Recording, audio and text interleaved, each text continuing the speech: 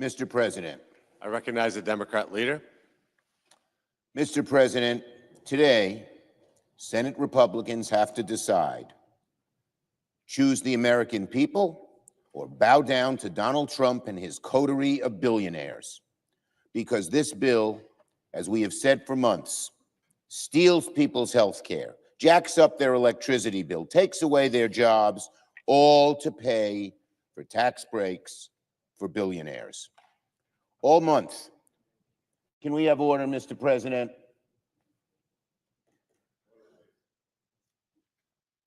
All month, Senate Democrats have put this bill on trial in the court of public opinion. We've exposed how it steals Medicaid from more than 16 million Americans. We've exposed how it takes away food benefits from millions of hungry kids.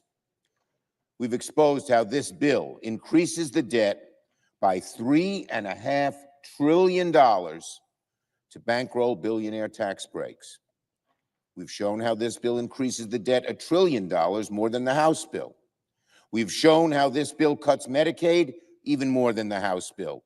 We've shown how this bill kills climate jobs even more than the House bill. With every rewrite, Senate Republicans have made their bill more extreme, pro-billionaire, and more hostile to people's health care and livelihood. Why do they do that? There's a small group on that side of the aisle, MAGA hard right-wingers, who are dictating what's happened, and all the rest of the senators on the Republican side who know it's wrong, go along. A small group. They don't represent more than 10% of the American people, but they're dictating what this body does.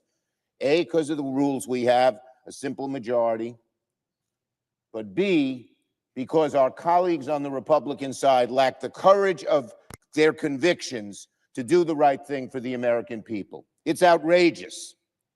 Cutting people's health care, causing people to get sicker and to even die. Cutting people's health care so that it's certain almost that more people will die. Just to give tax breaks to billionaires. It is so destructive for Republicans to pass a bill like this at a time when people pay more for groceries, when people pay more for rent, pay more for childcare, pay more for medication. It makes no sense to reward the billionaire class and special interests at the expense of everyone else. Look, there's nothing wrong with being wealthy, but they don't need another tax break.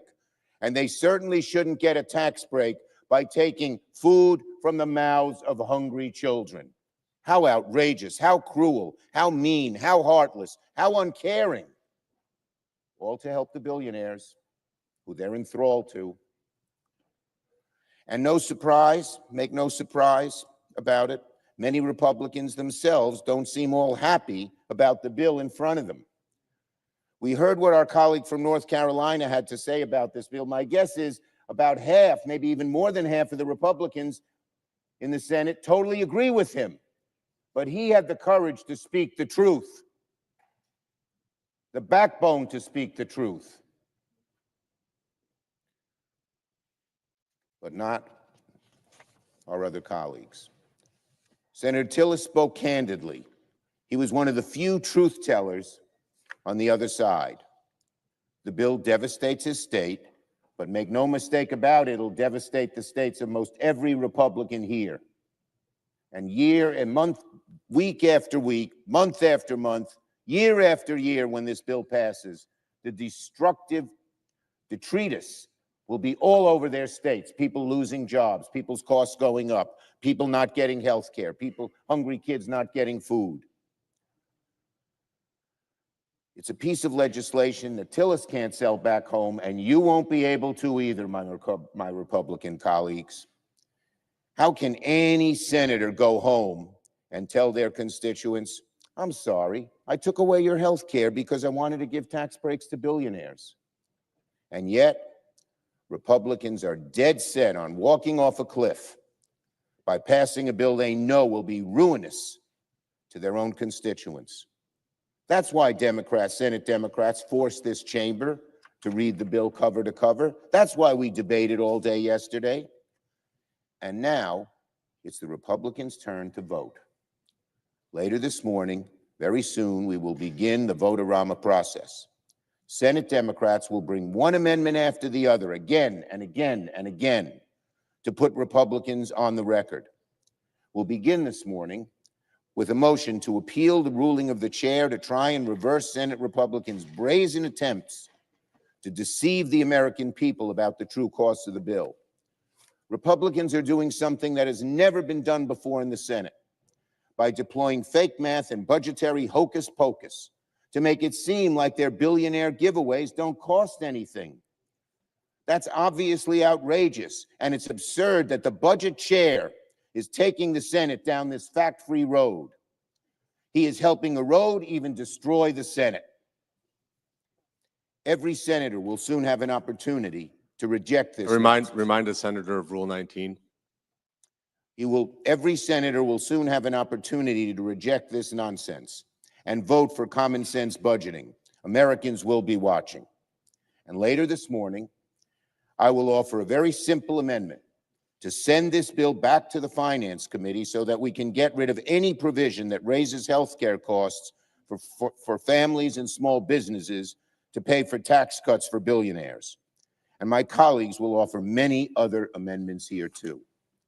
And we will see once and for all if Republicans really meant all those nice things they've been saying about strengthening Medicare, about protecting middle-class families, or if they were just lying. The American people will find out in a few hours. Republicans have said they don't want to cut Medicaid. Today, we'll give you the chance. Republicans say they want to prioritize the middle class. Today, we'll give you the chance. Our amendments will give Republicans so many chances to defend Medicaid and SNAP and good-paying jobs and clean energy that if they say no, they'll regret it long after this debate is done. Finally, to my Republican colleagues, let me offer a warning in good faith. You all know that Donald Trump makes things up. He has no regard for the truth. When he talks about this bill, he's lying. When Donald Trump says this bill won't cut Medicaid, he's lying. When he says this bill will grow the economy, he's lying. When he says this is the best thing Congress could pass for our country, he's lying. So what are my colleagues on the Republican side going to do? Listen to someone who just makes things up? Listen to someone who peddles lies and fantasies? Follow Donald Trump off a political cliff by passing a bill that will be disastrous for the people back home? Or will my colleagues stand up for the American people? Stand up to protect health care, good-paying jobs, middle-class families? The American people will not forget what Republicans do in this chamber today. Yield the floor. To my colleagues, it's going to be a long day, and I just want to remind everybody the rules of the Senate, Rule 19, no senator to debate shall directly or indirectly by any form of words impute to another senator or other senators any conduct or motive unworthy or unbecoming of a senator.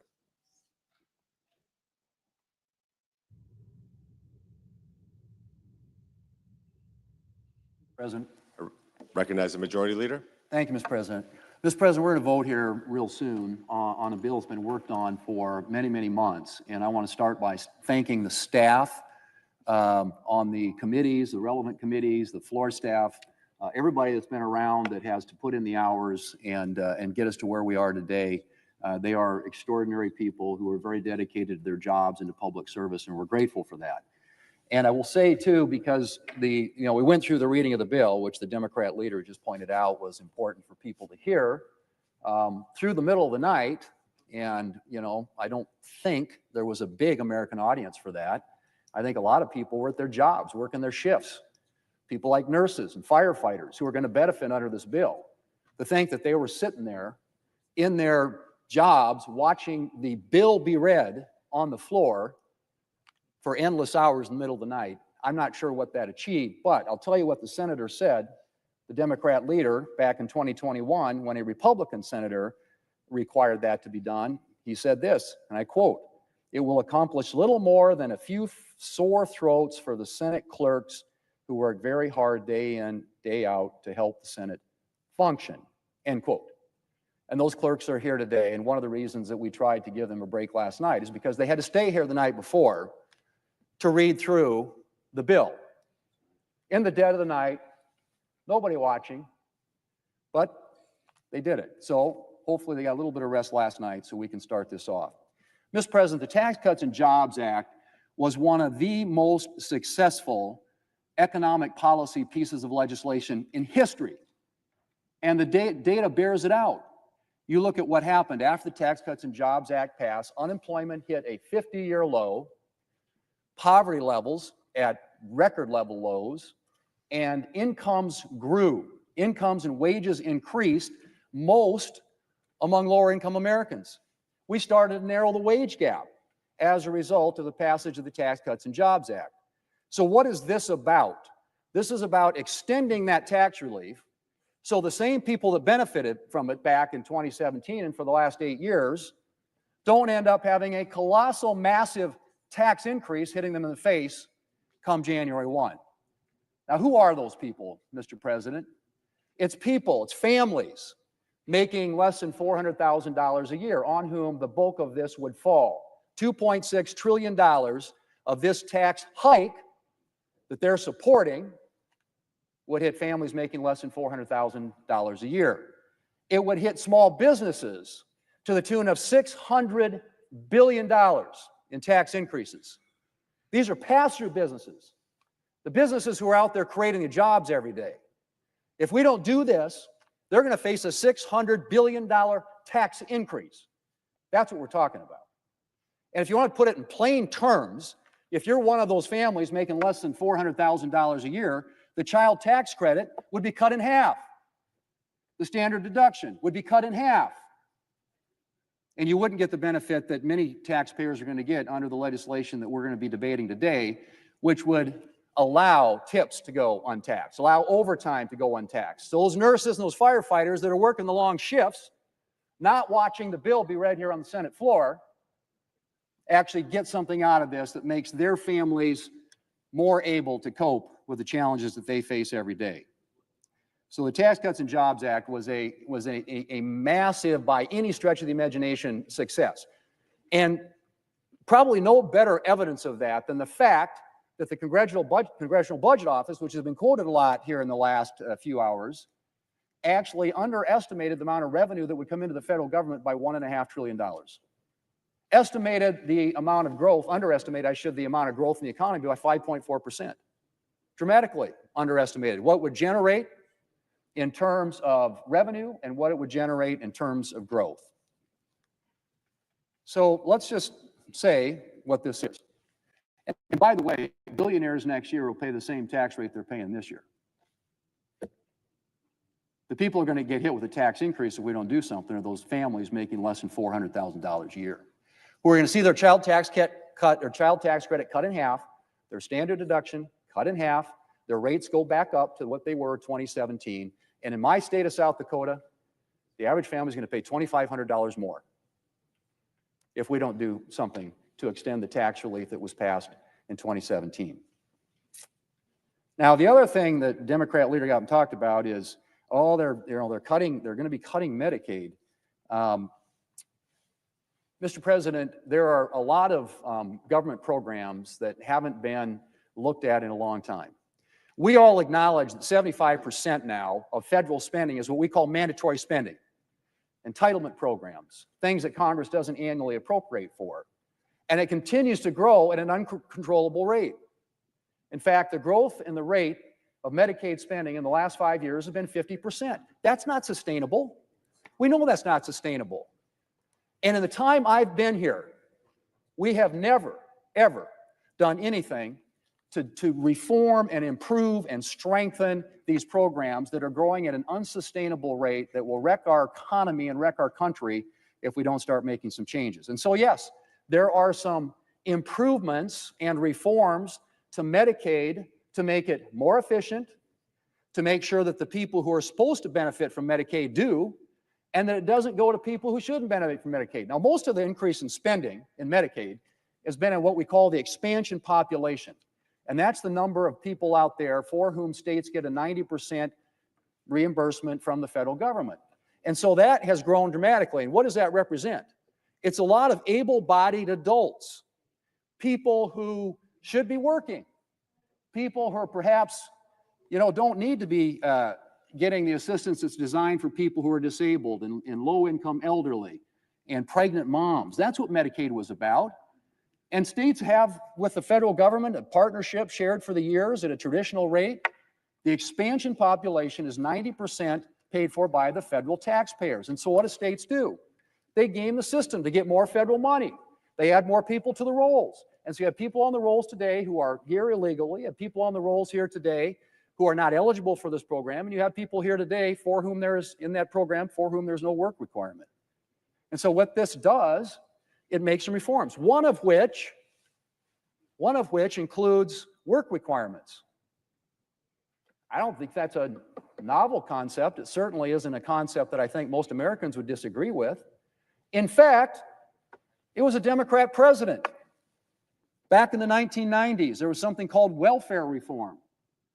Bill Clinton, a Democrat president, proposed work requirements for welfare recipients. And you want to know something?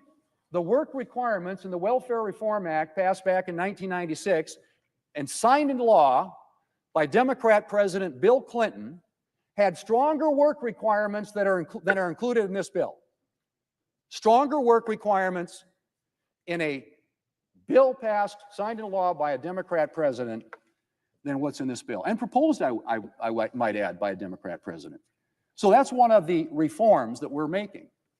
And these are reforms, Mr. President, are going to make this program stronger, more effective, more efficient, improve it in a way that it gets the assistance to the people for whom it was intended and not to people who are gaming the system. And yes, we address the issue of provider taxes, which has been abused. No question about it. It's another way to leverage federal money, get more federal money into the state coffers, and the states have used it for things not just to cover people, but also for other reasons. And you like states like New York and California who've gamed the system. So the whole issue of what we're doing with the Medicaid program is to get rid of the waste, fraud, and abuse, make it work in the way in which it was intended to cover the people for whom it was intended, and to make sure that we have work requirements included there. To the current policy baseline. Everybody got up last night and they were clamoring and yelling very animated speeches about how the Republicans they're using a current policy baseline. How could they ever do that? Well, you know what? Back in 2012, President Obama, and one of the people who was working for him at the time, named Jeff Zients, used the current policy baseline to make permanent the Bush tax cuts. And what he described it, Jeff Zients described it at the time, he called it the alternative fiscal scenario. That's how they explained to the American people. And then he translated it and said what it is, it's a current policy baseline. So the Democrats have used this before. In fact, they you could argue, pioneered it. But current policy baseline is something that's been used by both sides. So it's a little, spare me the hypocrisy and the noise about current policy baseline. Alternative fiscal scenario, he called it, and then he went on to explain current policy baseline. Finally, with regard to the issue of the deficits, it is rich to hear Democrats all of a sudden concerned about debt and deficits. Really? I mean, I've been here a long time, and I've not been involved in a single spending debate and fight in which Republicans were trying to spend less and Democrats were trying to spend more, with one exception, and that's national security. Democrats are always willing to cut defense, but never want to cut anywhere else. That's my experience. And I think it was borne out a couple of years ago when Democrats had then what we have now, which is unified control of the government. They had House, Senate, and White House. And so they had an opportunity to use reconciliation, which they did twice. One of the bills cost $2 trillion. The other bill cost $1 trillion. And it was all spending. And that, ladies and gentlemen, is a fundamental difference between us here. And I understand that. We have different views about the role of government. Democrats like government. And one of the things we know about government is when you send money to Washington, money is power. And when you send money to Washington from the American taxpayers, that means Washington has more power. It has more control. And Republicans fundamentally have believed that it's better if you allow the American people to keep their own money, that you distribute power out of Washington, D.C., back to state and local governments who are closer to the people and can make better decisions that are more informed by what's actually happened in their individual states. And so when we use reconciliation to keep taxes low, and by the way, that's all we are doing here is extending current tax policy. We are preventing over a $4 trillion tax increase on the American people. And when you vote against this, that's what you'd be voting for. Now, a good example of this spending issue was the 2011 Budget Control Act, in which, authored by a number of people, including Senator McConnell, they created a super committee, equally represented on both sides of the aisle. And they met for a long time to try and come up with some ways that we could come up with ways to reform entitlement programs. And of course, what happened? They deadlocked, because every Democrat voted against it, every Republican voted for it, and it even included some revenue increases, which is something Democrats are always for. So getting up and talking about deficits all of a sudden, honestly, is kind of mind-blowing coming from this side of the aisle. What we are doing here is extending existing tax policy, using a current policy baseline which was used by the Democrats, President Obama, Jeff Zients, no less than a little more than 10 years ago. So, Mr. President, it's time to vote, and Democrats will get a chance. They'll offer all their amendments, and they'll attack this thing as cutting taxes for billionaires. What we are doing here is extending tax relief for the American people, keeping their rates low, making sure they don't have their child tax credit cut in half, their standard deduction cut in half, including new provisions that provide more relief for working Americans, which is what President Trump campaigned on. No tax on tips, no tax on overtime, lower taxes for seniors, for Social Security recipients. These are all targeted at working Americans, working families. That is first and foremost about what this is about. This, Mr. President, will make this country safer, stronger, and more prosperous. It addresses military modernization. It addresses securing our border. It addresses restoring energy dominance. It extends tax relief for the American people so they can avoid a $4 trillion tax increase at the end of the year. And yes, it includes some savings associated with reforms that are made in a way that targets assistance from federal programs to where it was intended to go. And yes, we have work requirements that were initiated by Bill Clinton and the Clinton administration during welfare reform back in the 1990s. Only, I would say again, they're not as strong.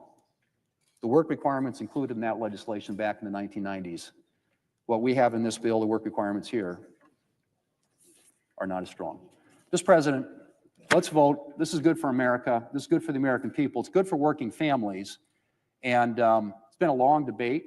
I know people are weary, but at the end of the day, we want to get this done so that this country is safer and stronger and more prosperous, not only for today, but for future generations of Americans.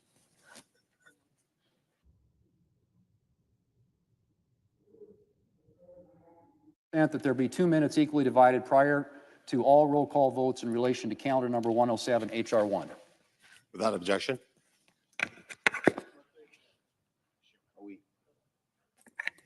Well, they have to make.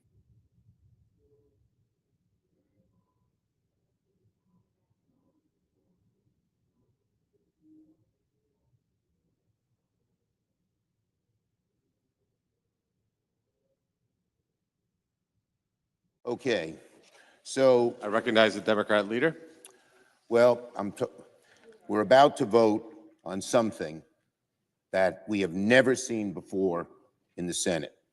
And rather than be honest with the American people about the true costs of these billionaire giveaways, and by the way, I didn't hear Donald Trump campaigning on tax breaks for billionaires, which is the main thrust of this bill. He wouldn't tell them about that. But Republicans are doing something the Senate has never done before.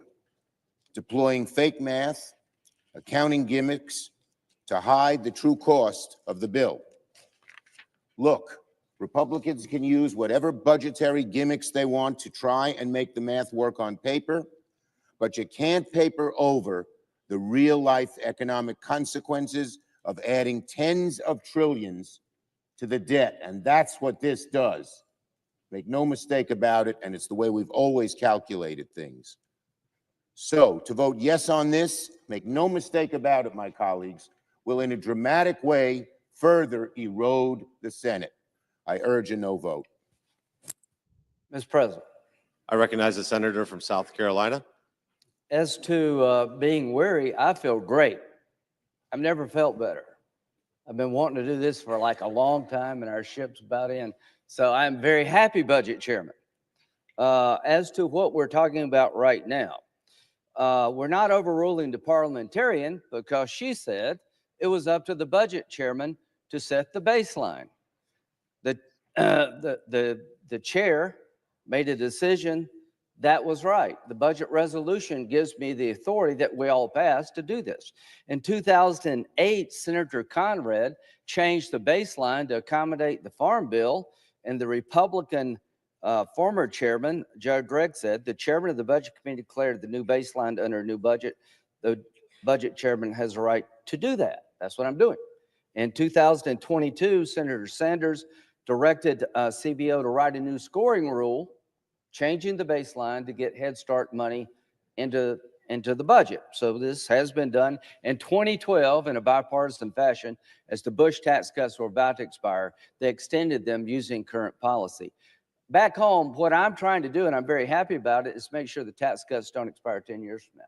I want you to be able to go to bed tonight and wake up tomorrow knowing the tax cuts you have today are permanent, unless one day my Democratic colleagues change it through resolution, through reconciliation. So if you're for open borders, this bill is your worst nightmare because we control the border. If you want higher taxes, which apparently they do, this bill is your nightmare because we're going to keep tax cuts low. If you want to have a weak military, this is a bad bill for you because we give the military $150 billion.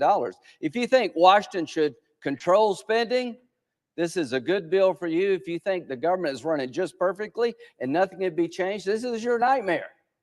So for those big liberal folks who I like personally, this bill is a nightmare for you. This bill is good for the American people who work hard. People got to work when they can. That's a good thing. If you want taxes low, we deliver. If you want to secure the border like President Trump has done, we make it that way forever by having $175 billion spent to get it controlled forever, not just right now. This is a good bill. We're doing nothing that we haven't done before. Vote yes to uphold the ruling of the chair. We're starting a process that is long overdue in this town, controlling spending, keeping taxes down, making the military strong, and finally looking at a way to get efficiency in government. Vote yes.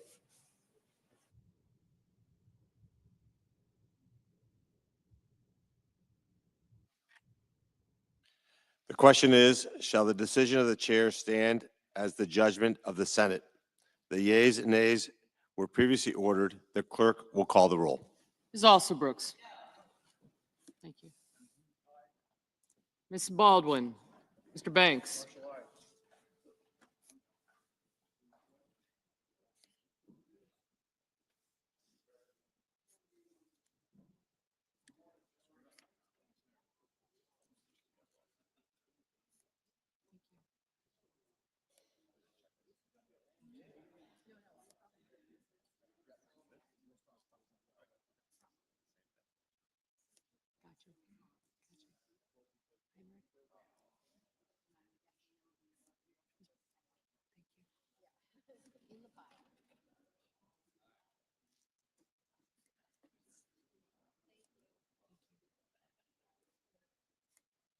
you.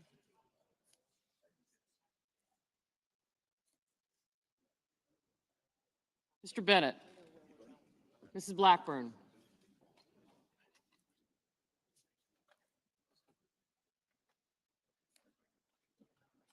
Mr. Blumenthal. Ms. Blunt Rochester, Mr. Booker. I got you. Mr. Bozeman. Thank you.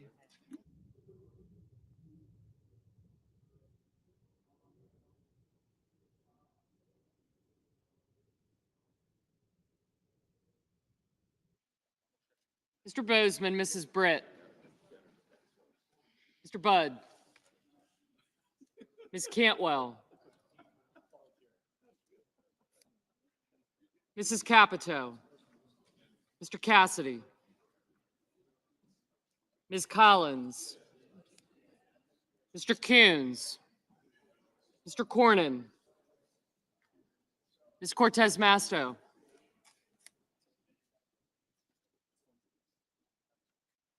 Mr. Cotton.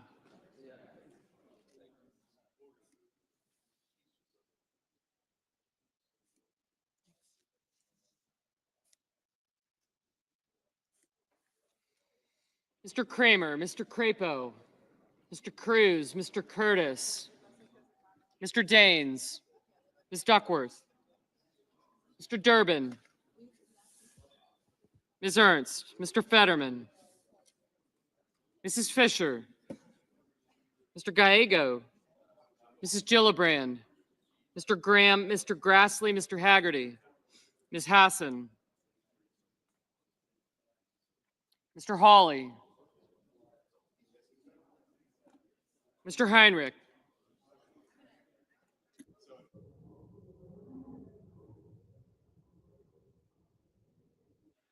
Mr. Hickenlooper, Ms. Hirono. Did you hear that? Mr. Hoven, Mr. Husted, Mrs. Hyde-Smith, Ms. Lemus, Mr. Johnson, Mr. Justice, Mr. Kane, Mr. Kelly, Mr. Kennedy, Mr. Kim, Mr. King, Ms. Klobuchar, Mr. Langford, Mr. Lee, Mr. Lujan, Ms. Lummis, Mr. Markey,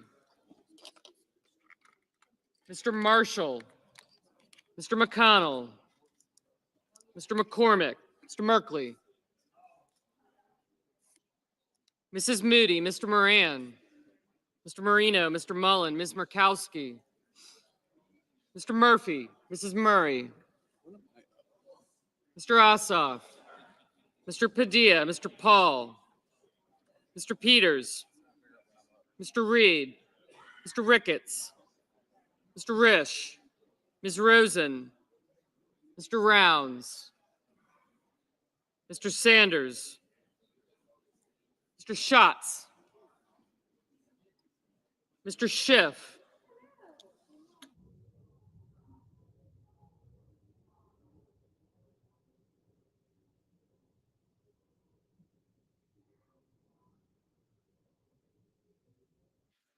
Mr. Schiff, Mr. Schmidt, Mr. Schumer, Mr. Scott of Florida, Mr. Scott of South Carolina, Mrs. Shaheen, Mr. Sheehy, Ms. Slotkin, Ms. Smith, Mr. Sullivan, Mr. Thune, Mr. Tillis, Mr. Tuberville, Mr. Van Hollen,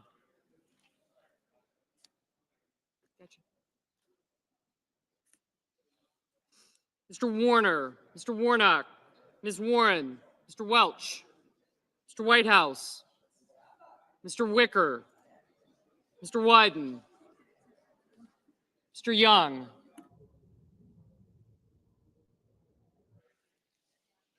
Senators voting in the affirmative: Barrasso, Budd, Cornyn, Cotton, Crapo, Cruz, Ernst, Graham, Grassley, Haggerty, Kennedy, Langford, Lummis, Marshall, McCormick, Moody, Marino, Mullen, Paul, Risch, Schmidt, Sheehy, Thune, and Tuberville.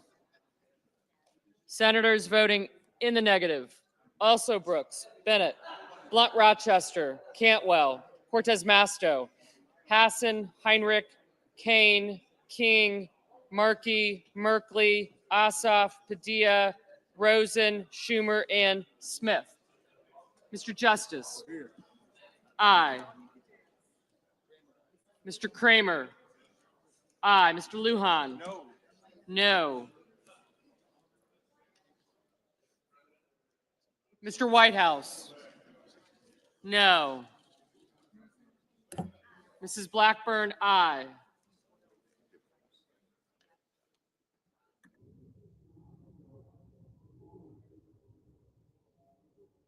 Mr. Kim, no.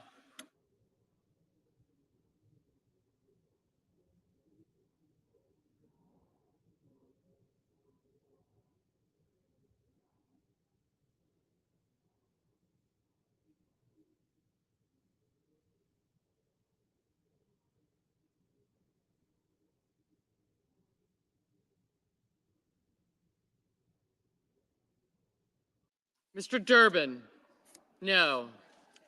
Mrs. Capito, aye.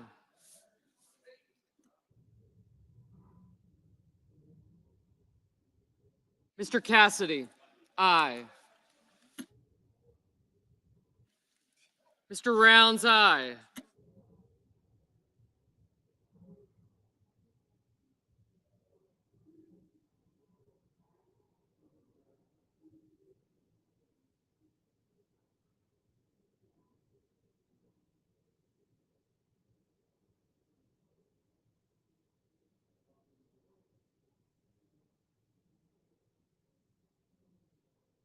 Mr. Peters, no. Ms. Duckworth, no. Mr. Schatz, no. Mr. Husted, aye.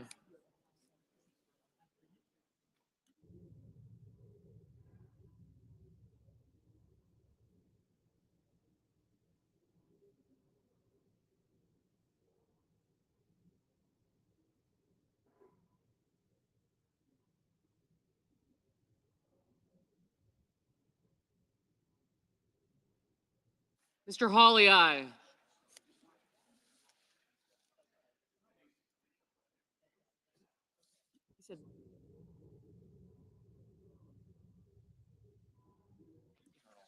Mr. Ricketts, aye.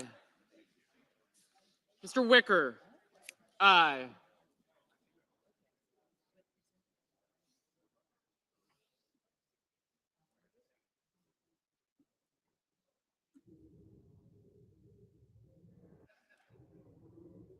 Mr. Gallego, no.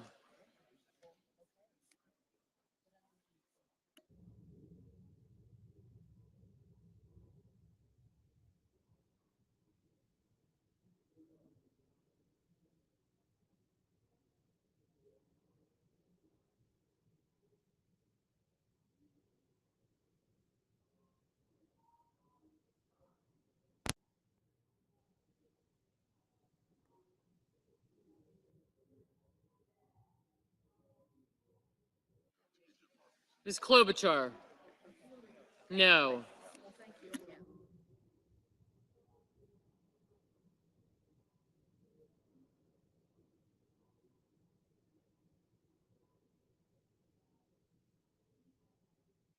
Mr. Booker, no. Mr. Sullivan, aye. Mr. Johnson, aye.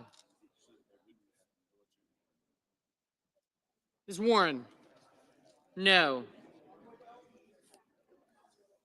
Mr. McConnell, aye.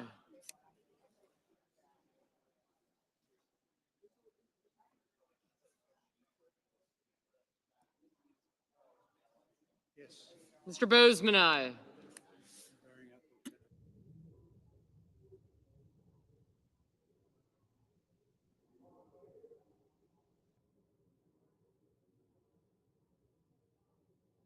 Mr. Rono, no.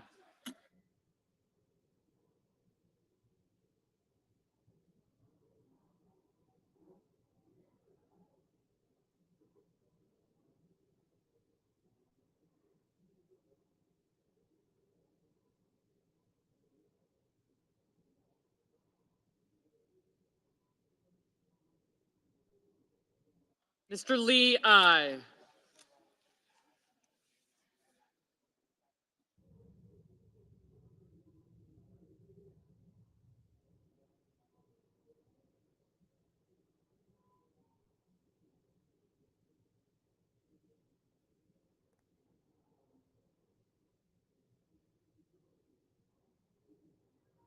Mrs. Gillibrand, no.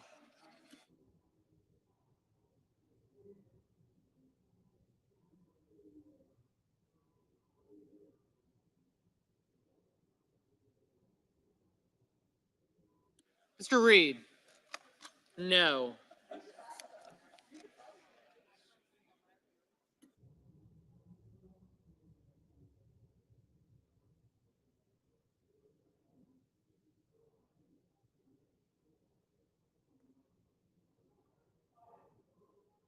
Mr. Wyden, no.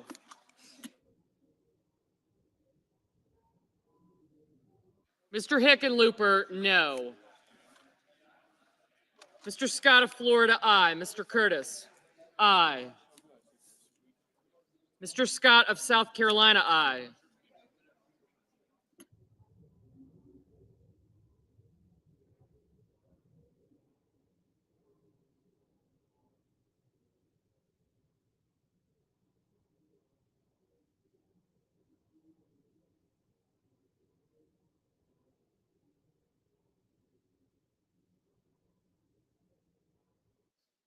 Mrs. Murray, no.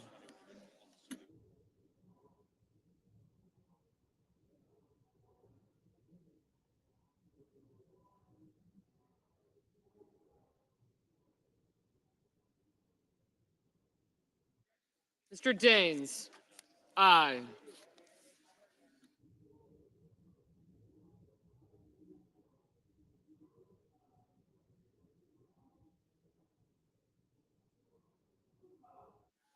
Mr. Welch, no.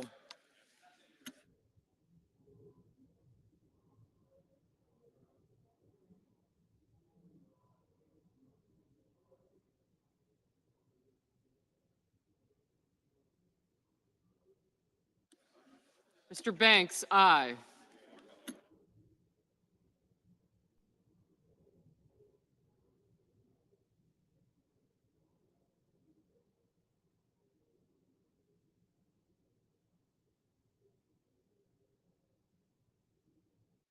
Ms. Baldwin, no.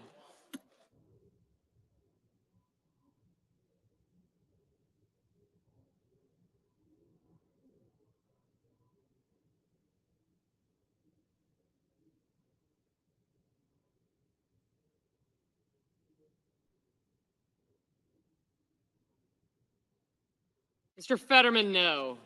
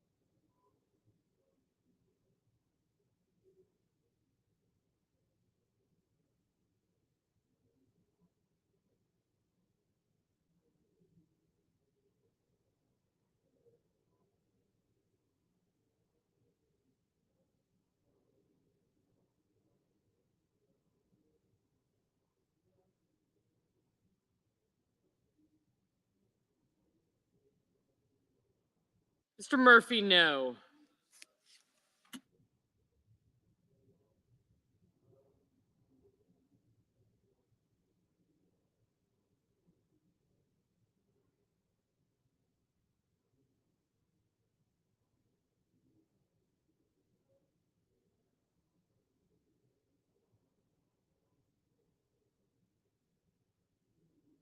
Mrs. Britt, aye.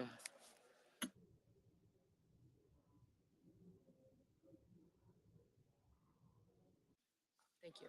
Bye. Mr. Warner, no. Mr. Sanders, no. Mr. Schiff, no.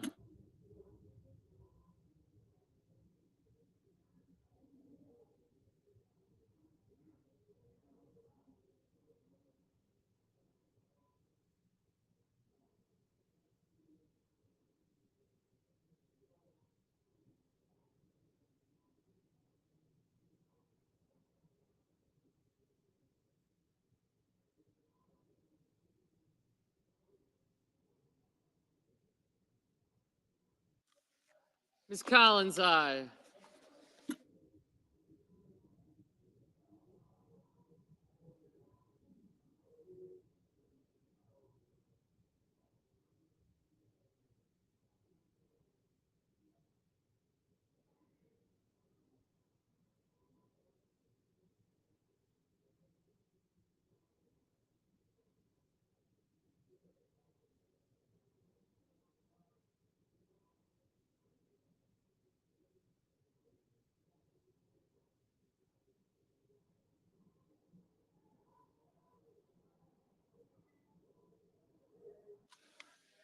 Mr. Blumenthal,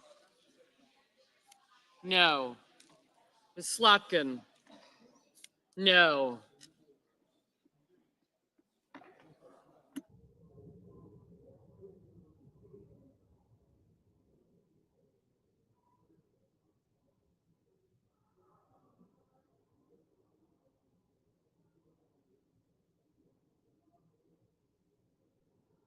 Mr. Warnock, no. Mr. Van Hollen, no.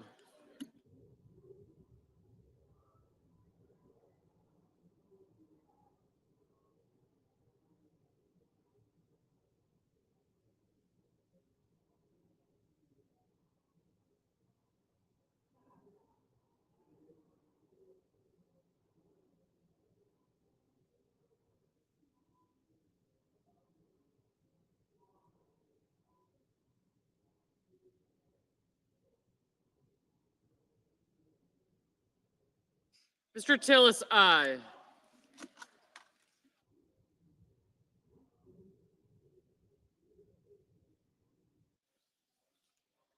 Mrs. Fisher, aye.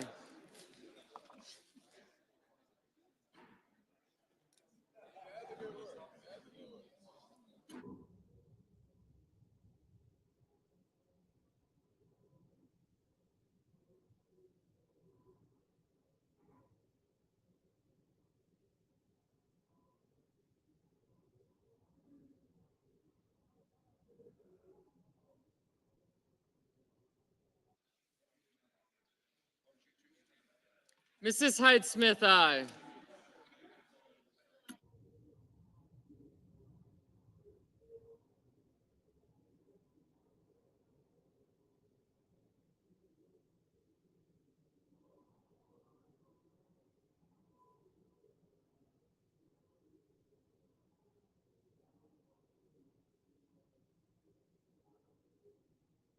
Mr. Kelly, no.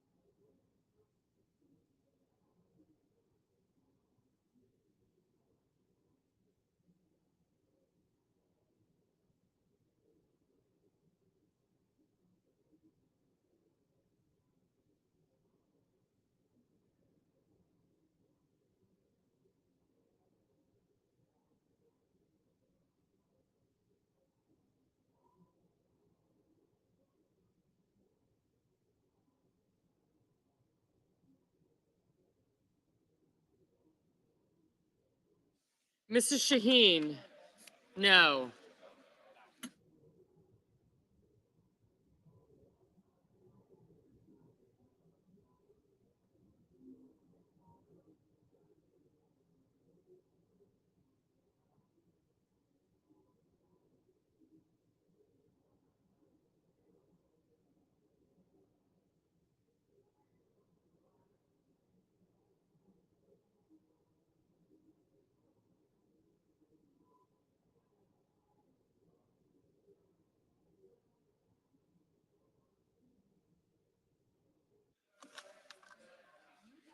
Mr. Moran, aye.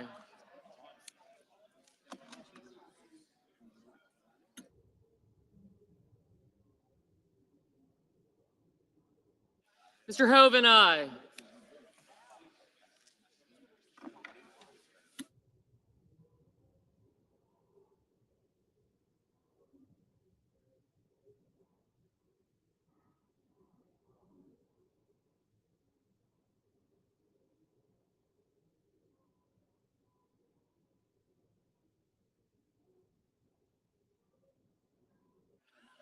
Ms. Murkowski, aye.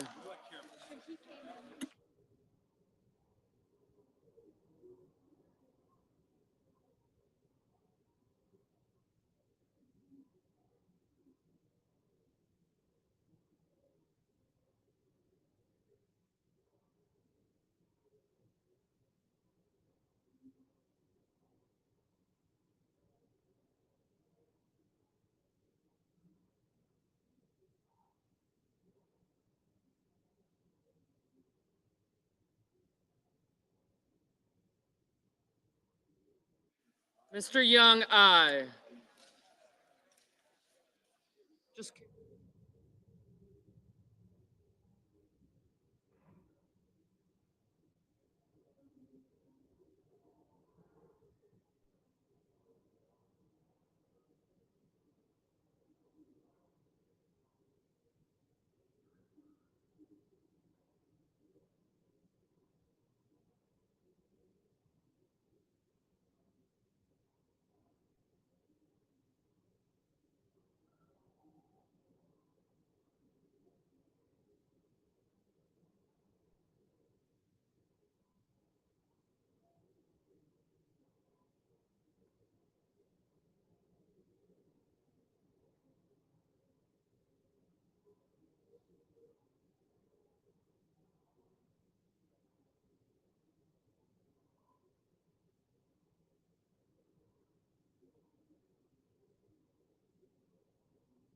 Mr. Coons, no.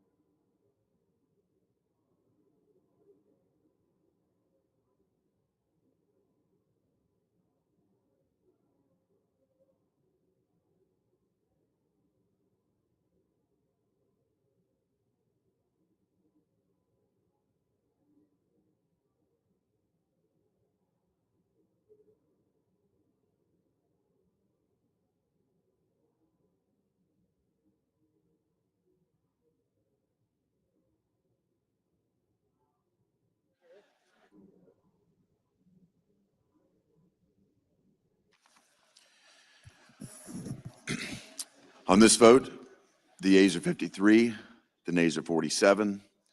The decision of the chair stands as the judgment of the Senate. Mr. President. Majority Leader is recognized. Thank you, Mr. President. Mr. President, I ask unanimous consent that it be in order for the following senators to be recognized to offer amendments, motions, or points of order, that the amendments be reported by number with no amendments in order prior to a vote in relation to the amendments or motions. Schumer motion, number 1, motion to commit on healthcare costs, Markey motion, and then Klobuchar motion. Point of order. Okay. Without objection. Mr. President, I make a point of order under Section 313B1B of the Congressional Budget Act against Title VII of Substitute Amendment Number 2360. Under the Congressional Budget Act and the precedents of the Senate, the chair must rely on determinations made by the Budget Committee in assessing the budgetary effects of the amendment. Section 312 of the Budget Act states, for purposes of this title and Title IV, the levels of new budget authority, outlays, direct spending, new entitlement authority, and revenues for a fiscal year shall be determined on the basis of estimates made by the committee on the budget of the House of Representatives or the Senate as applicable. Unless the Budget Committee, speaking to its chairman, asserts that the amendment causes a violation of the Budget Act, the chair will not so hold. Therefore, Mr. Leader, the point of order is not well taken. President, Senator from Oregon is recognized. I appeal the ruling of the chair and I ask for the yeas and nays. Is there a sufficient second? There appears to be.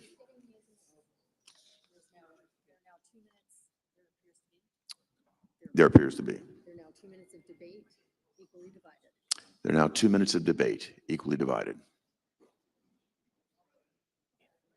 Senator from Oregon. I ask the CBO letter of June 29 to the ranking member of the Budget Committee be submitted for the record. Without objection. And in this letter, it notes that the baseline was prepared, the alternative baseline, based on a request made by the chairman of the Senate Committee on the Budget. But the letter goes on to say this. The CBO estimates that enacting this title would increase the deficit by nearly $3.5 trillion over the 2025-34 period. Clearly, that amount, done by honest numbers from CBO, exceeds the budget resolution level, and therefore we should not affirm the ruling of the chair. It is said in this ruling, I just heard, that precedent provides a foundation for this. But in fact, the ability of the chair to create a phony baseline has never been used in reconciliation, not ever. And in fact, the example cited over Head Start, that never appeared in any budget reconciliation. And in fact, that conversation about Jeffrey Zients that we heard from the majority leader, that too was absolutely wrong. Current law was used for estimating the cost of that bill. This time has breaks expired. the 51-year tradition of the Senate. The senator's for time office has expired.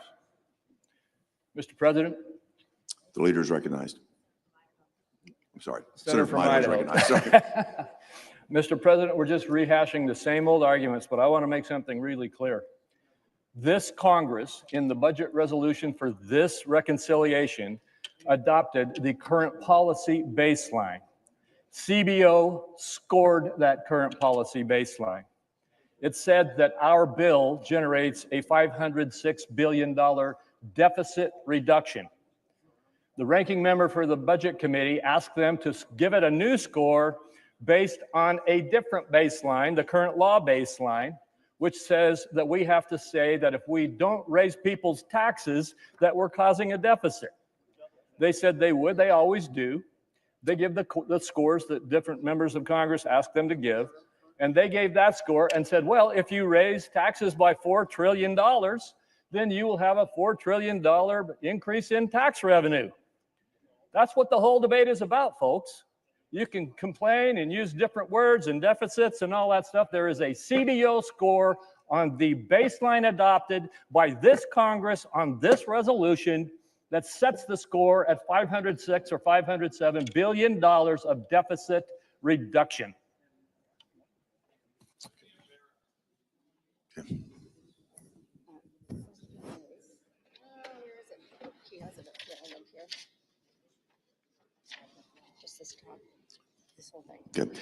The question is, shall the decision of the chair stand as the judgment of the Senate? The yeas and nays were previously ordered.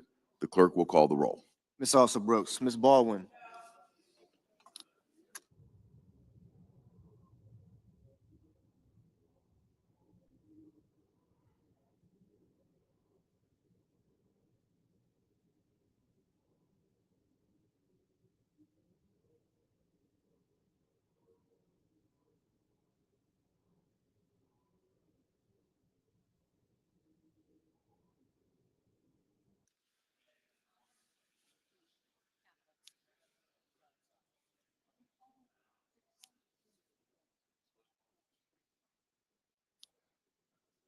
Mr. Banks, Mr. Brasso,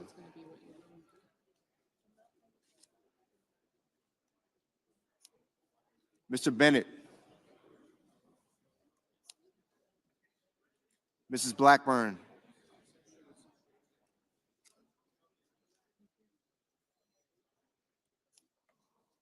Mrs. Blumenthal, Mr. Blumenthal,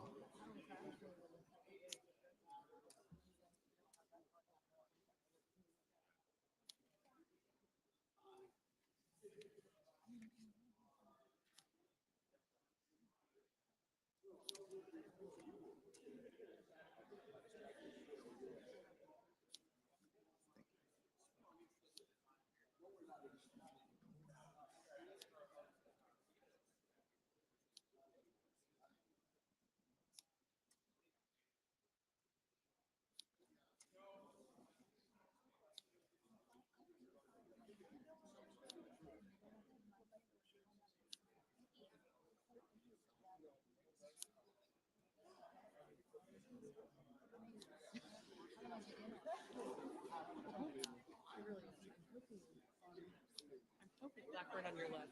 I'm hoping.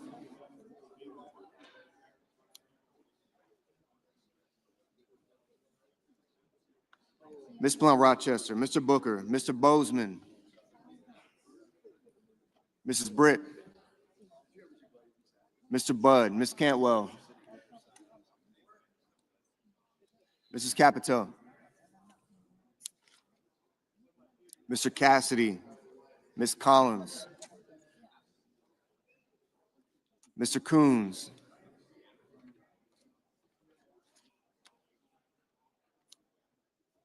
Mr. Cornyn, Ms. Cortez Masto,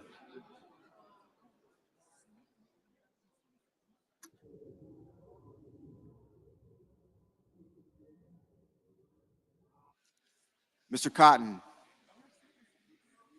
Mr. Kramer,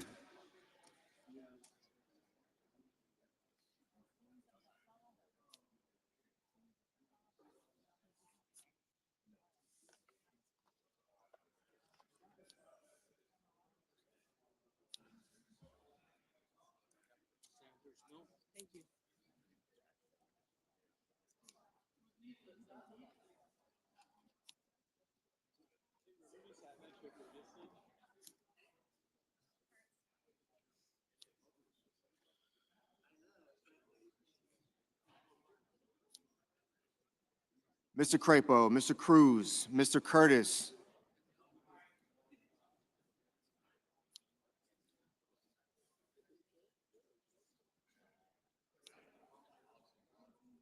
Mr. Daines,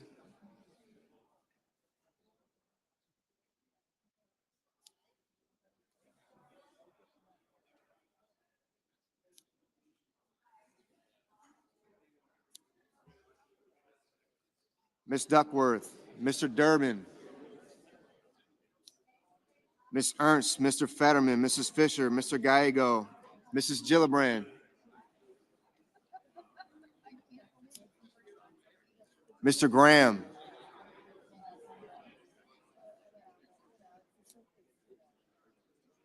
Mr. Grassley, Mr. Haggerty. Thank you, sir.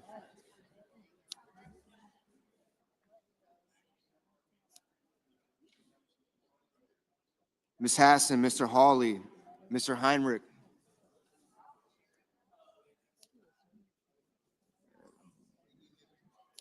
I got you, Senator.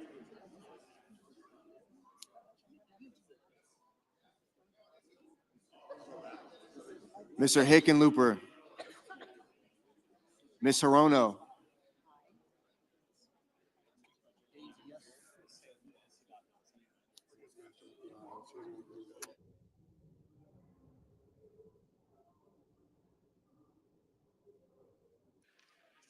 Mr. Hovind, Mr. Houston,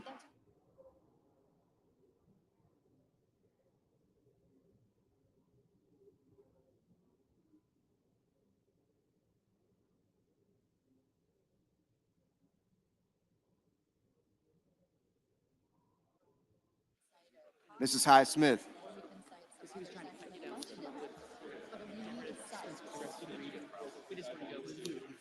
We need to get through that.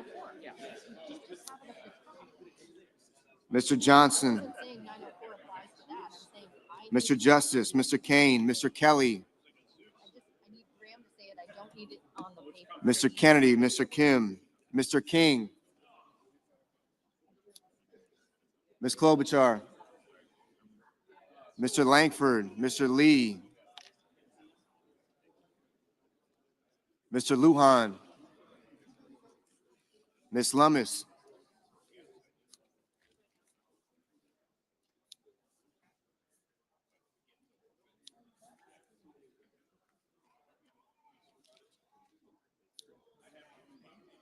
Mr. Markey,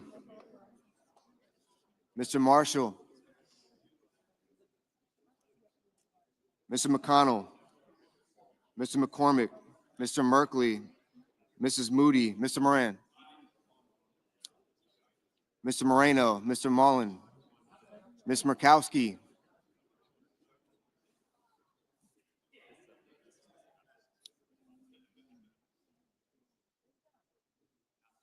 Mr. Murphy, Mrs. Murray, Mr. Ossoff, Mr. Padilla, Mr. Paul, Mr. Peters, Mr. Reed, Mr. Ricketts,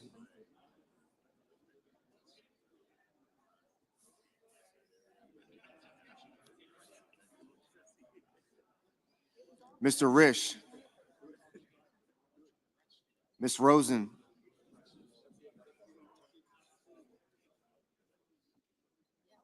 Mr. Rounds, Mr. Sanders, Mr. Schatz, Mr. Schiff,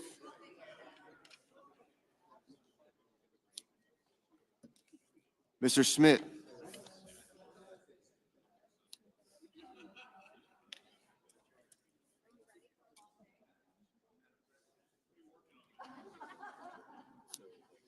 Mr. Scott of Florida, Mr. Scott of South Carolina, Mr. Shaheen, Mr. Sheehy, Ms. Slotkin, Ms. Smith, Mr. Sullivan,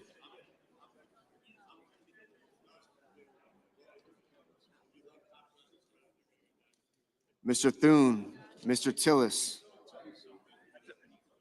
Mr. Tuberville, Mr. Van Hollen, Mr. Warner, Mr. Warnock, Ms. Warren, Mr. Welch,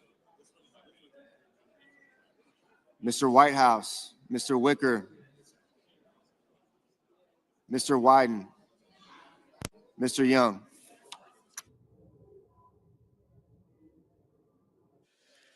Senators voting in the affirmative: Banks, Barrasso, Blackburn, Britt, Budd, Cassidy, Kramer, Crapo, Cruz, Curtis, Daines, Ernst, Fisher, Graham, Grassley, Haggerty, Hawley, Hovind, Husted, Justice, Kennedy, Langford, Lee, Lummis, Marshall, Moody, Moran, Moreno, Mullen, Paul, Rounds, Scott of Florida, Sheehy, Thune, Tuberville, Wicker, Young.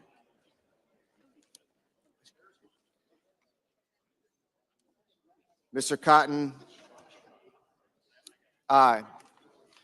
Senators voting the negative: also Brooks, Baldwin, Bennett, Blumenthal, Blunt Rochester, Booker, Coons, Cortez Masto, Duckworth, Durbin, Fetterman, Gallego, Gillibrand, Hassan, Heinrich, Hickenlooper, Hirono, Kane, Kelly, Kim, King, Markey, Merkley, Murphy, Murray, Ossoff, Padilla, Peters, Reed, Sanders, Schatz, Schiff, Schumer, Shaheen, Slotkin, Smith, Van Hollen, Warner, Warnock, Warren, Welch, and Wyden.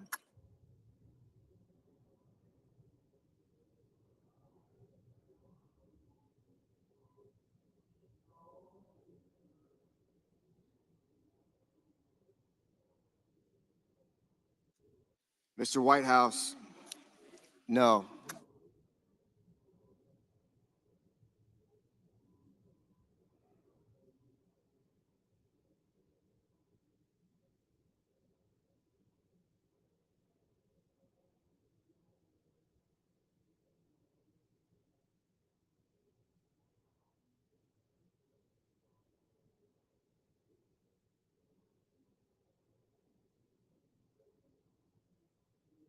Mrs. Capito, Mrs. Capito, aye.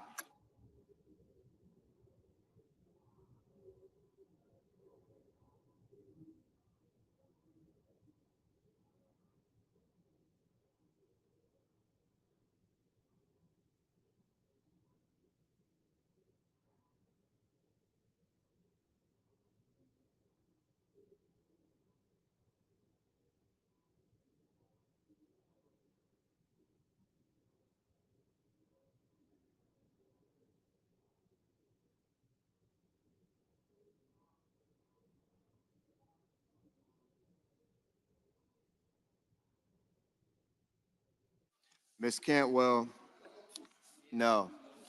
Mrs. Hyde-Smith, aye.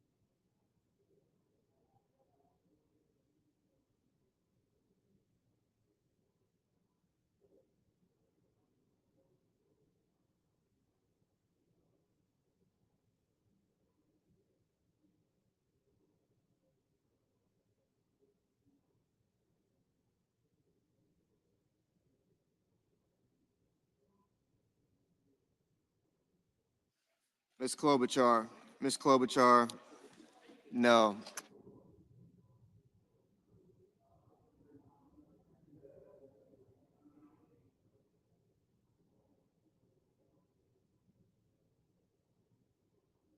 Ms. Collins, Ms. Collins, aye.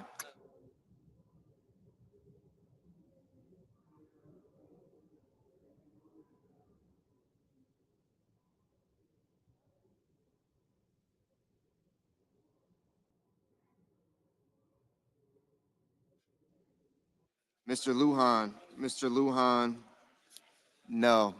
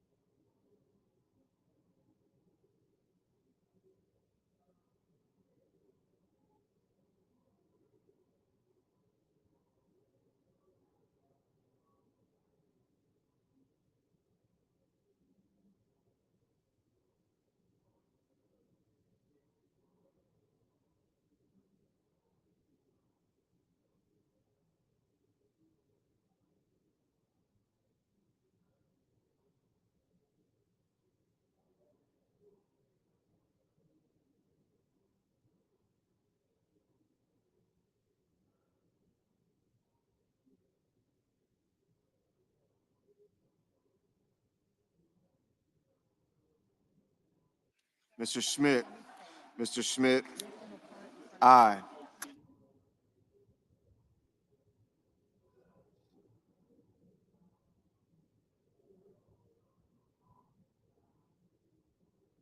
Ms. Rosen, no. Mr. Ricketts, aye. Mr. Rish, aye.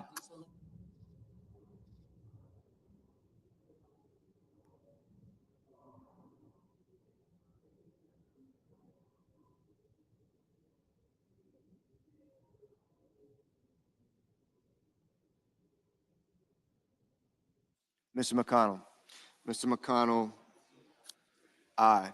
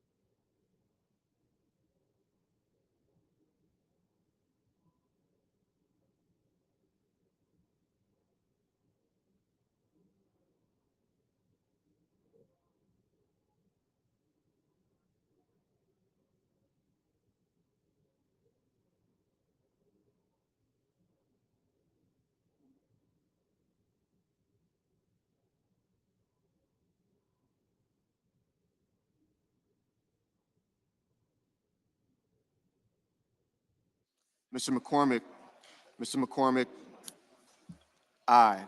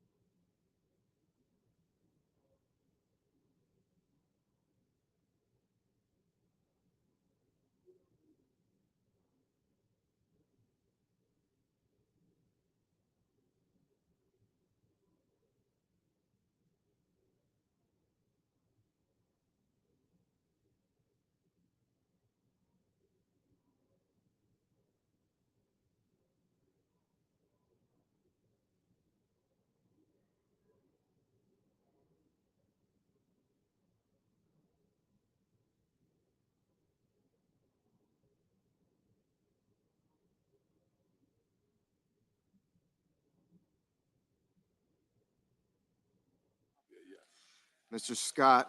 Scott of South Carolina, aye.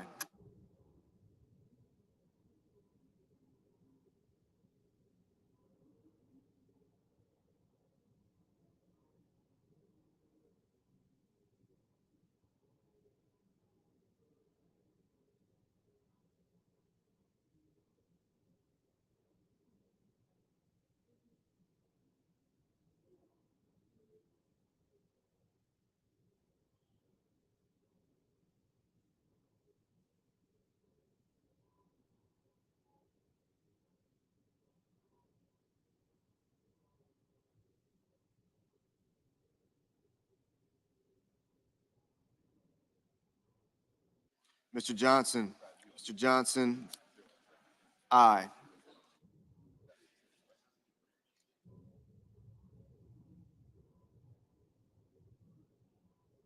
Mr. Bozeman, aye.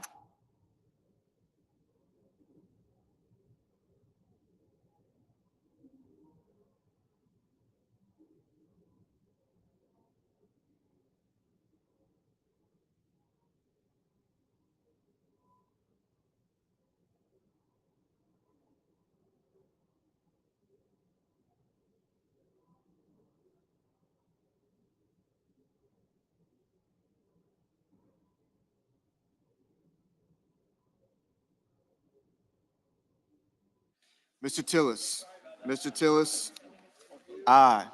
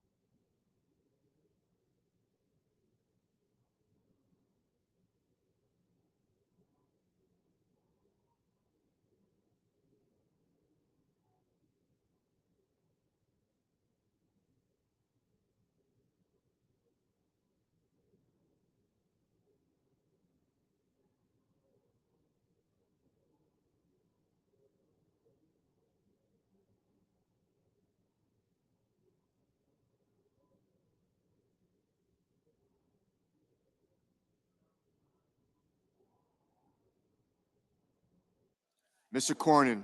Mr. Cornyn, aye. Ms. Murkowski. Ms. Murkowski, aye.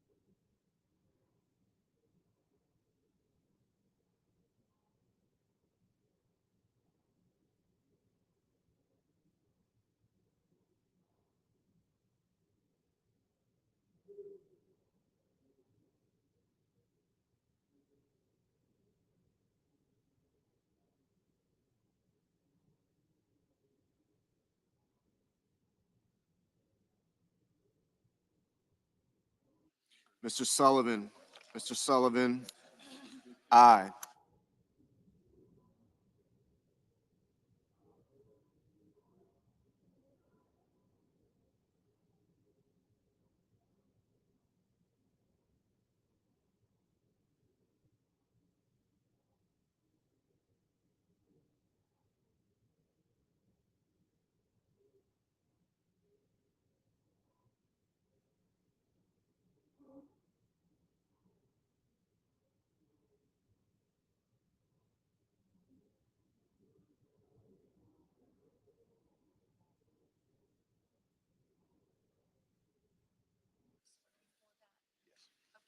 I don't see how we can, yeah, I don't see how we cannot. Yeah. On this vote, the yeas are 53, the nays are 47. The decision of the chair stands as the judgment of the Senate. Mr. President, The senator from Idaho is recognized.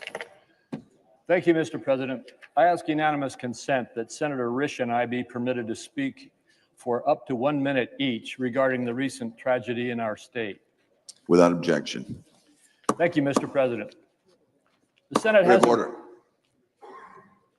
The Senate has important work to accomplish today to prevent a more than $4 trillion tax hike on American workers and families, and we will accomplish that goal. However, while business continues here, life for the North Idaho community of Coeur d'Alene remains at a very painful standstill as we mourn the horrific loss of 2 firefighters. Yesterday afternoon, firefighters from Coeur d'Alene and Kootenai County were responding to a fire on Canfield Mountain. Upon arrival, they were ambushed by gunfire. 2 brave firefighters were murdered. Another has already undergone surgery for gunshot wounds. As we continue our work today, I ask my colleagues to join me in sending your prayers for that firefighter's full recovery, for the deceased victims, for their families, and for the entire North Idaho community grieving this heinous act. Senator Risch. Thank you. Mr. President, fellow senators, while the Senate continues our important work to provide the American people with the largest tax cut in history today, we would be remiss if we did not pause for a moment and call attention to the tragic events that happened in Coeur d'Alene, Idaho yesterday. While responding to a fire, as my colleague indicated, two of North Idaho's brave firefighters were ambushed and murdered, and one is in serious to critical condition. This evil attack on the people who dedicate their lives to protecting and serving our communities is despicable, and it's not Idaho. I ask my Senate colleagues to join me, Senator Crapo, and all Idahoans in praying for the victims, their loved ones, and all who have been affected by this reprehensible act. Thank you, Mr. President. Senator from Washington is recognized. I stand with my Idaho colleagues. This is a very tight-knit community between Washington and Idaho. Many Washington police and responders participated in yesterday's activities. Our hearts go out to the people of Idaho, and yes, we want a moment of silence to remember these firefighters. Thank you, and thank you to Washington for your help. You did send a number of first responders there, which were very helpful. Thank you. Yes, Mr. Chairman. Mr. President. Senator from Washington is Mr. recognized. President, I too just want to stand and join with our colleagues from Idaho with our deep sorrow for everyone in those impacted communities. It is close to the border of Washington. Many of our responders joined with all of you, and our hearts and thoughts go and prayers go to everyone impacted. That community will be devastated for a long time to come. Thank you. And as we close, I would just like to thank my colleagues from Washington, as well as all of you. Many of you have come up and expressed your sentiments today. And I would say even the federal workers were there, the FBI and others. There was a huge influx of support from those who put their lives on the line every day. And some lost their lives yesterday. And so because of that, I just ask that you join us for just a moment of silence and prayer.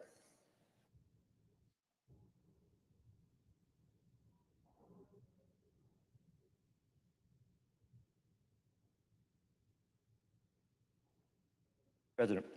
Thank you.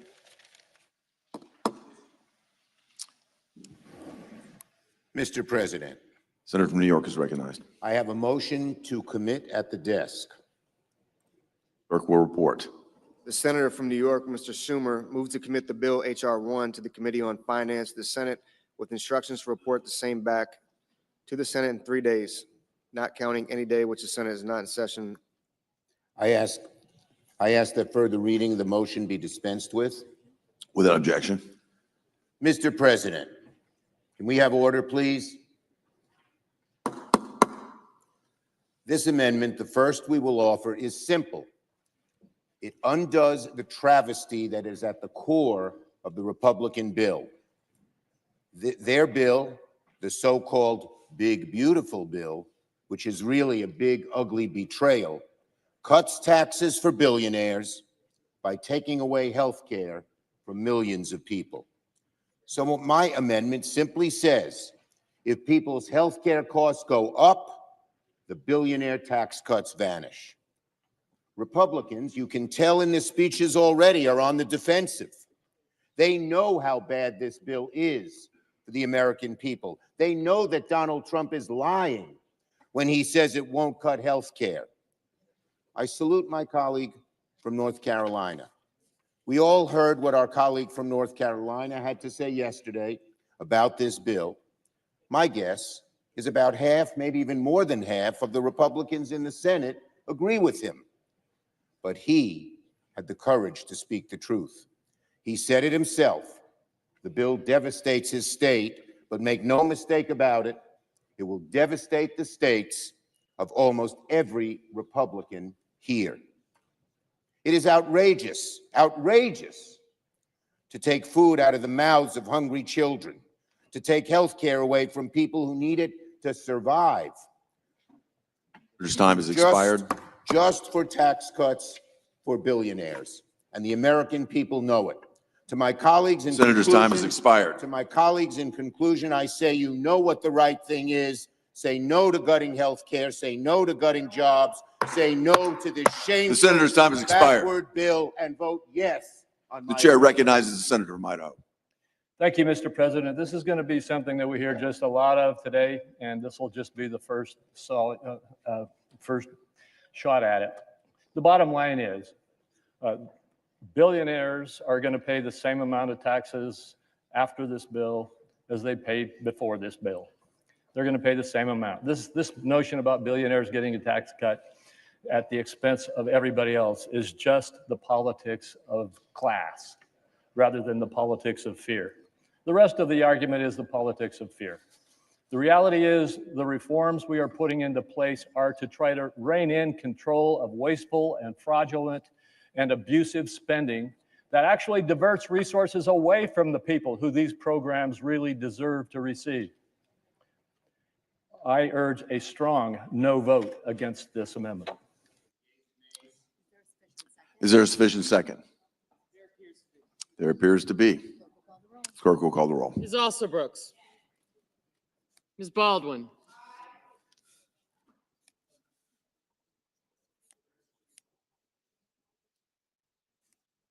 Mr. Banks.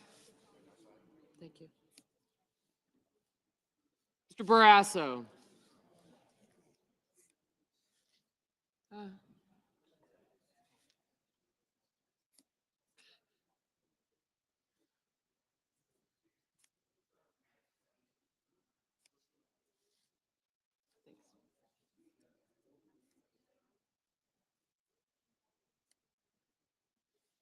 Yep.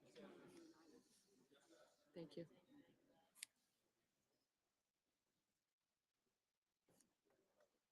Mr. Bennett.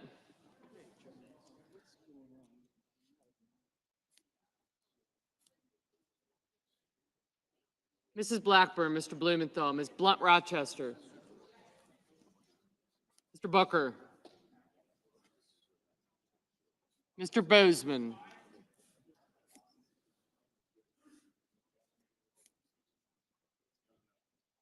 Gotcha. Thank you.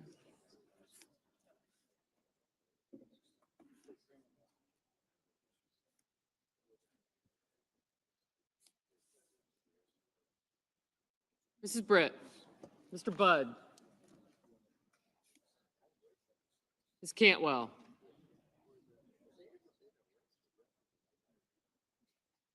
Mrs. Capito, Mr. Cassidy. Ms. Collins. Mr. Coons. Mr. Cornyn. Ms. Cortez Masto.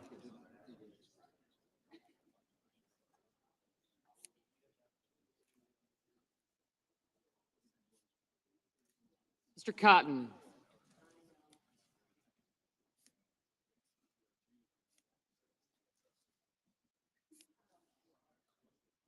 Mr. Kramer, Mr. Crapo.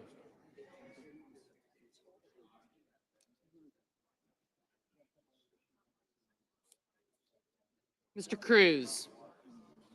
Mr. Daines. Ms. Duckworth. Mr. Durbin.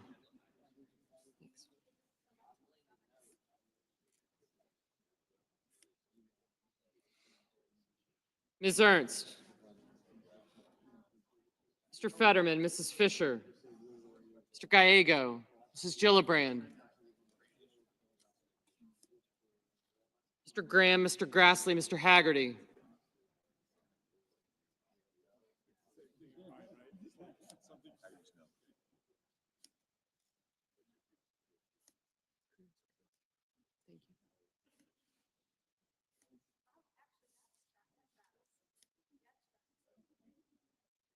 Ms. Hassan, Mr. Hawley.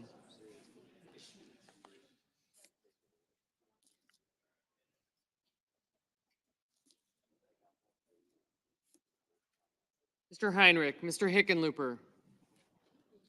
Ms. Hirono. Mr. Hoven. Mr. Husted.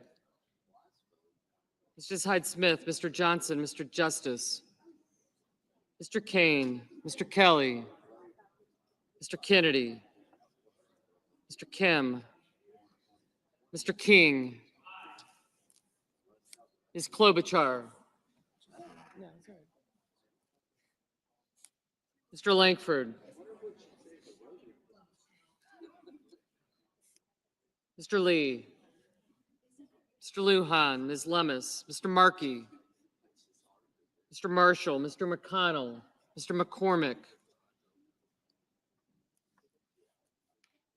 Mr. Merkley, Mrs. Moody, Mr. Moran,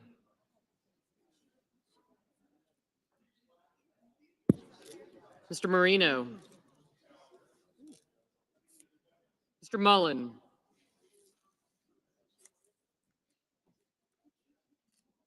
Ms. Murkowski,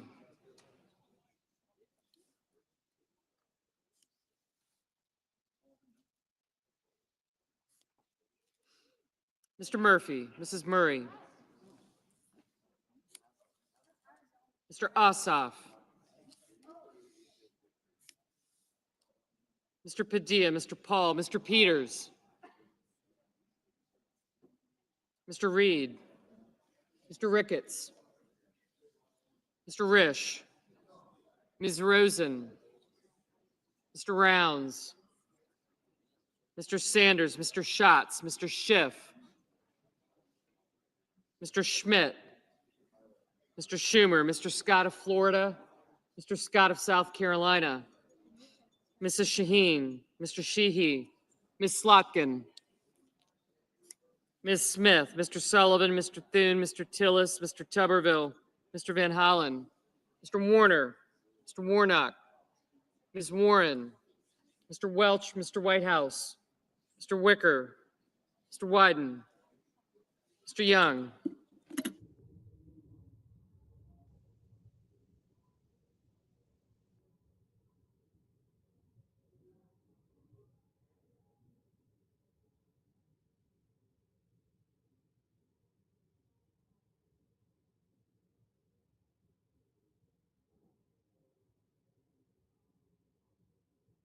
Senators voting in the affirmative.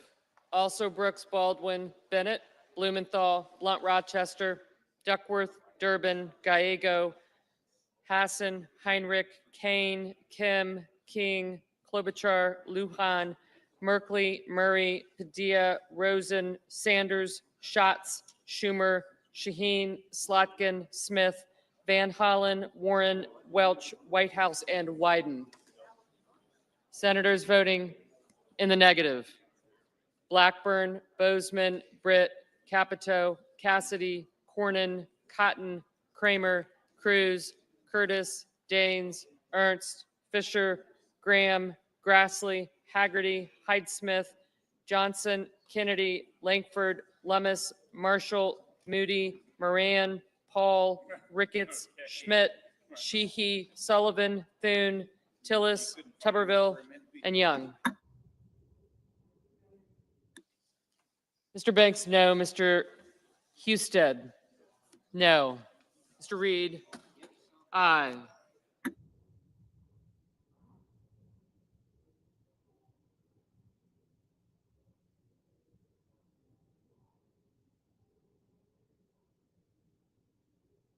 Mr. Peters, aye.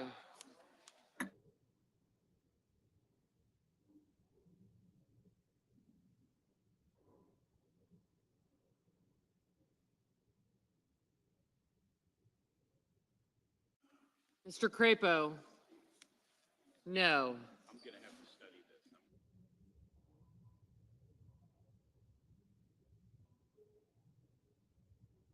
Mr. Budd, no.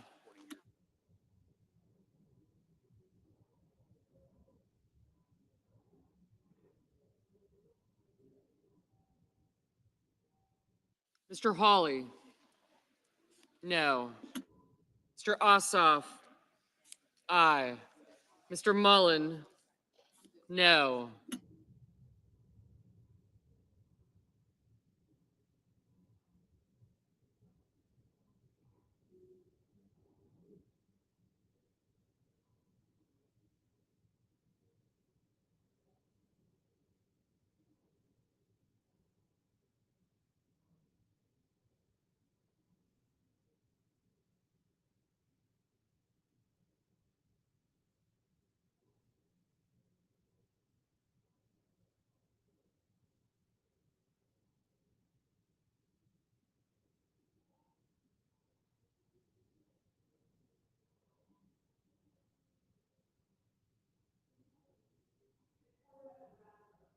Ms. Cortez Masto, aye.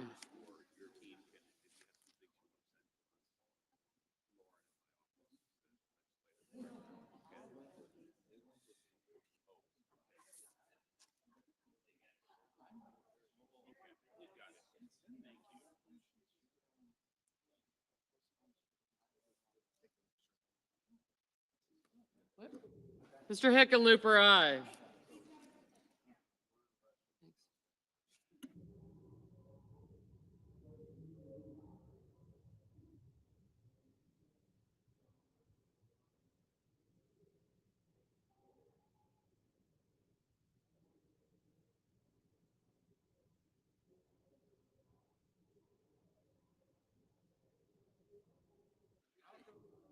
Mr. Justice, no.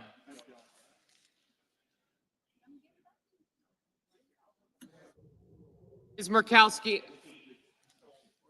no.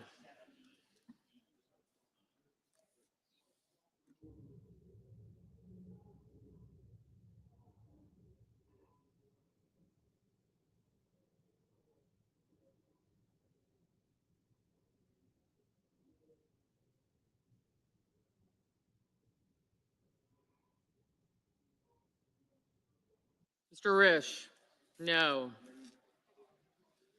Mr. Murphy, aye.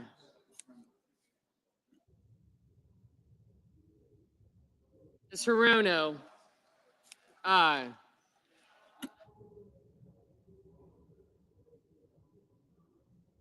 Mr. Warnock, aye.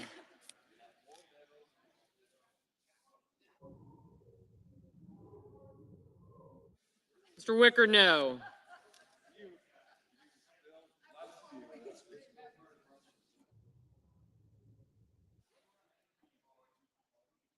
Mr. Sullivan, no. Oh,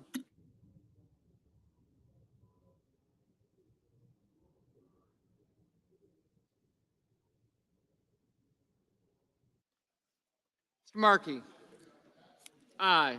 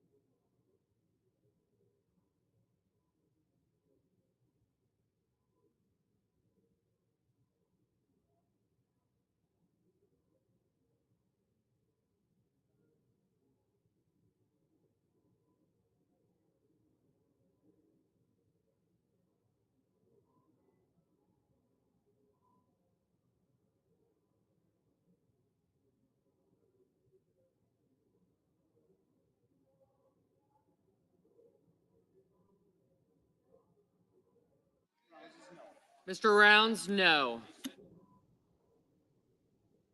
Mr. Marino, no.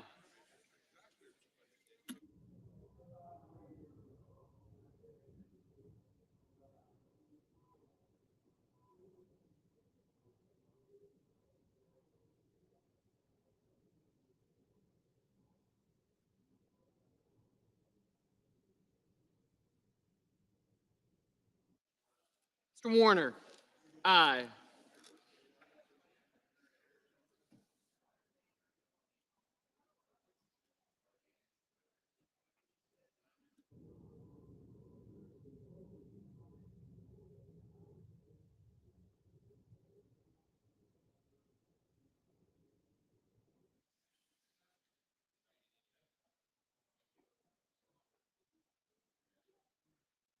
Mr. McCormick, no. Mr. Schiff, aye. Mr. Lee, no. Ms. Cantwell, aye. Mr.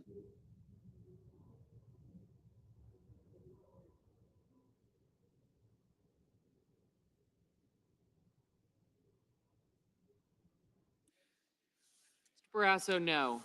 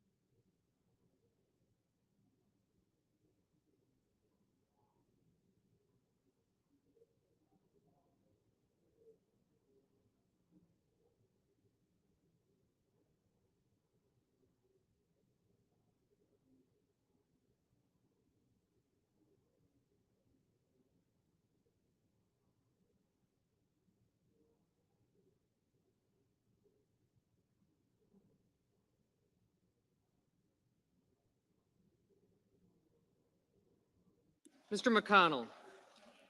No.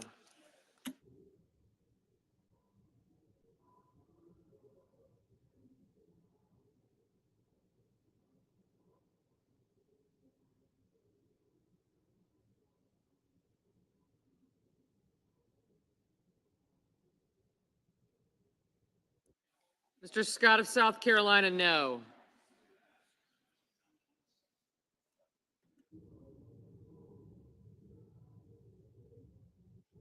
Mr. Hoven? No.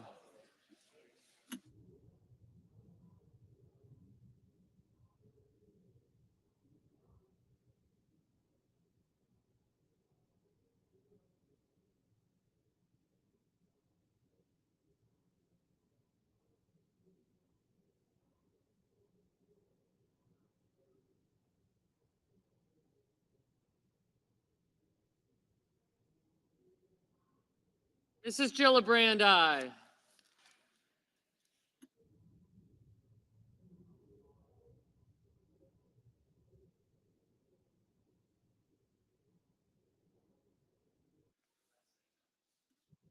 Mr. Coons? Aye. Ms. Collins? No.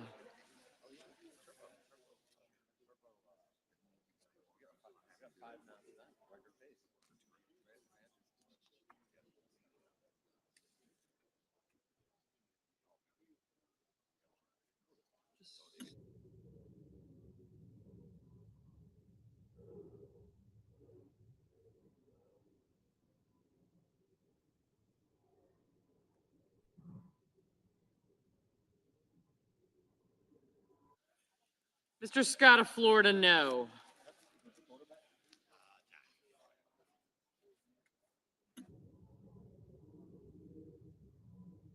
Mr. Fetterman? Aye.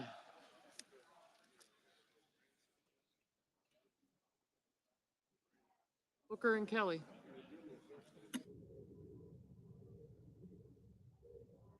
Mr. Booker? Aye.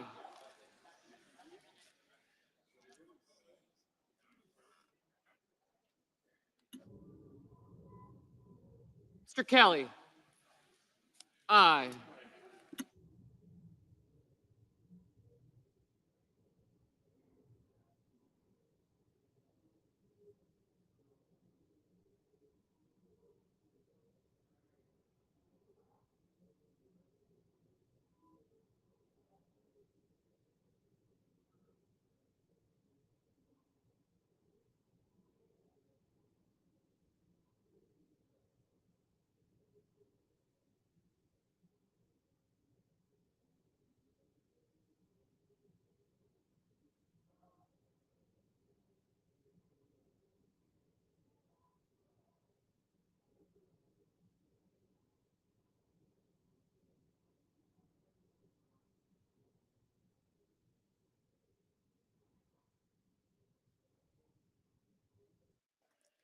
On this motion, the yeas are 47, the nays are 53. The motion is not agreed to.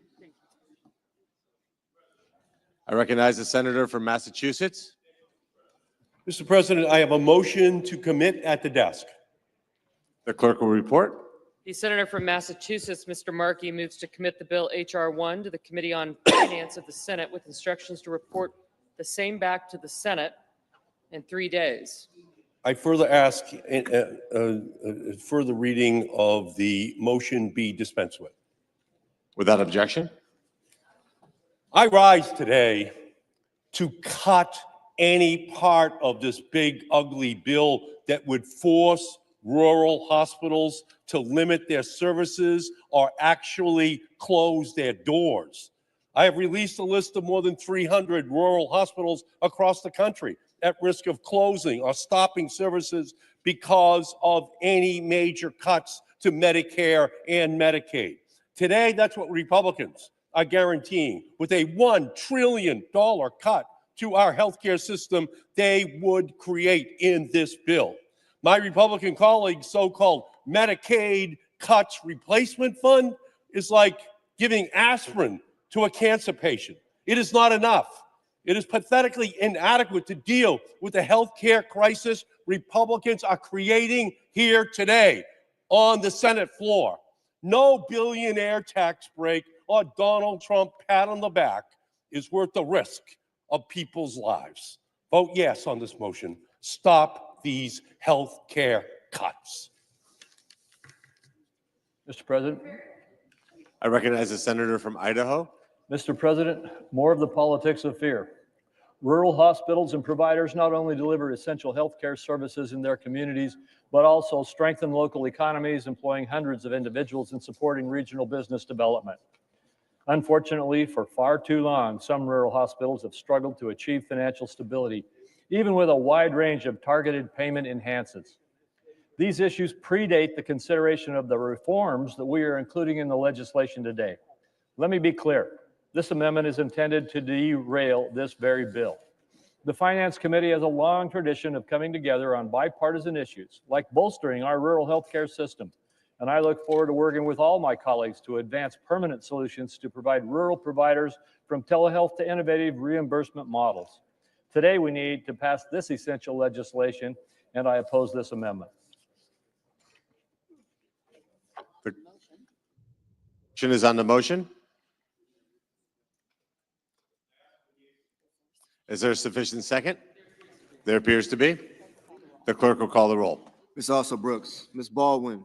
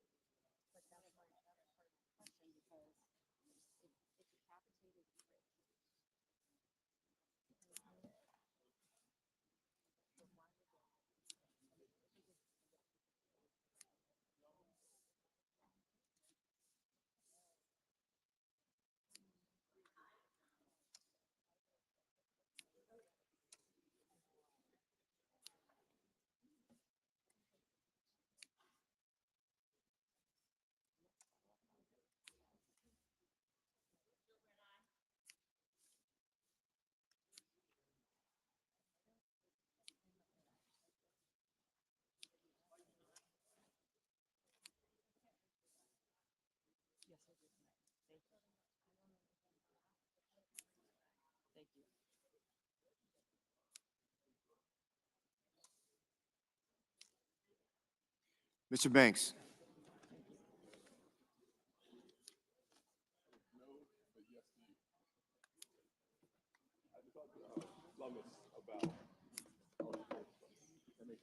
Mr. Brasso, Mr. Bennett,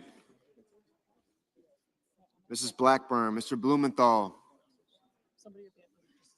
Okay.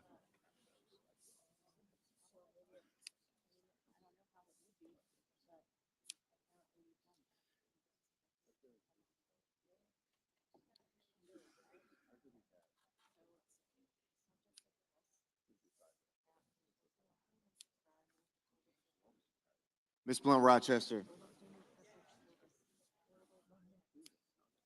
Mr. Booker, Mr. Bozeman,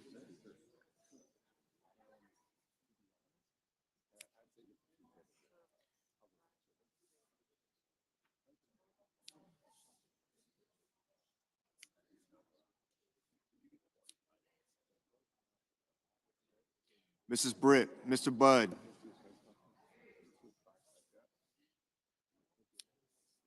Ms. Cantwell,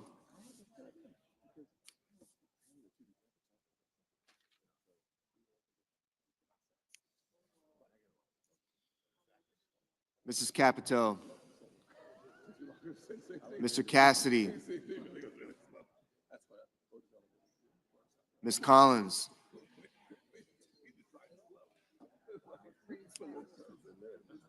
Mr. Coons, Mr. Cornyn, Ms. Cortez Masto, Mr. Cotton, Mr. Kramer, Mr. Crapo,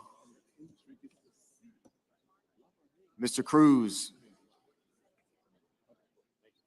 Mr. Curtis,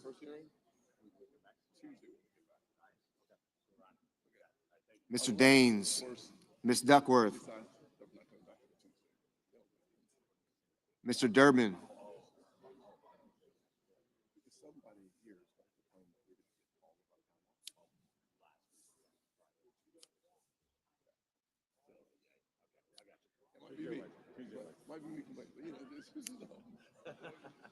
Ms. Ernst.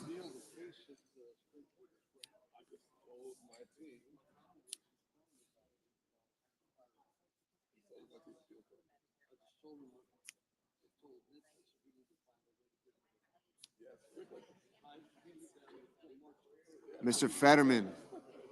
Mrs. Fisher.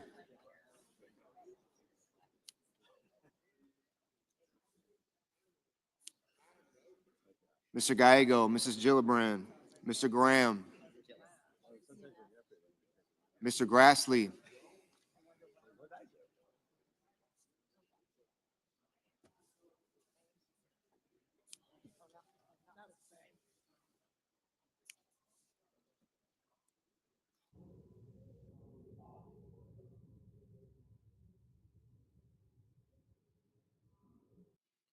Mr. Haggerty, Ms. Hassan,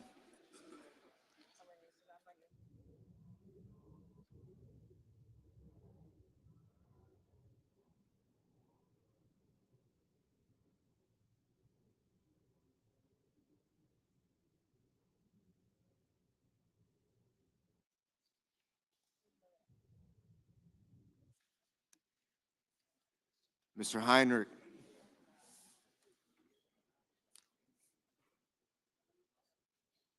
Mr. Hickenlooper, Ms. Hirono,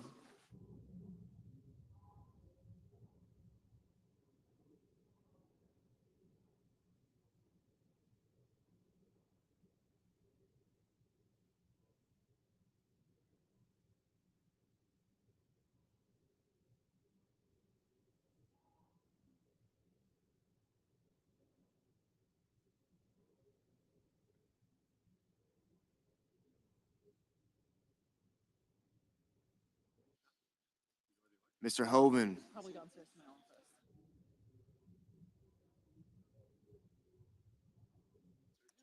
Mr. Husted, Mrs. Hyde Smith,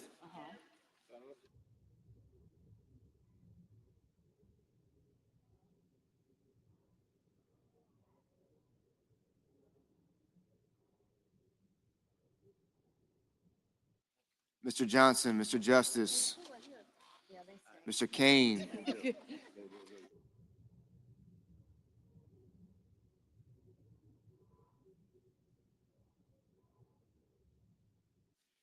Mr. Kelly, Mr. Kennedy, Mr. Kim, Mr. King,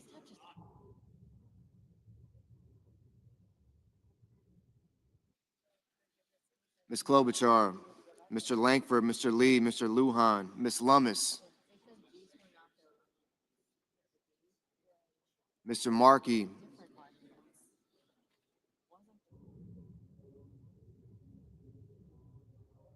Mr. Marshall,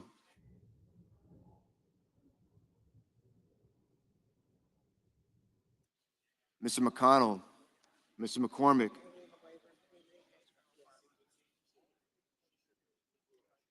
Mr. Merkley, Mrs. Moody, Mr. Moran, Mr. Moreno,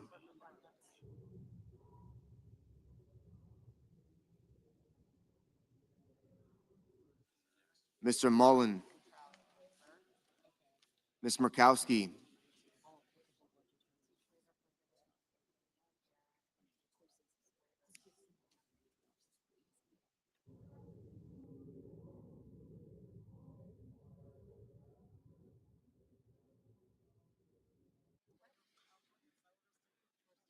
Mr. Murphy, Mrs. Murray, Mr. Ossoff, Mr. Padilla, Mr. Paul,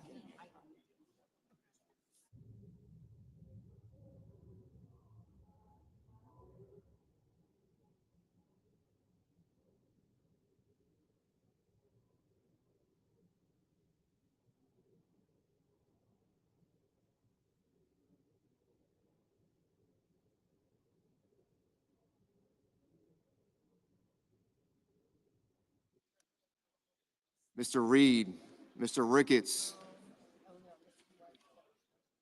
Mr. Risch, Ms. Rosen, Mr. Rounds, Mr. Sanders, Mr. Schatz, Mr. Schiff, Mr. Schmidt, Mr. Schumer,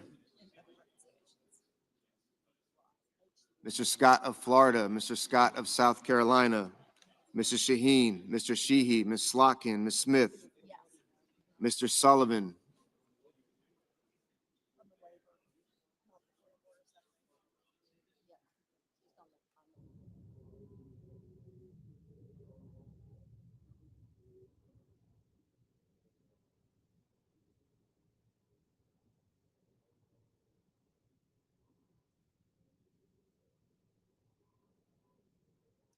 Mr. Thune, Mr. Tillis, Mr. Tuberville,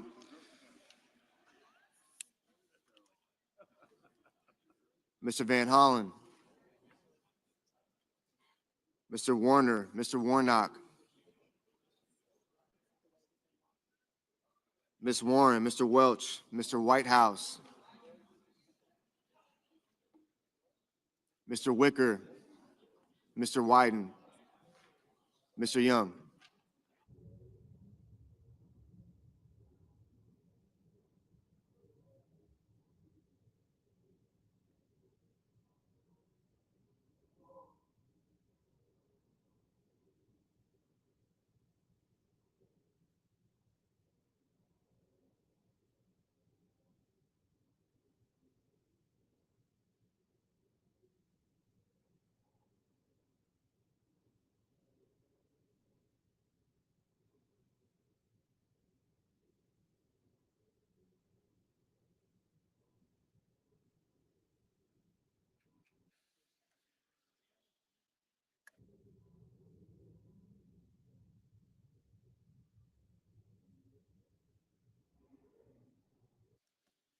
Senators voting the affirmative: also Brooks, Baldwin, Blumenthal, Blunt Rochester, Booker, Cantwell, Coons, Cortez Masto, Duckworth, Durbin, Fetterman, Gallego, Gillibrand, Hassan, Heinrich, Hickenlooper, Hirono, Kane, Kim, King, Klobuchar, Lujan, Markey, Merkley, Murkowski, Ossoff, Padilla, Reed, Rosen, Sanders, Schatz, Schiff, Shaheen, Slotkin, Smith, Warner, Warren, Welch, Whitehouse, Wyden. Senators voting in the negative: Banks, Barrasso, Blackburn, Britt, Budd, Capito, Cornyn, Cotton, Kramer, Crapo, Cruz, Daines, Ernst, Fisher, Graham, Grassley, Haggerty, Husted, Hyde-Smith, Johnson, Justice, Kennedy, Lankford, Lee, Lummis, Marshall, Moody, Moran, Moreno, Mullen, Paul, Schmidt, Scott of Florida, Scott of South Carolina, Sheehy, Thune, Tillis, Tuberville, and Wicker. Mr. Bennett, aye. Mr. Peters, aye.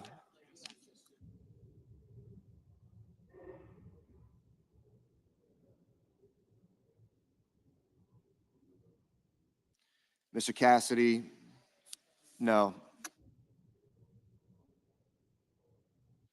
Mr. Bozeman, no.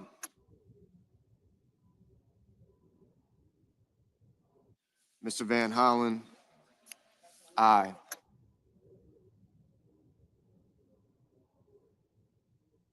Mr. Murphy, aye.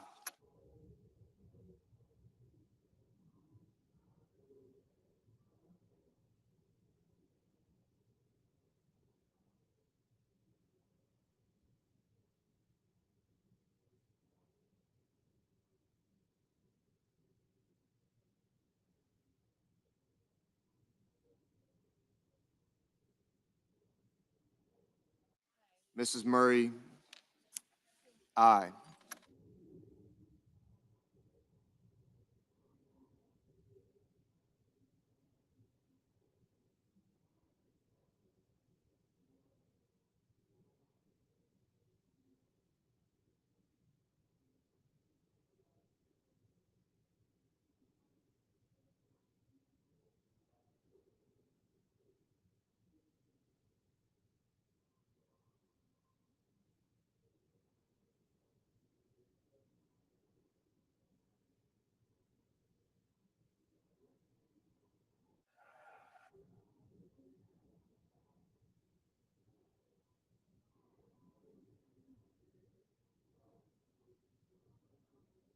Mr. Rounds, Mr. Rounds, no. Mr. Ricketts, no.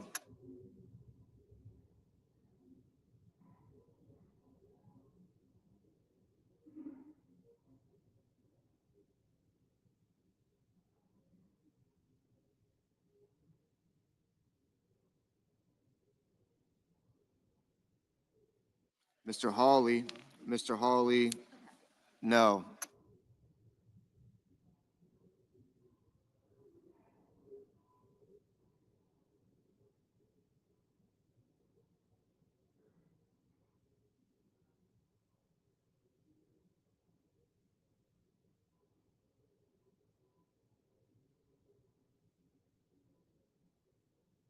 Mr. Kelly, aye.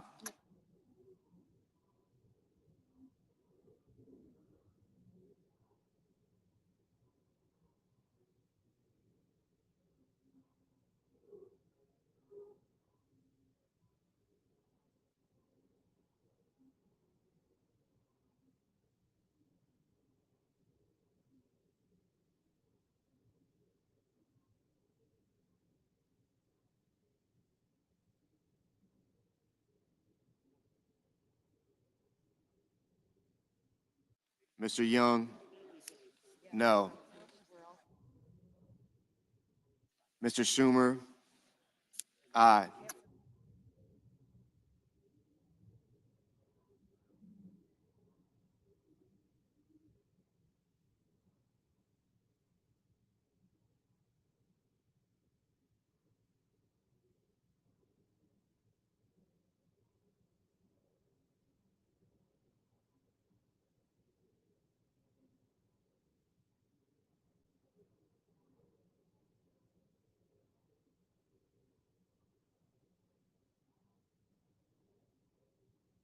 Mr. McCormick, no.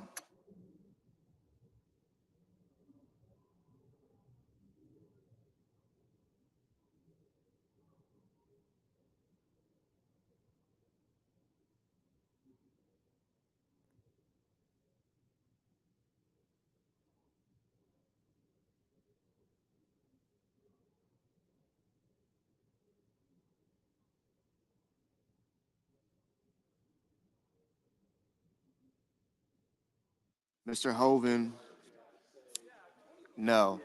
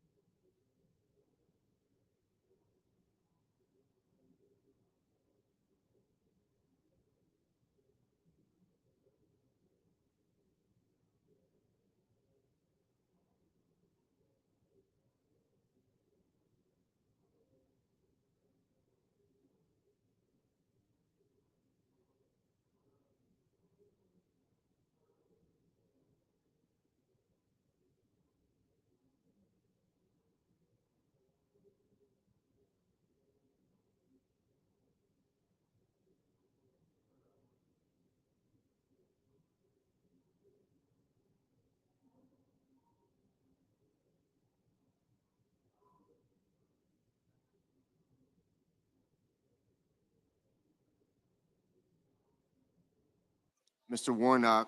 Mr. Warnock. Aye. Mr. McConnell. Mr. McConnell. No.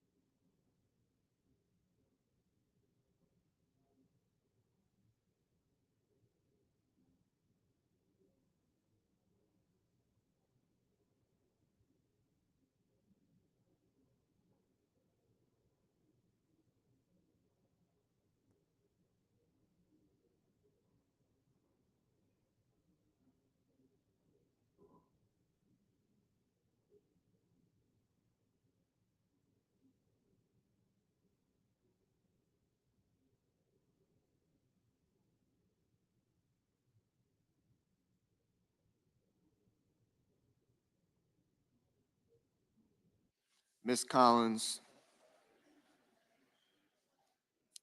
Aye.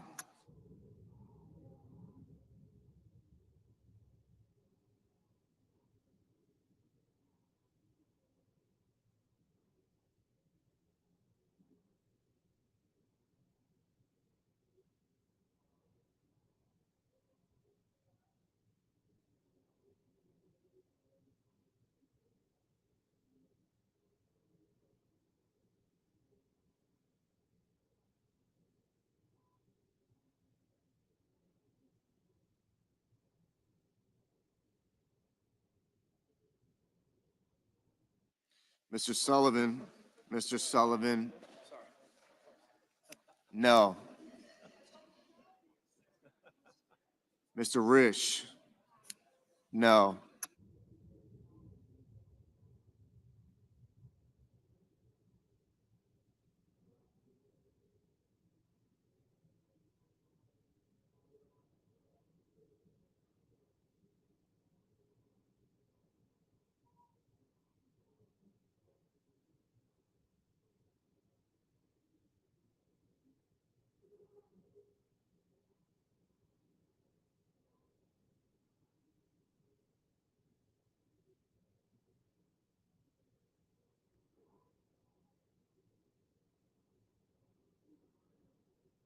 Mr. Curtis. No.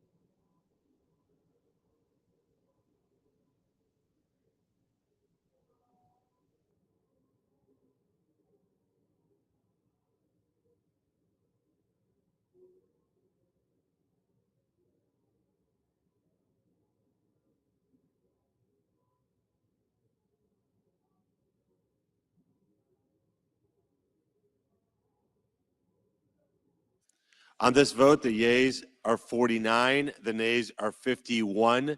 The motion is not agreed to.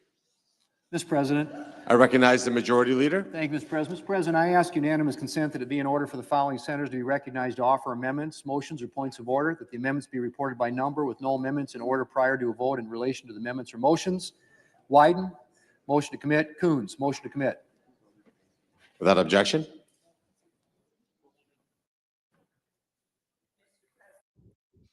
I recognize the senator from Minnesota. Mr. President, I make a point of order that the pending measure contains an unfunded intergovernmental mandate, and thus it violates Section 425A2 of the Congressional Budget Act of 1974. In nutrition assistance alone, this bill shifts tens of billions of dollars onto the states, creating chaos for state budgets and hardship for families.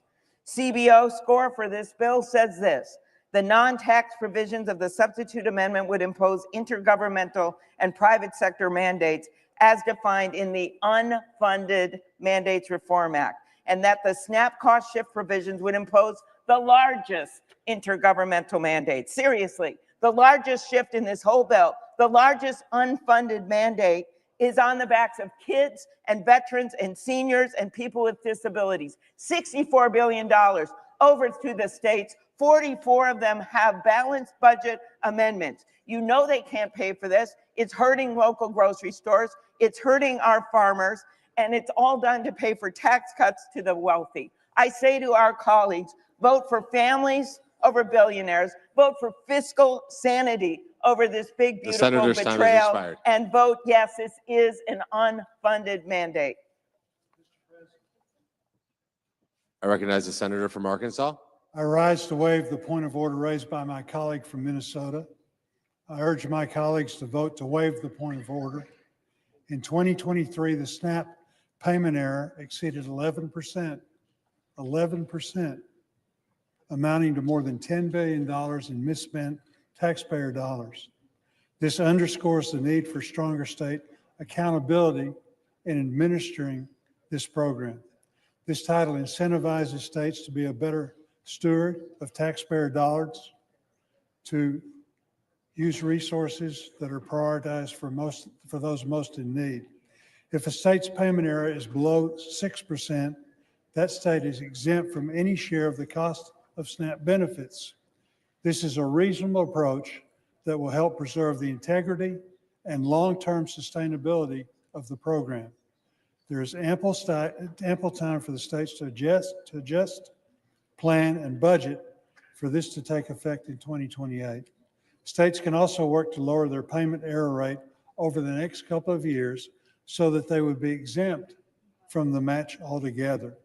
I move to waive the point of order for the consideration of the pending legislation and ask for the ayes and nays. Is there a sufficient second? There appears to be. The clerk will call the roll. Ms. Also Brooks, Ms. Baldwin. Johnson. Thank you, ma'am.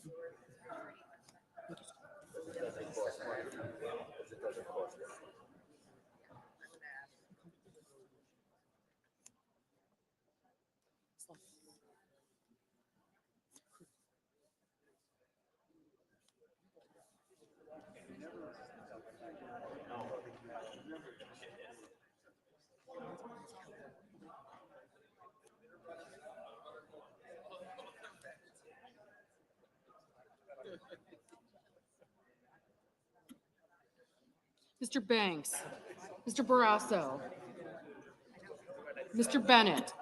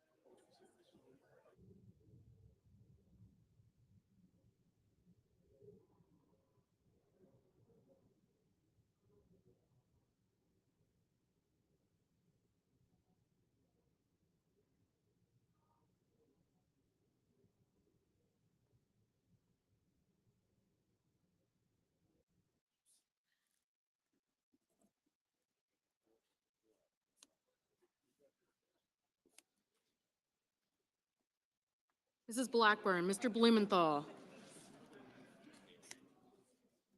Ms. Blunt Rochester, Mr. Booker, Mr. Bozeman, Mrs. Britt,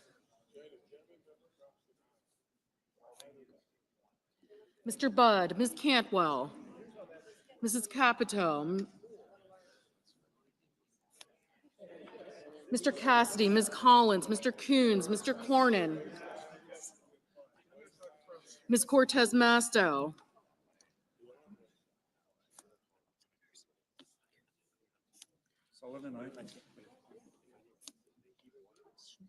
Bud, thank you.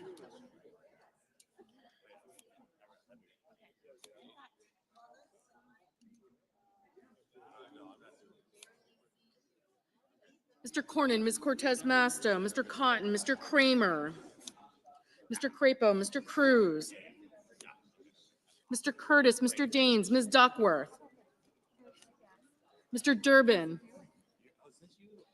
Ms. Ernst, Mr. Fetterman,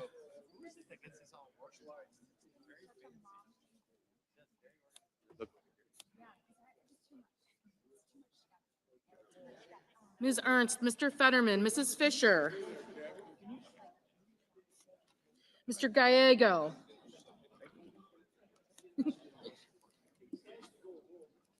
Mrs. Gillibrand, Mr. Graham, Mr. Grassley, Mr. Haggerty, Ms. Hassan, Mr. Hawley, Mr. Heinrich, Mr. Hickenlooper, Ms. Hirono, Mr. Hoven, Mr. Husted, Mrs. Hyde-Smith, Mr. Johnson, Mr. Justice, Mr. Kane, Mr. Kelly, Mr. Kennedy, Mr. Kim, Mr. King, Ms. Klobuchar,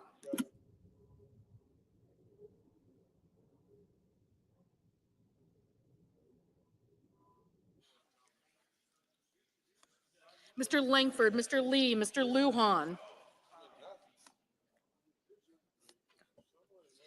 Ms. Lummis, Mr. Markey, Mr. Marshall, Mr. McConnell, Mr. McCormick, Mr. Merkley, Mr. Moody, Mrs. Moody, Mr. Moran, Mr. Moreno,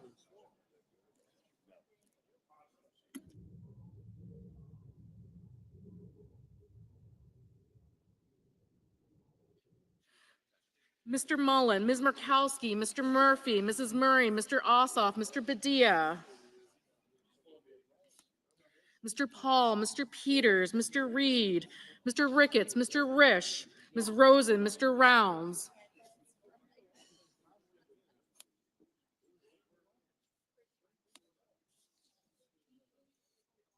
Mr. Sanders, Mr. Schatz, Mr. Schiff, Mr. Schmidt, Mr. Schumer, Mr. Scott of Florida, Mr. Scott of South Carolina, Mrs. Shaheen, Mr. Sheehy, Ms. Slotkin, Ms. Smith,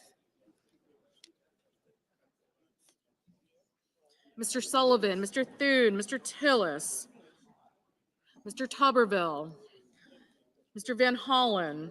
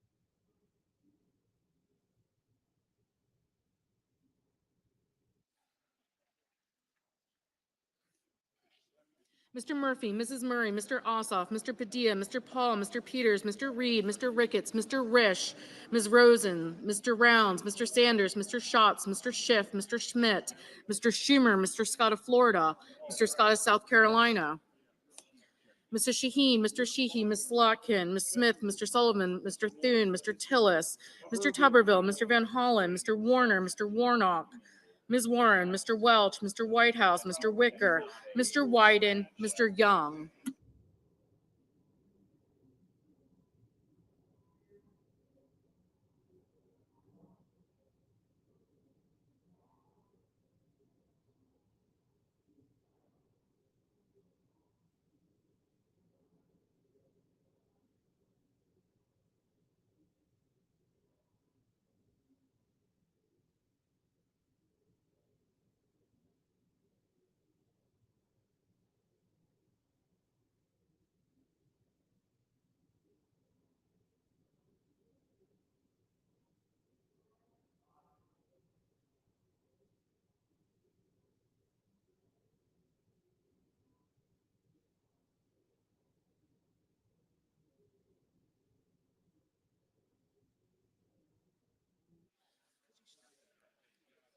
Senators voting in the affirmative: Banks, Blackburn, Bozeman, Britt, Budd, Capito, Cassidy, Cornyn, Cotton, Kramer, Crapo, Cruz, Curtis, Daines, Ernst, Fisher, Graham, Grassley, Hoven, Husted, Johnson, Justice, Langford, Lee, Lummis, Marshall, McConnell, McCormick, Moody, Moran, Moreno, Mullen, Paul,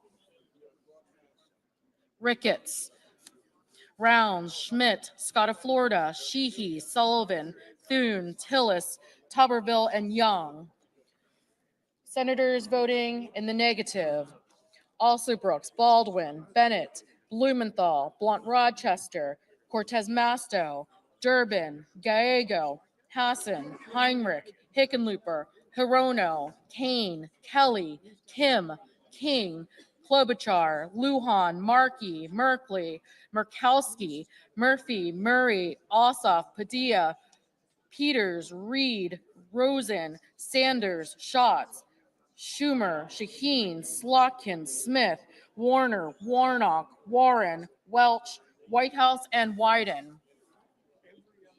Mr. Wicker, aye.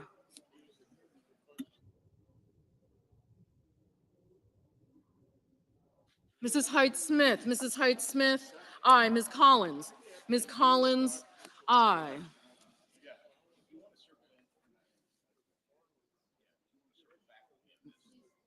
Mr. Risch, aye.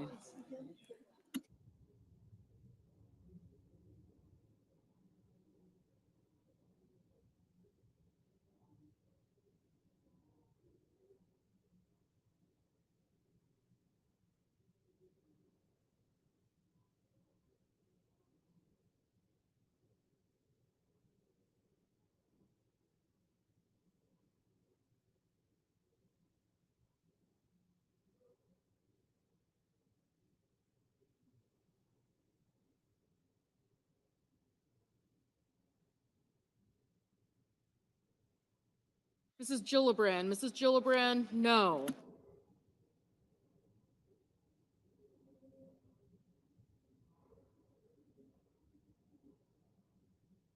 Mr. Coons, no. Ms. Duckworth, no. Mr. Schiff, no.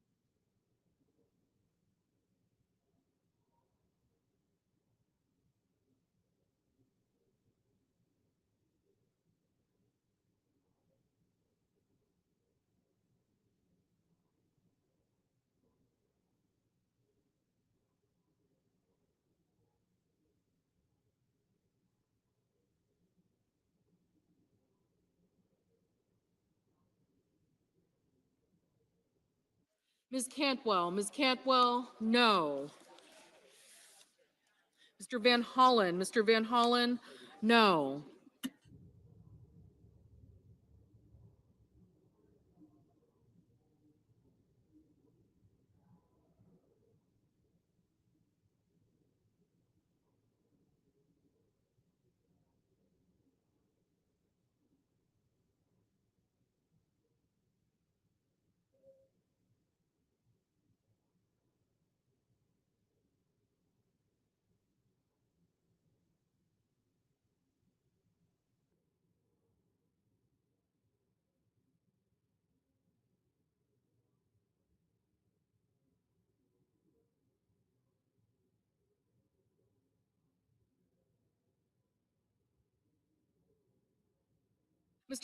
Mr. Hawley, aye.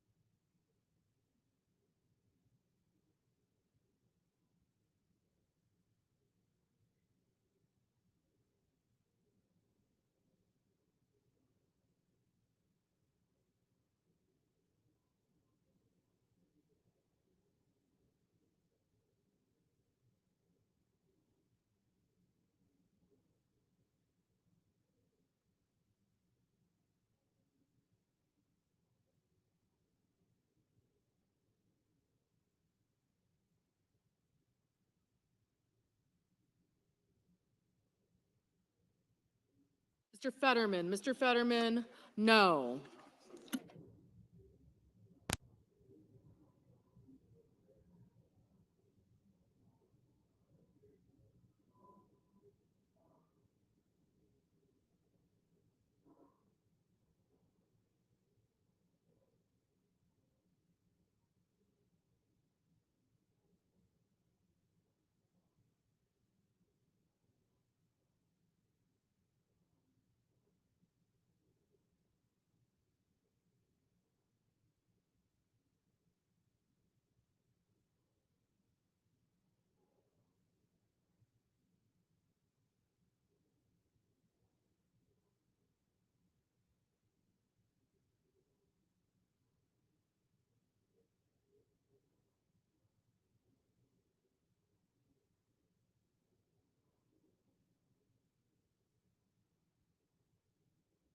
Mr.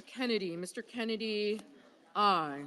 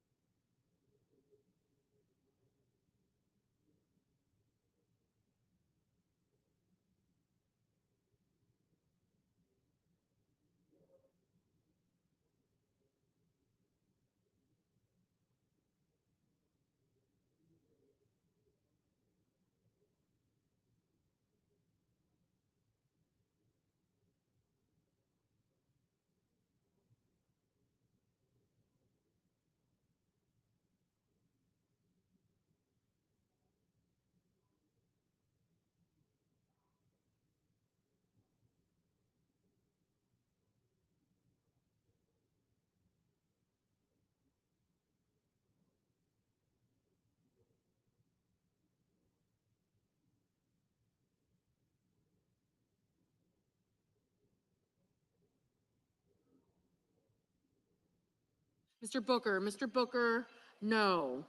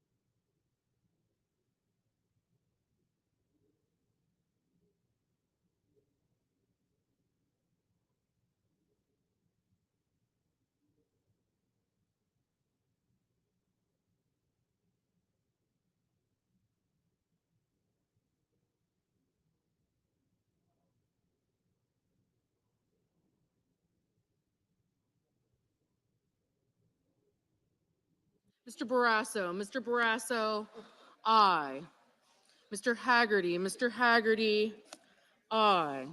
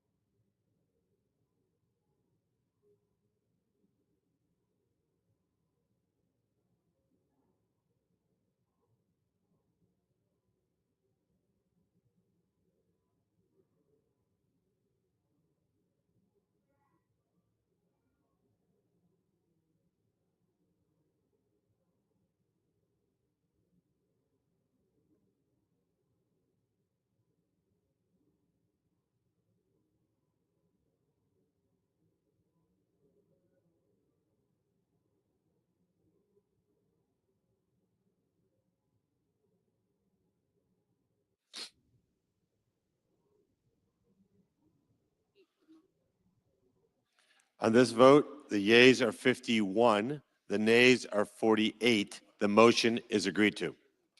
President, I recognize the senator from Oregon. Mr. President, I have a motion to commit at the desk. The clerk will report. Senator from Oregon, Mr. Wyden, moves to commit the bill H.R. 1 to the Committee on Finance with instructions to report back forthwith. Mr. President, I ask that further reading of the motion be dispensed with. Without objection. Mr. President, this is a motion supported by all finance Democrats to send the bill back to the Finance Committee to strike all the Medicaid cuts and ensure that big corporations and the ultra wealthy pay their fair share in taxes. It is now clear that there is bipartisan opposition in the Senate to the Medicaid cuts in this bill. That's because it's the biggest Medicaid cut in history and represents the largest transfer of wealth in history. It is caviar over kids, hedge funds over healthcare, Mar-a-Lago over the middle class. These Medicaid cuts are going to reach down into every corner of our nation's healthcare system. As we've heard from rural America, rural hospitals will close their doors. Seniors are going to lose care at home and be left with fewer nursing homes and fewer nurses. Kids with disabilities will lose health care. We saw them on the steps of the Capitol last night. Never have I seen legislation Senator's time's expired. focused on denying health care to eligible Americans. Senator's time is This amendment is an expired. opportunity to take these awful Medicaid cuts off the table and find another way forward. I yield back.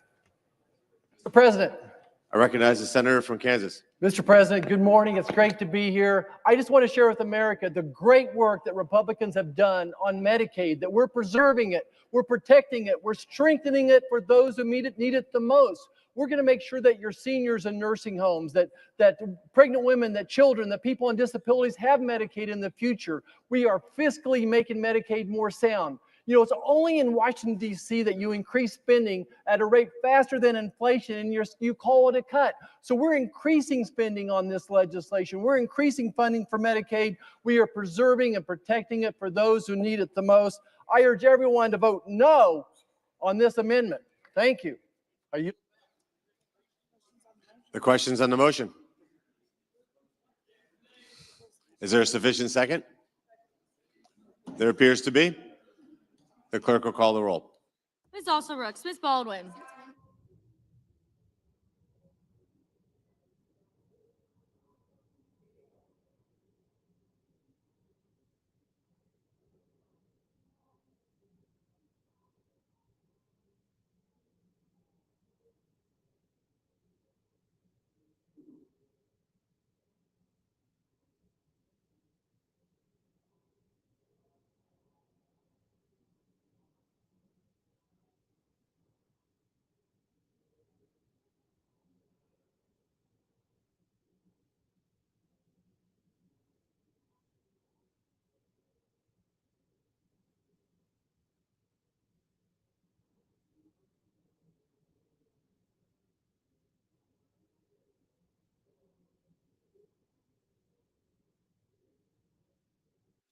Mr. Banks, Mr. Barrasso, Mr. Bennett.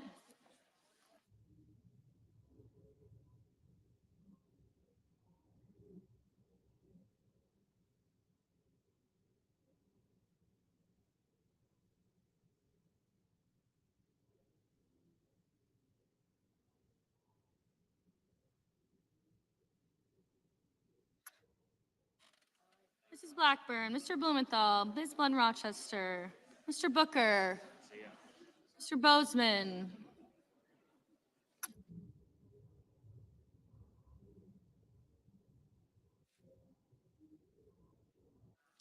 Mrs. Britt, Mr. Budd, Ms. Cantwell, Mrs. Capito, Mr. Cassidy, Ms. Collins, Mr. Coons, Mr. Cornyn,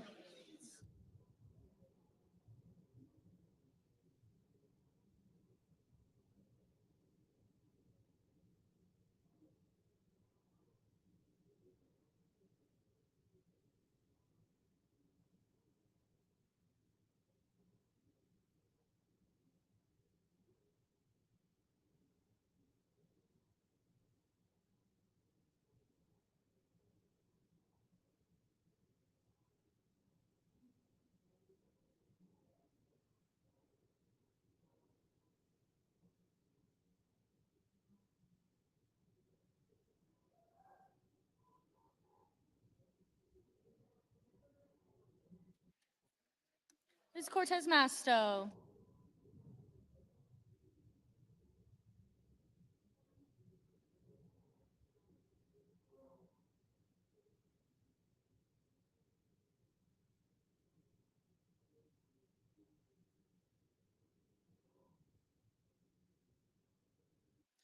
Mr. Cotton, Mr. Kramer, Mr. Crapo, Mr. Cruz.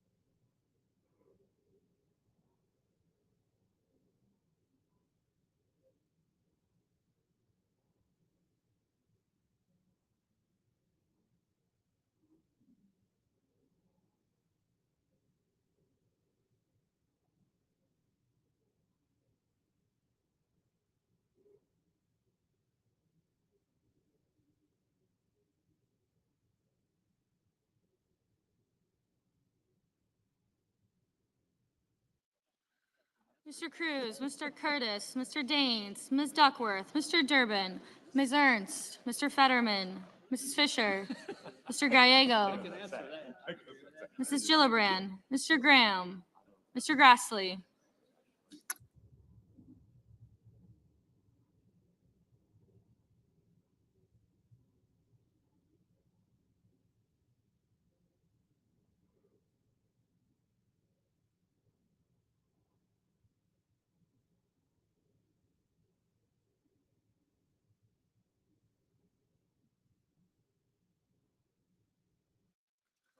Mr. Haggerty, Ms. Hassan, Mr. Hawley, Mr. Heinrich, Mr. Hickenlooper, Ms. Hirono, Mr. Hoven, Mr. Husted, Mrs. Hyde-Smith, Mr. Johnson, Mr. Justice, Mr. Kane, Mr. Kelly, Mr. Kennedy, Mr. Kim, Mr. King.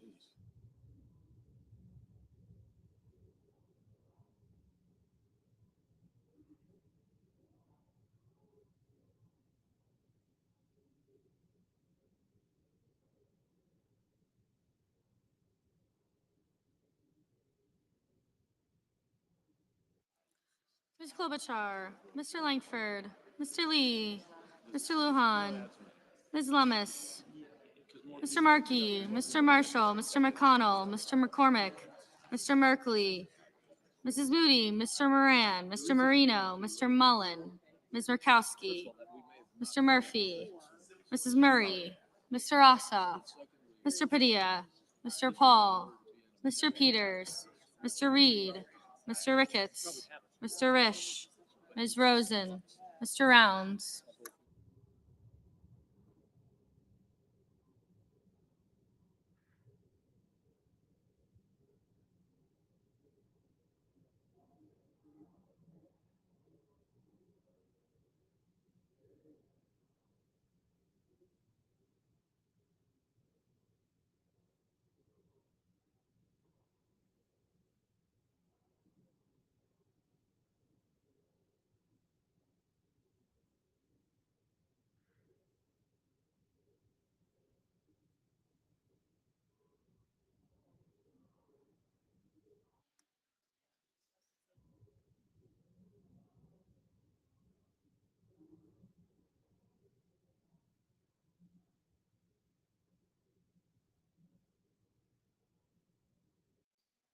Ms. Rosen, Mr. Rounds, Mr. Sanders, Mr. Schatz, Mr. Schiff, Mr. Schmidt, Mr. Schumer, Mr. Scott of Florida.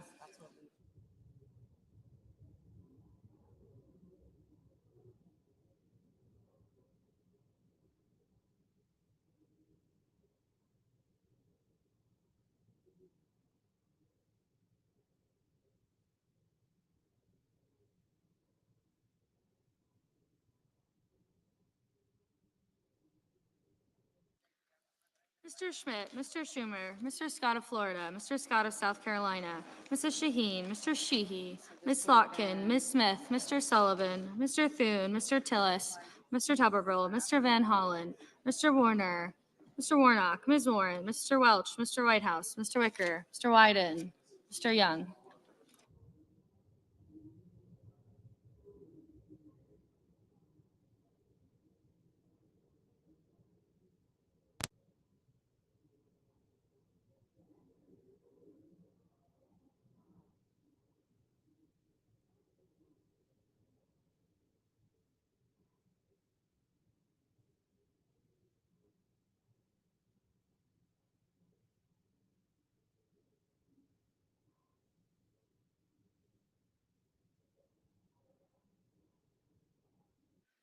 Senators voting in the affirmative: Also Brooks, Baldwin, Bennett, Blunt Rochester, Booker, Cantwell, Fetterman, Gallego, Gillibrand, Hassan, Heinrich, Hickenlooper, Kim, King, Klobuchar, Lujan, Markey, Murphy, Murray, Padilla, Peters, Reed, Rosen, Sanders, Schiff, Schumer, Shaheen, Slotkin, Van Hollen, Warner, Warren, Welch, and Wyden. Senators voting in the negative: Banks, Barrasso, Blackburn, Britt, Budd, Capito, Cassidy, Collins, Cornyn, Cotton, Kramer, Crapo, Cruz, Curtis, Daines, Ernst, Fisher, Graham, Haggerty, Hoven, Husted, Justice, Kennedy, Langford, Marshall, McCormick, Moody, Moran, Mullen, Murkowski,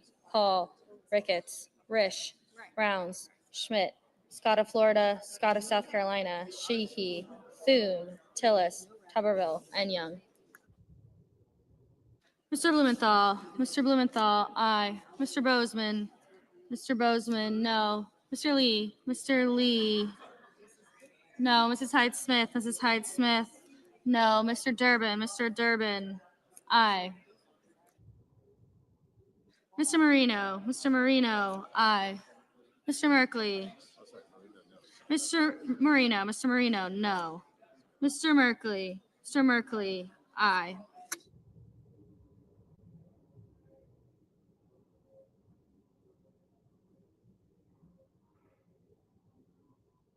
Ms. Cortez Masto, aye.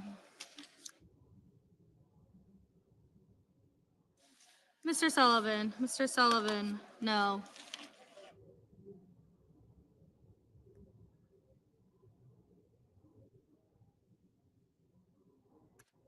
Mr. Coons, aye. Mr. Johnson, no. Mr. Wicker, no.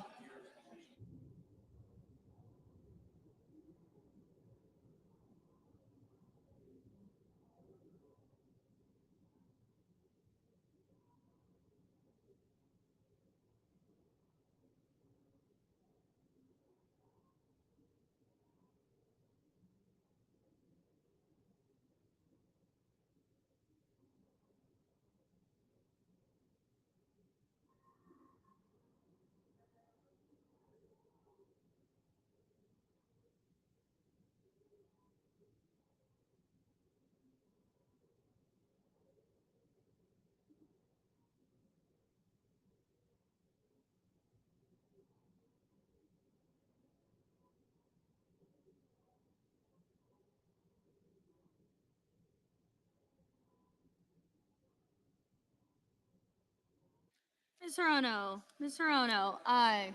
Mr. Whitehouse, aye. Mr. Ossoff, aye.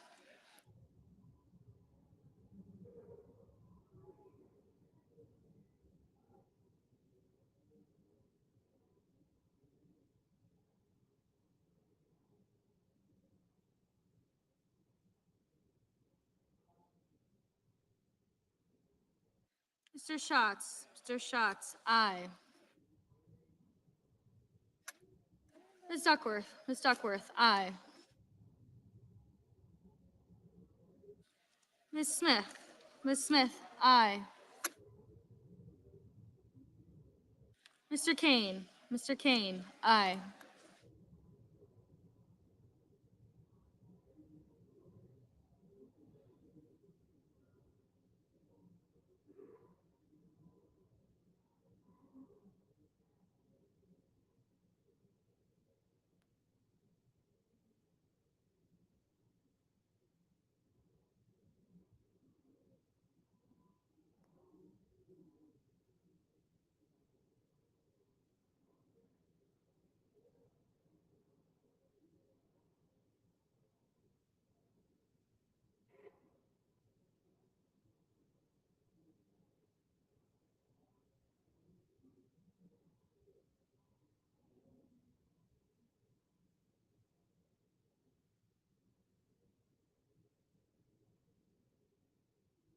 Mr. Grassley. Mr. Grassley, no.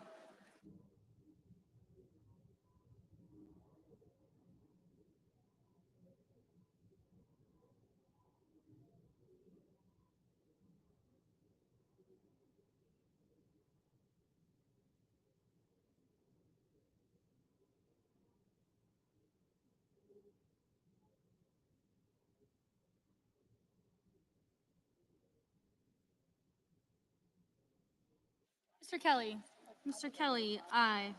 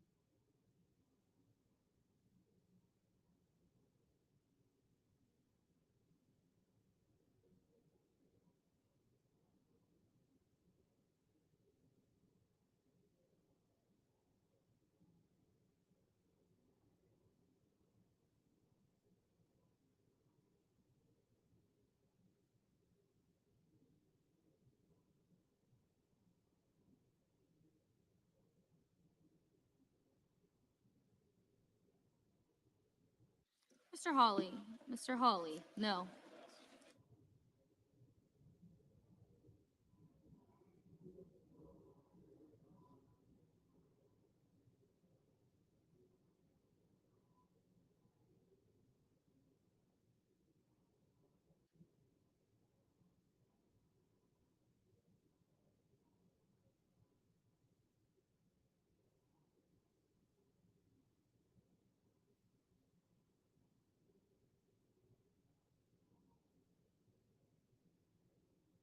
Mr. McConnell. Mr. McConnell, no.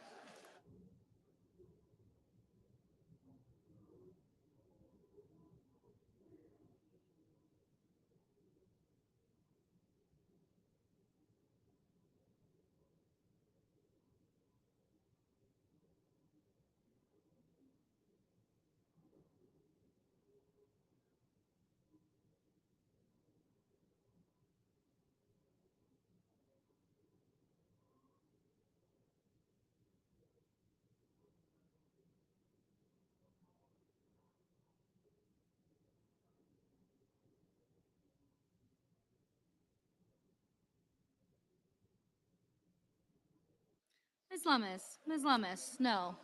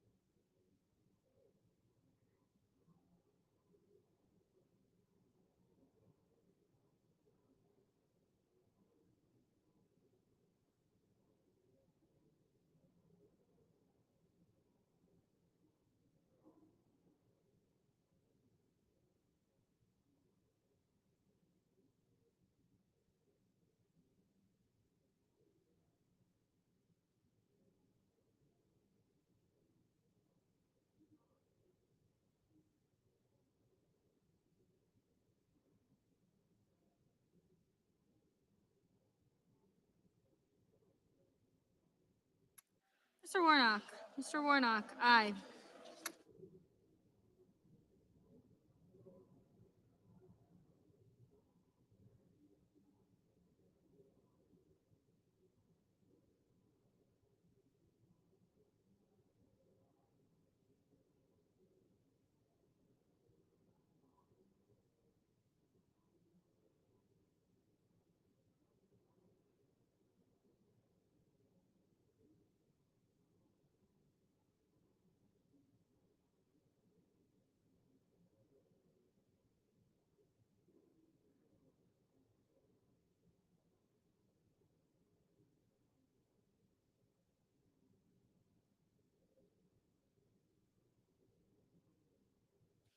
Two seconds.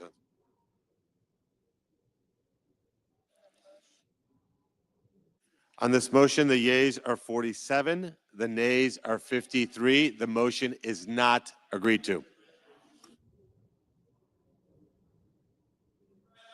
I recognize the senator from Delaware. Mr. President, I have a motion to commit at the desk.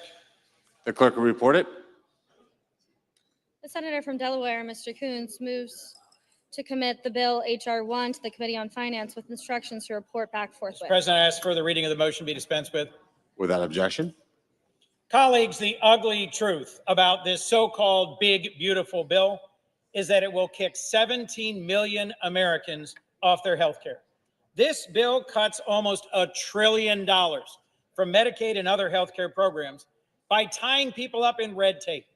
Republicans will tell you they're trying to improve Medicaid, but the truth is they're not.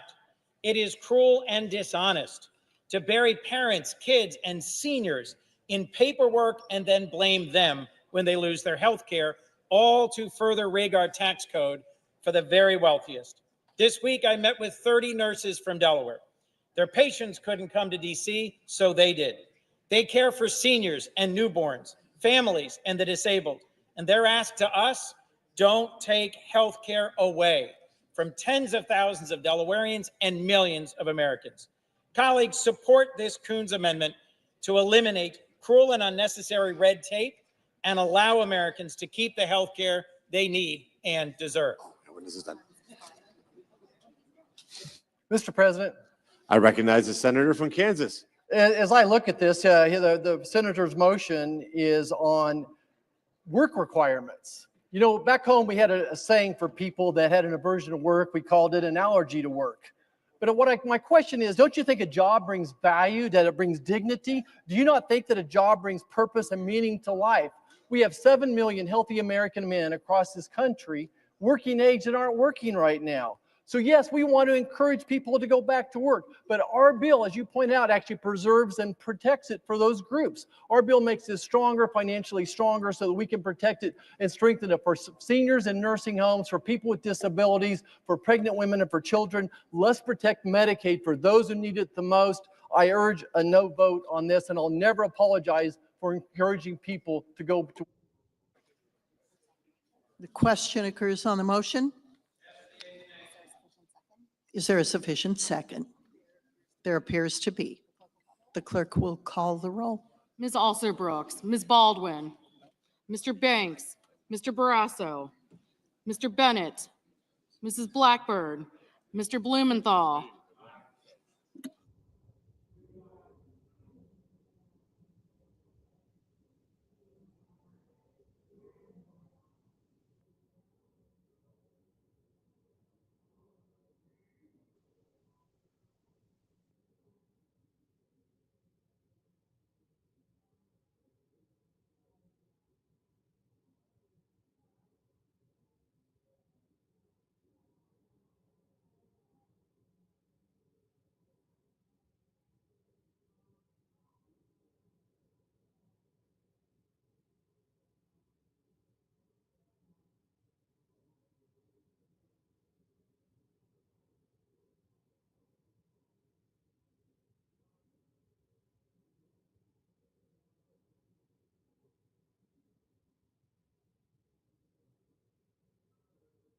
Ms. Blunt Rochester,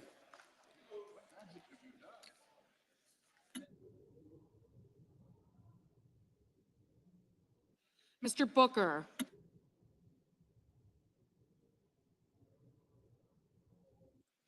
Mr. Bozeman,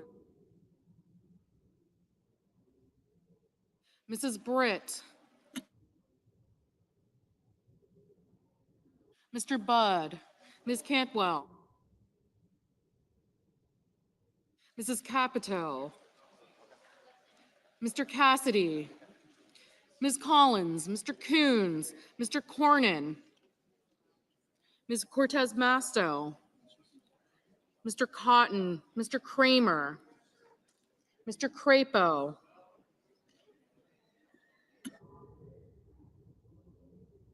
Mr. Cruz, Mr. Curtis, Mr. Daines,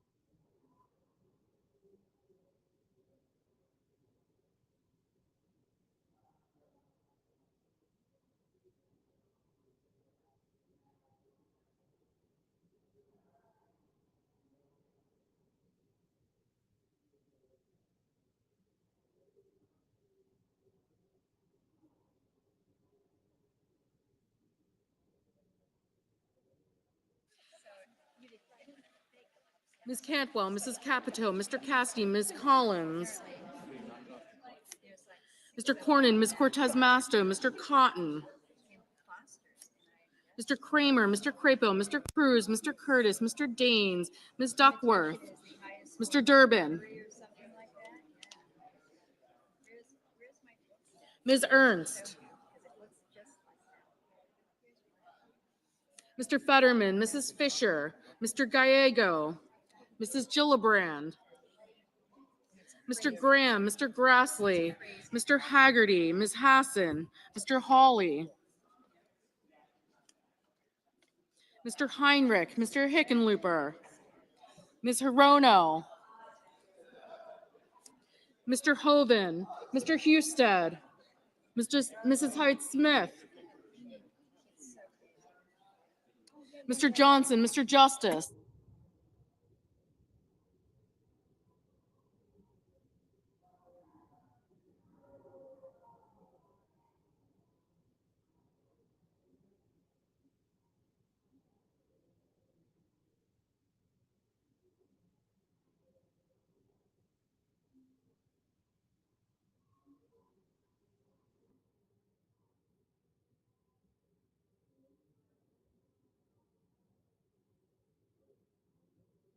Mr. Justice,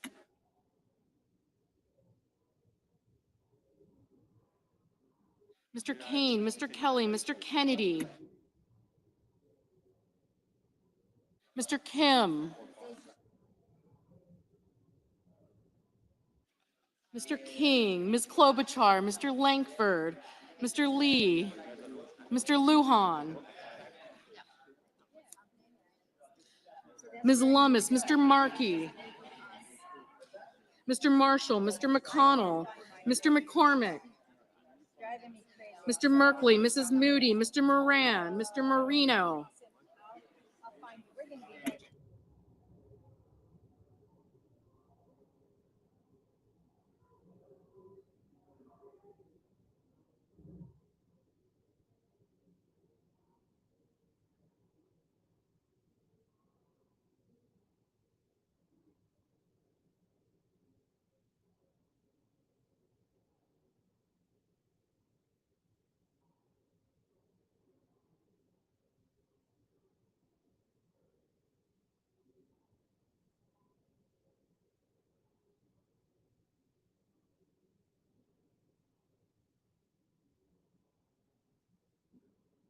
Mr. Merkley, Mrs. Moody, Mr. Moran, Mr. Marino, Mr. Mullen, Ms. Murkowski,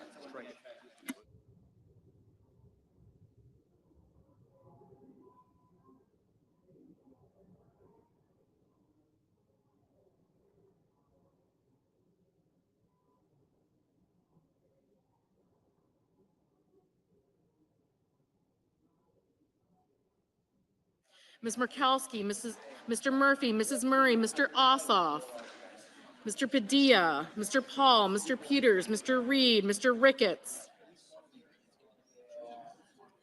Mr. Risch, Ms. Rosen, Mr. Rounds, Mr. Sanders, Mr. Schatz, Mr. Schiff,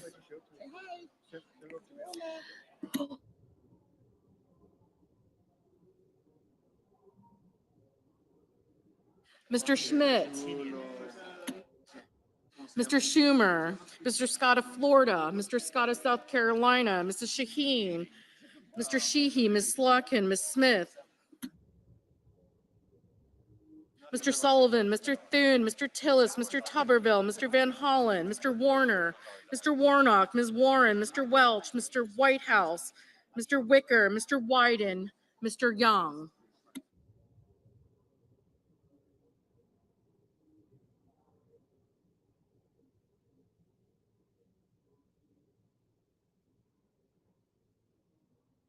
Senators voting in the affirmative: Also Brooks, Bennett, Blumenthal, Blunt Rochester, Cantwell, Coons, Cortez Masto, Durbin, Fetterman, Gallego, Hickenlooper, Hirono, Kane, Kelly, Kim, King, Klobuchar, Lujan, Merkley, Murkowski, Murphy, Murray, Ossoff, Peters, Reed, Rosen, Schiff, Schumer, Shaheen, Slotkin, Smith, Van Hollen, Warner, Warnock, Warren, Welch, Whitehouse, and Wyden.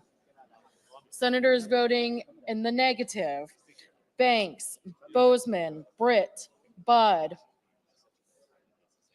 Cotton, Crapo, Cruz, Curtis, Ernst, Graham, Haggerty, Hawley, Husted, Johnson, Kennedy, Lee, Lummis, Marshall, McConnell, Moody, Moran, Paul, Ricketts, Risch, Rounds, Scott of South Carolina, Sullivan, Thune, Tillis, and Tuberville.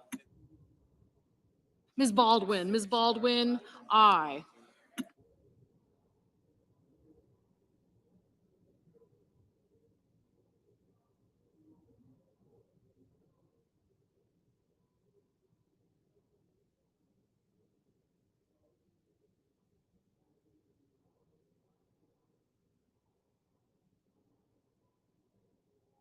Mr. Sanders, aye.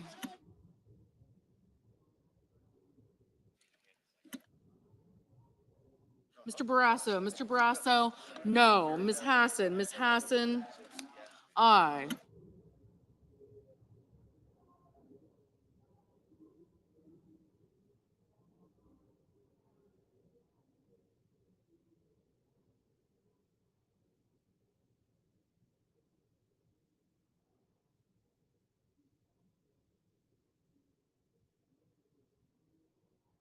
Mr. McCormick, no.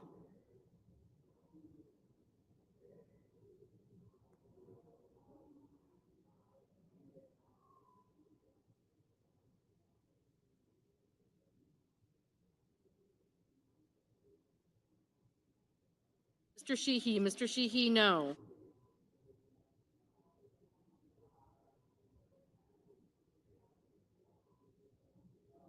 Mrs. Blackburn, no. Mr. Cassidy, no.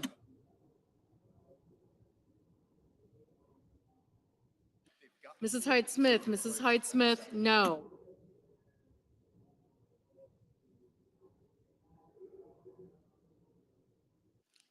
Ms. Duckworth, aye. Mr. Daines, no. Mr. Heinrich, aye. Mr. Padilla, aye.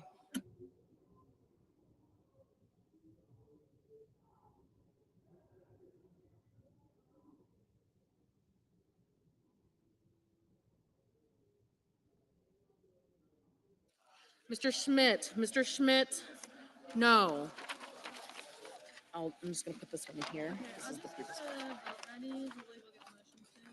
And I can help get the second one ready, just kind of depends on where we are. That's why I can't put this in there because it's their thing. Oh, whoops.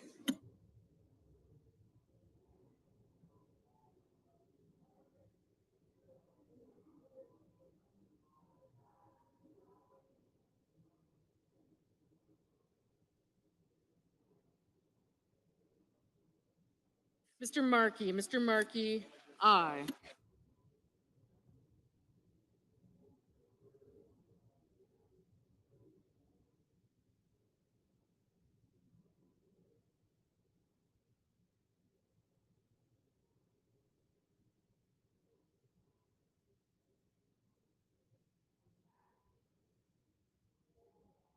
Mr. Langford, no.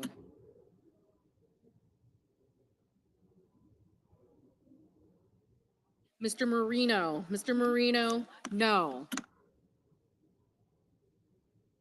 Mrs. Fisher, no.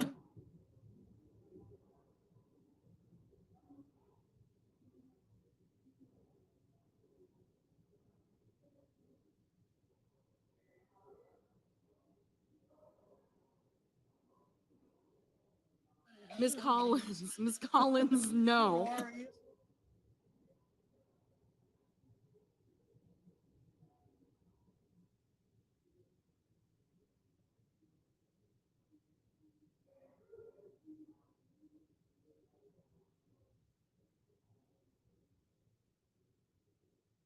Mr.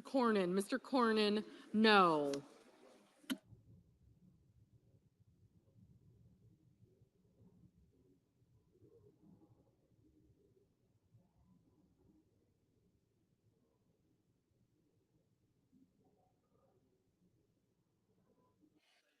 Mrs.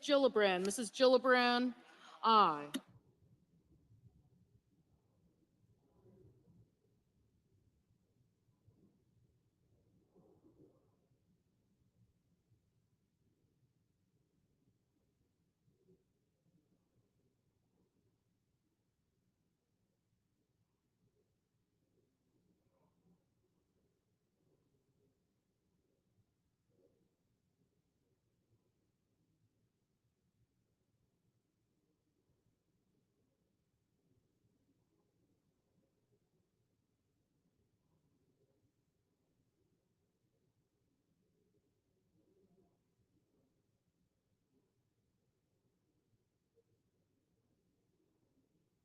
Mr. Kramer, no. Mr. Schatz, aye.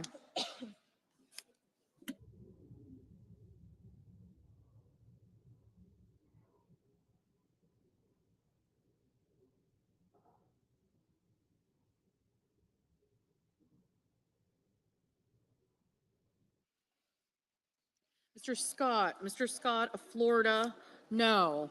Mr. Hoven, no.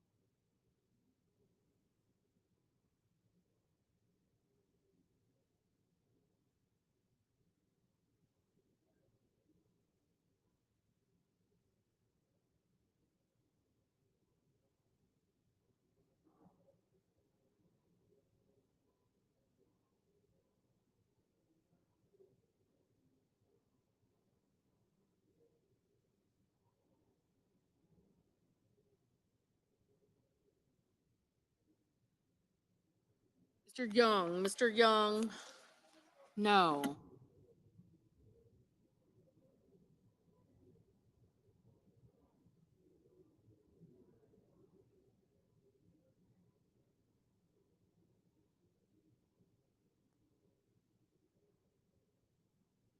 Mr. Justice, no. Mr. Booker, aye. Mr. Wicker, no. Mr. Crapo, Mr.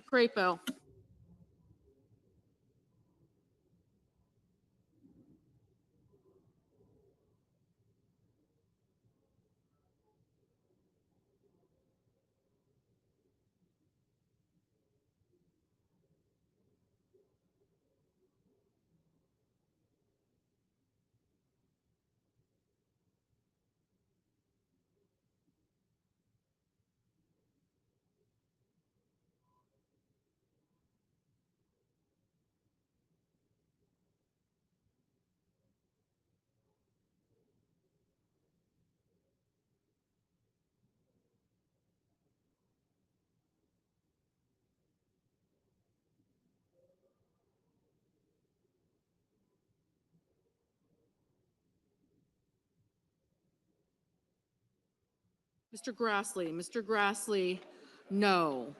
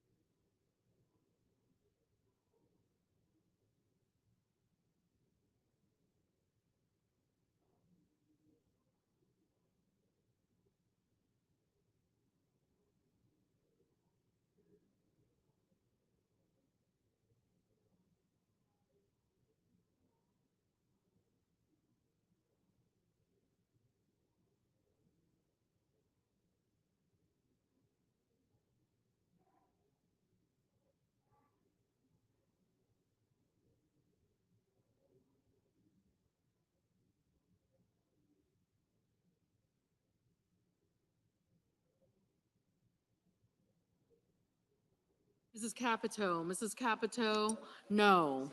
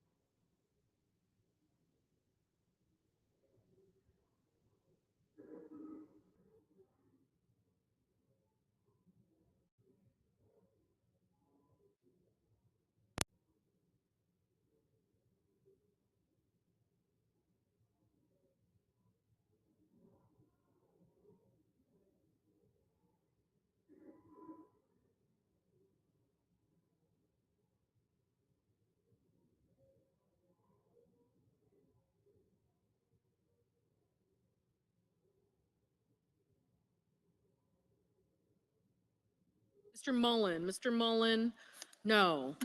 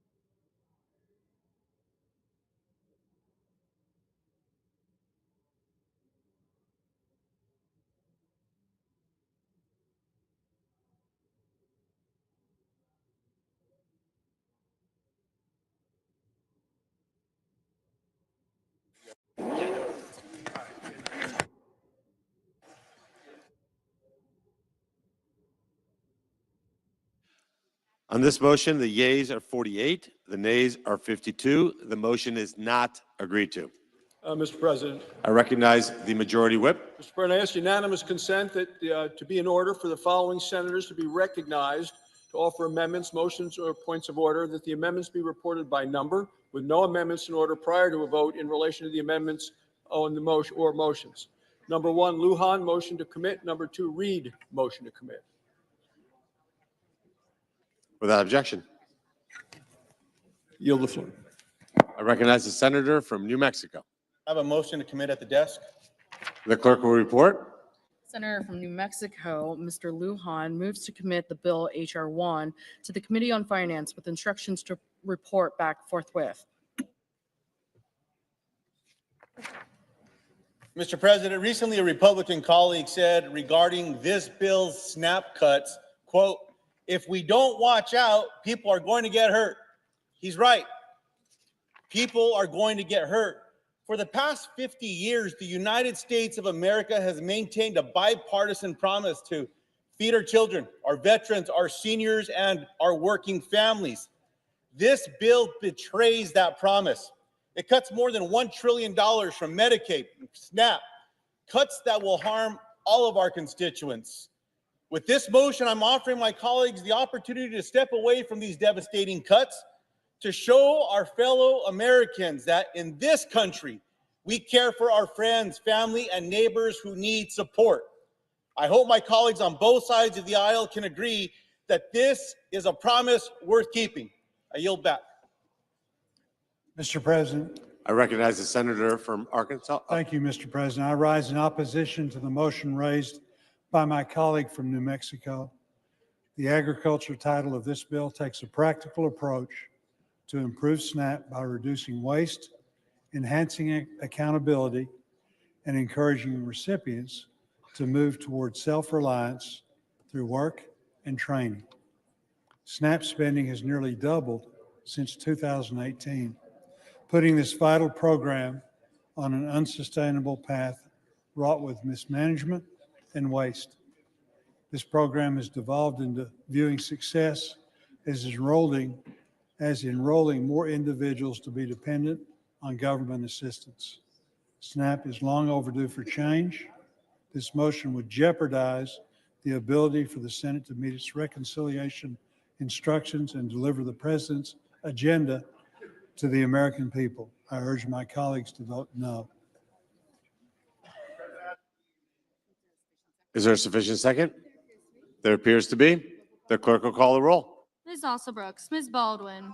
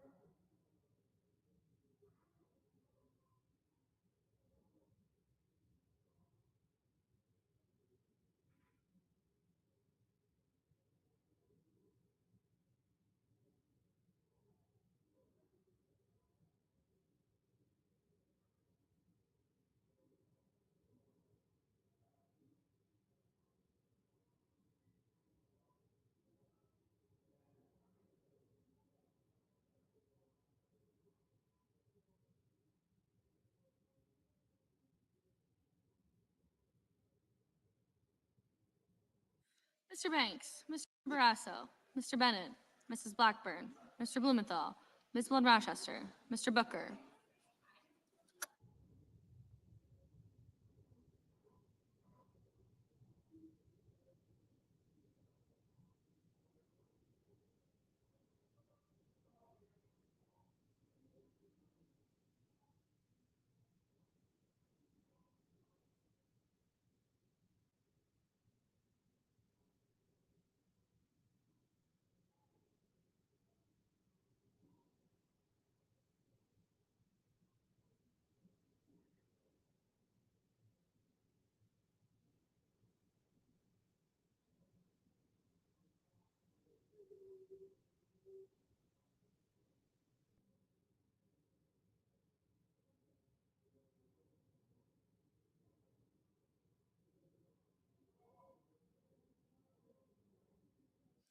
Mr. Booker, Mr. Bozeman, Mrs. Britt, Mr. Budd, Ms. Cantwell, Mrs. Capito, Mr. Cassidy, Ms. Collins, Mr. Coons, Mr. Cornyn, Ms. Cortez Masto.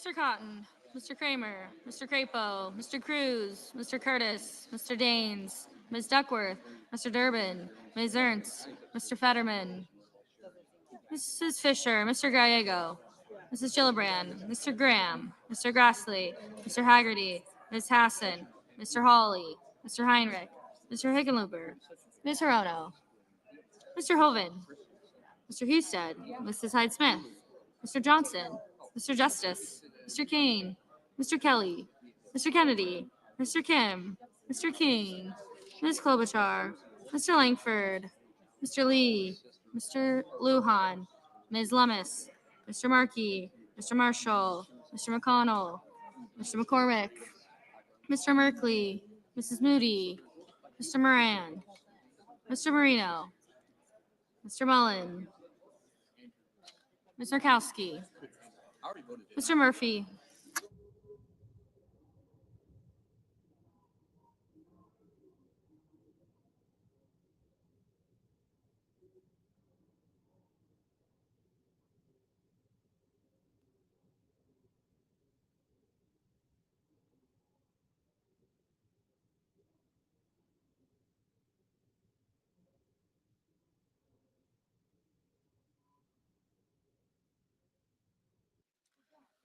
Mr. Murphy, Mrs. Murray, Mr. Ossoff, Mr. Padilla, Mr. Paul, Mr. Peters, Mr. Reed, Mr. Ricketts, Mr. Risch.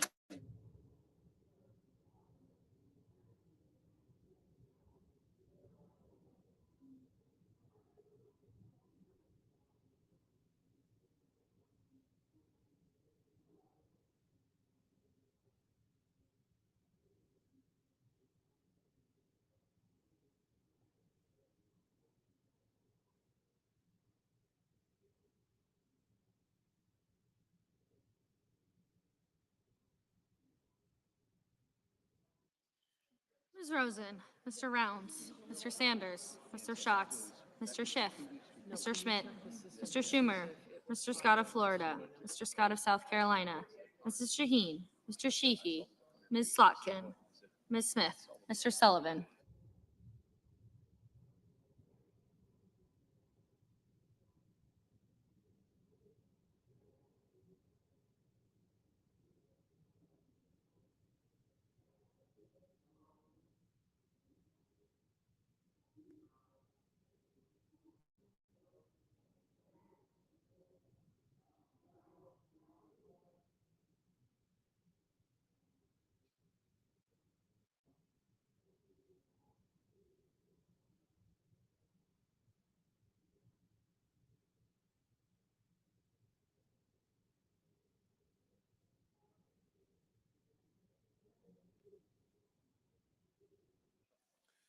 Mr. Sullivan, Mr. Thune, Mr. Tillis, Mr. Tuberville, Mr. Van Hollen, Mr. Warner, Mr. Warnock, Ms. Warren, Mr. Welch, Mr. Whitehouse, Mr. Wicker, Mr. Wyden, Mr. Young.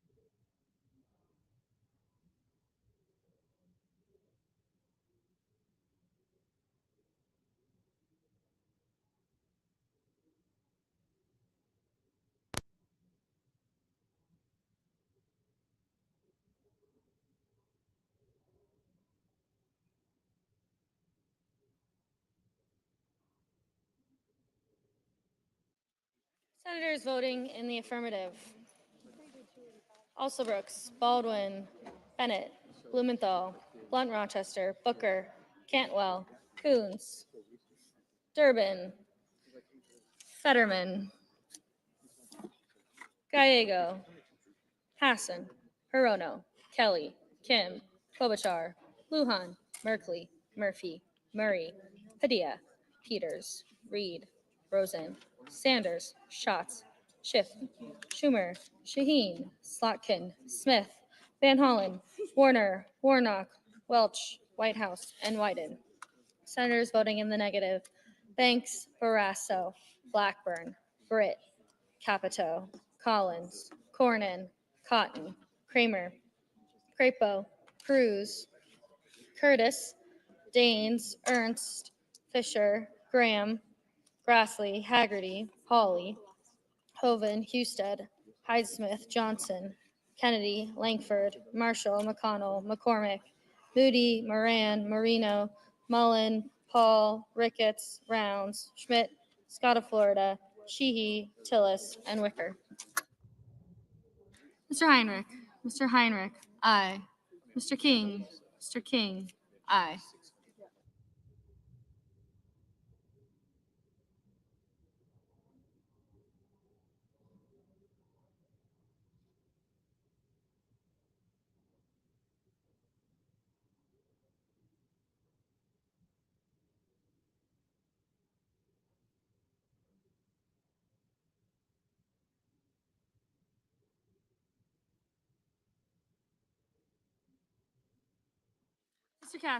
Mr. Cassidy, no. Mr. Tuberville, no.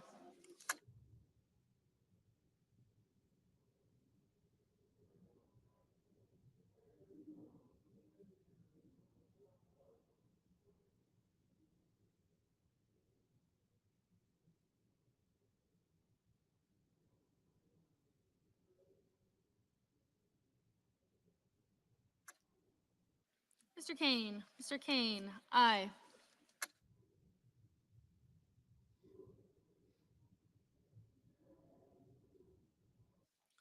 Mr. Ossoff, aye. Mr. Bozeman, no.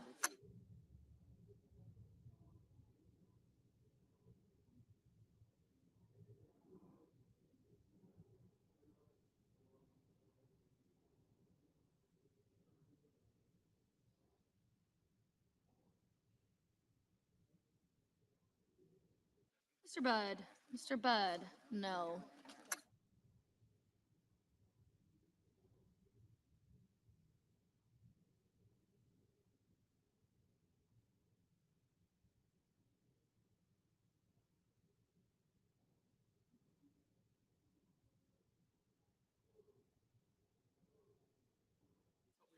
Mr. Scott. Mr. Scott of South Carolina, no. Ms. Duckworth. Ms. Duckworth, aye.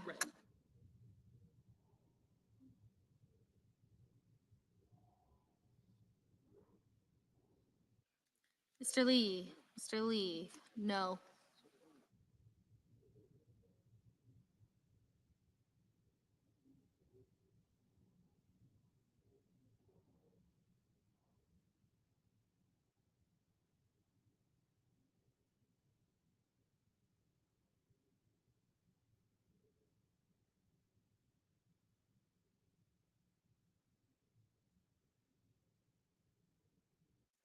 Mr. Justice. Mr. Justice, no.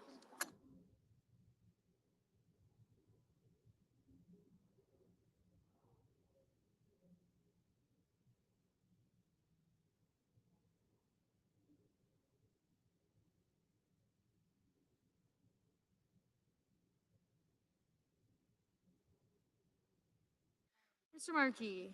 Mr. Markey, aye. Mr. Rish. Mr. Rish, no.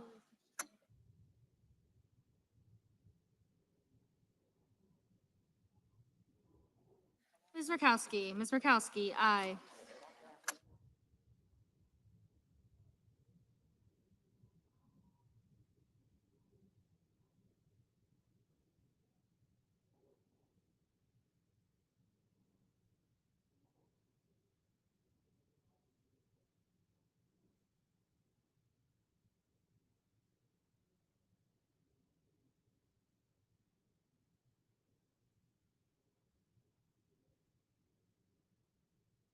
Mr. Young. Mr. Young, no.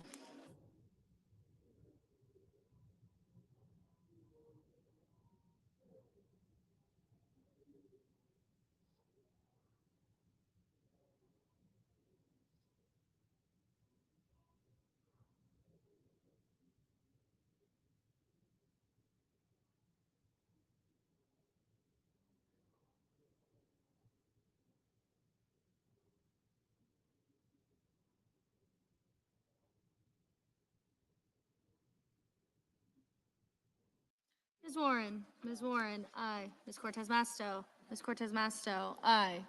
Mr. Hickenlooper. Mr. Hickenlooper, aye.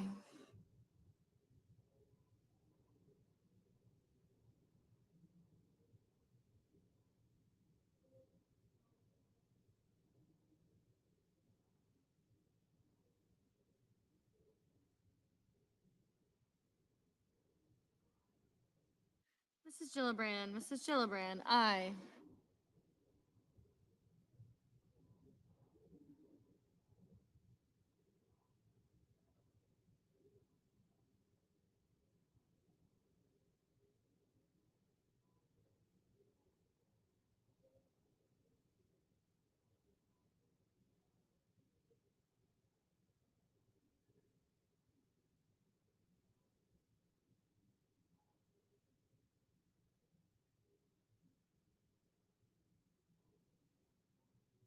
Mr. Thune. Mr. Thune, no.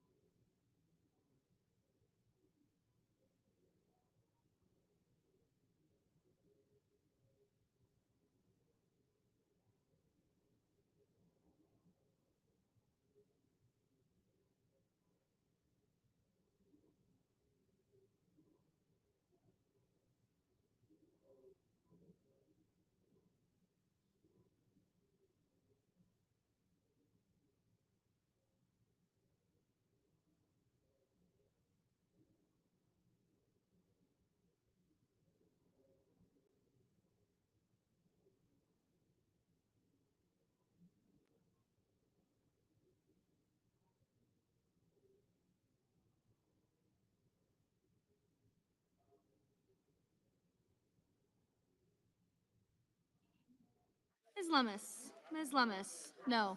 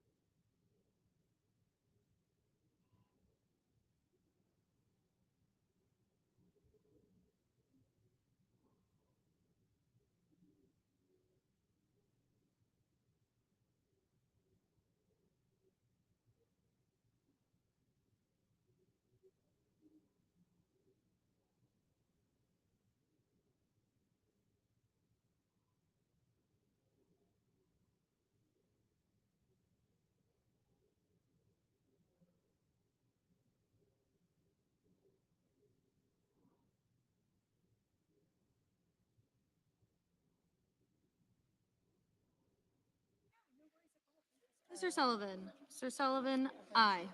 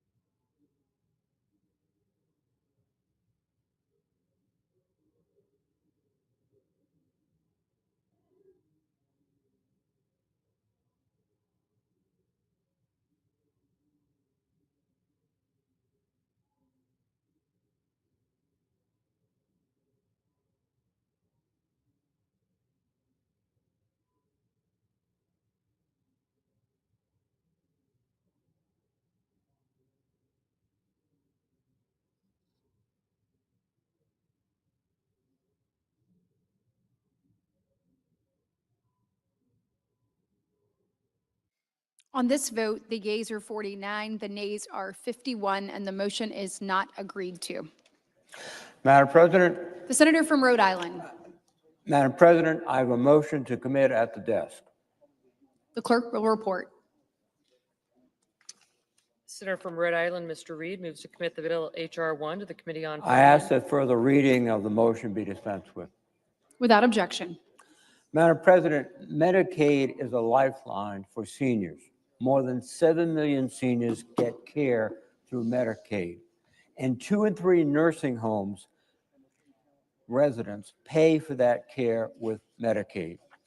The bill we are voting today takes away key revenue sources for states and nursing homes. Brown University School of Public Health has estimated that 579 nursing homes nationwide would be at risk of closing because of this bill. And even if nursing homes do not close, then they will have to reduce their beds. This motion would simply prevent any cuts in Medicaid that could lead to nursing home closures, something I believe we all can agree upon. And I would urge my colleagues to support this motion. Idaho. Madam President, Republicans are restoring integrity to the Medicaid program by closing loopholes and preventing states from exploiting Medicaid federal match rates. States' provider taxes for nursing homes and immediate care facilities are not phased down under this bill. Additionally, the bill repeals the harmful Biden administration's nursing home staffing rule that would have forced the closure of nursing homes and long-term care facilities. I urge my colleagues to vote against this amendment. Madam President, I ask Senator the from Rhode yeas and Island. nays. Is there a sufficient second? There appears to be. The clerk will call the roll. Ms. Alsobrooks, Ms. Baldwin, Mr. Banks, Mr. Barrasso, Mr. Bennett, Mrs. Blackburn, Mr. Blumenthal, Ms. Blunt Rochester, Mr. Booker, Mr. Bozeman, Mrs. Britt. No. No, no.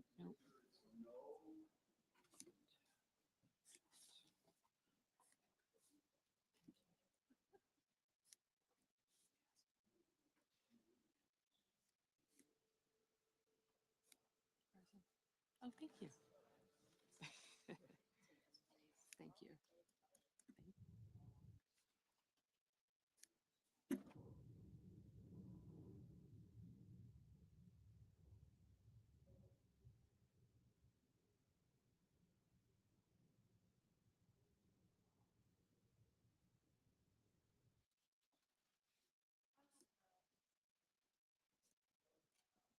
Mr. Budd, Ms. Cantwell,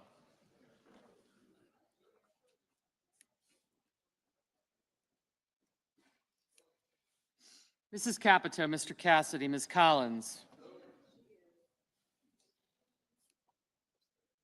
Mr. Coons. Thank you. Thank you. Mr. Cornyn, Ms. Cortez Masto, Mr. Cotton,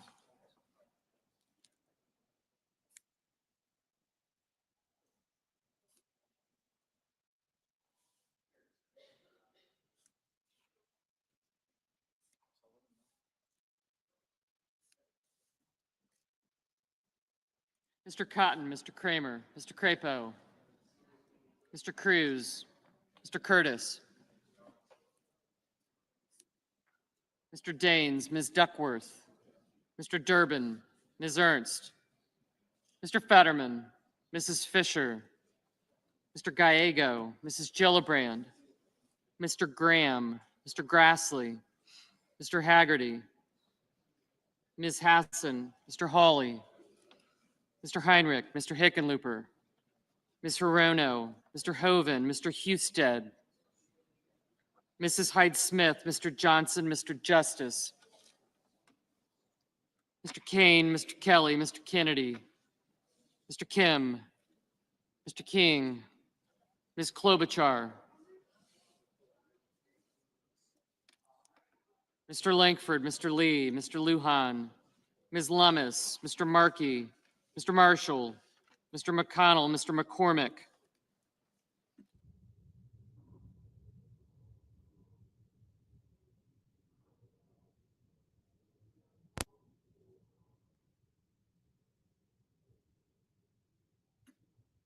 Mr. Merkley, Mrs. Moody, Mr. Moran, Mr. Marino, Mr. Mullen,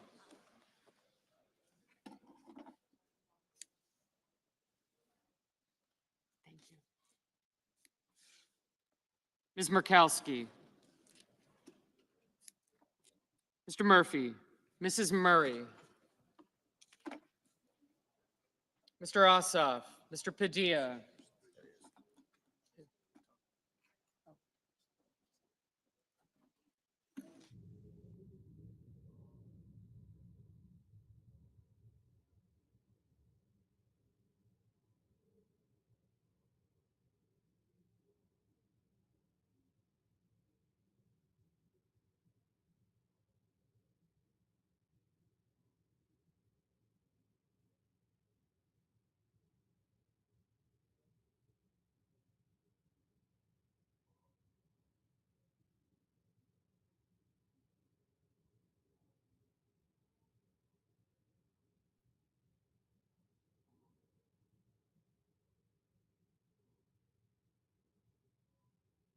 Mr. Murphy, Mrs. Murray, Mr. Ossoff, Mr. Padilla, Mr. Paul, Mr. Peters, Mr. Reed, Mr. Ricketts, Mr. Risch, Ms. Rosen, Mr. Rounds,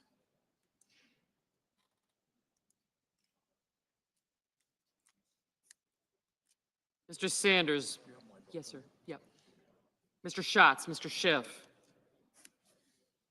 Mr. Schmidt, Mr. Schumer,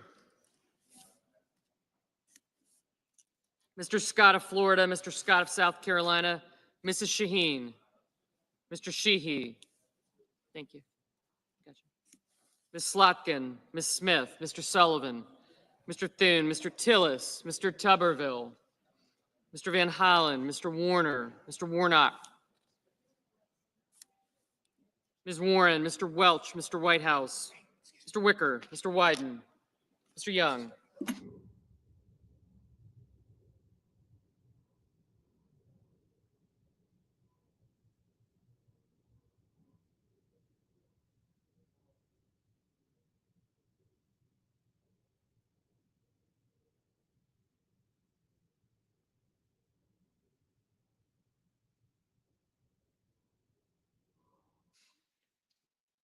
Senators voting in the affirmative.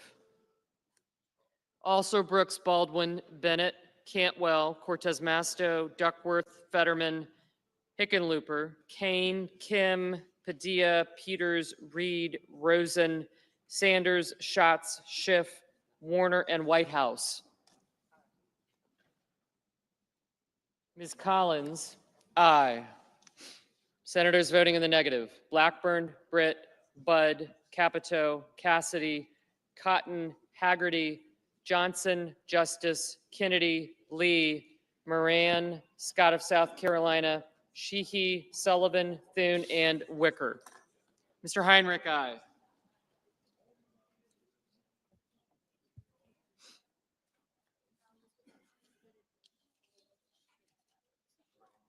Thank you. Mr. Grassley, no. Ms. Smith, aye. Mr. Merkley, aye.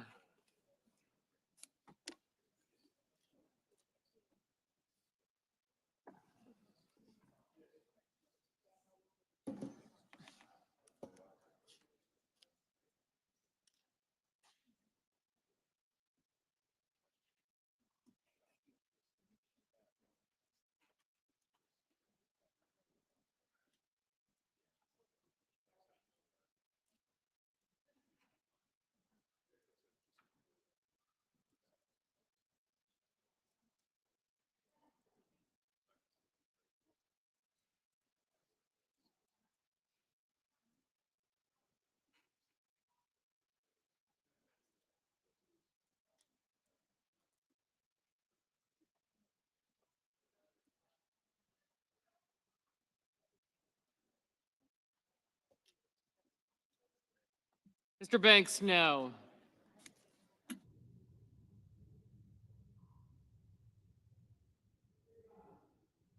Mr. Young, no. Mr. King, aye. Mr. Ossoff, aye. Mr. Gallego, aye. Thank you.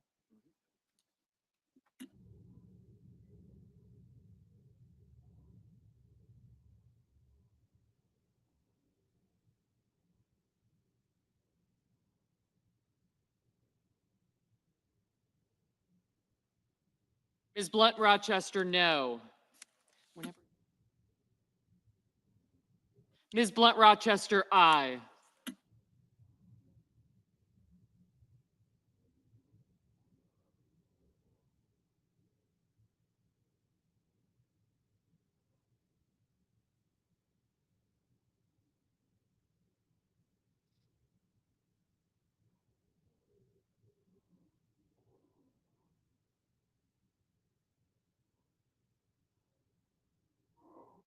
Ms. Hassan, aye.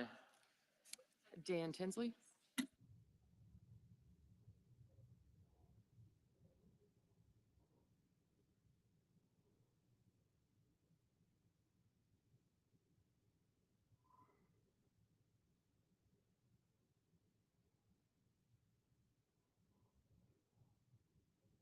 Mr. Bozeman, no.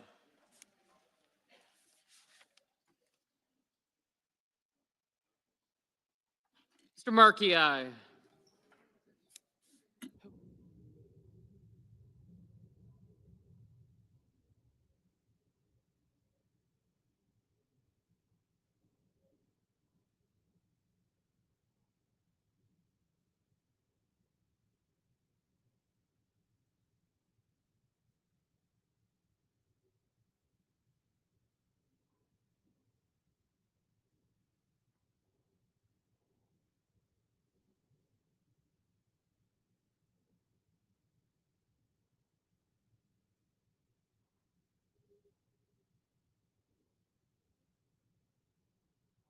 Mr. Wyden, aye. Mrs. Gillibrand, aye.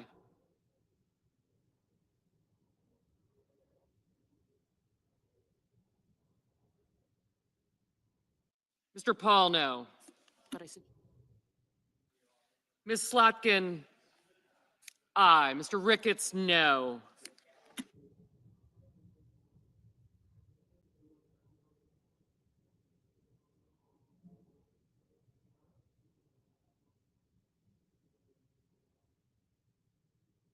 Mr. Durbin, aye. Mr. Hoven, no. Mr. Cornyn, no. Mrs. Moody, no.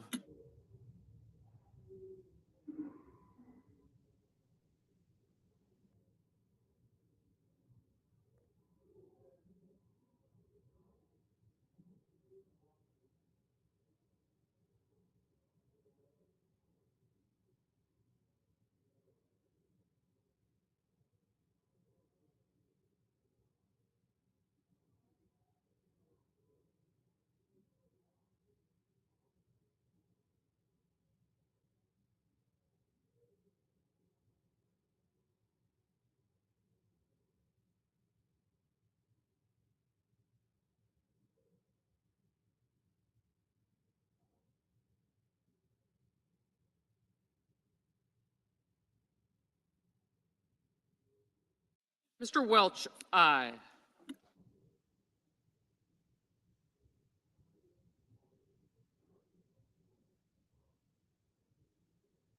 Mr. Marshall, no. Mr. Murphy, aye.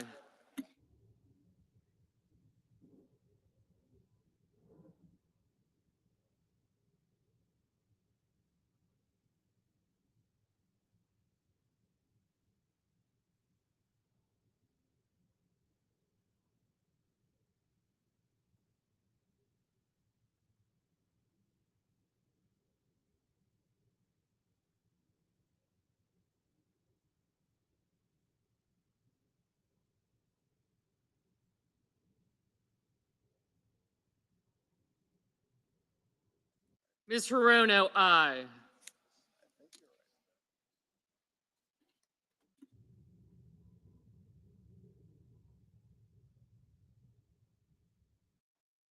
Mrs. Murray, aye.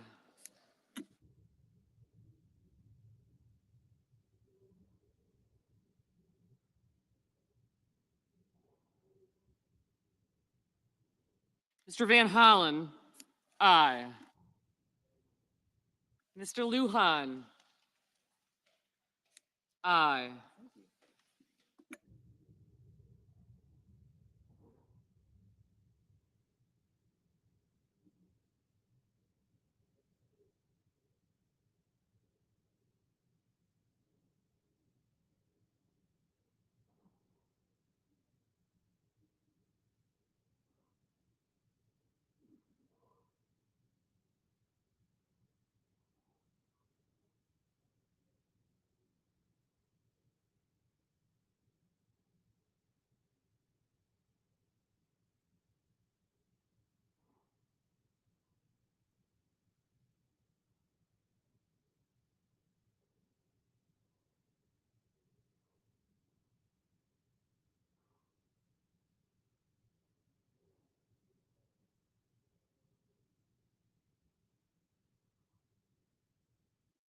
Mr. Husted, no.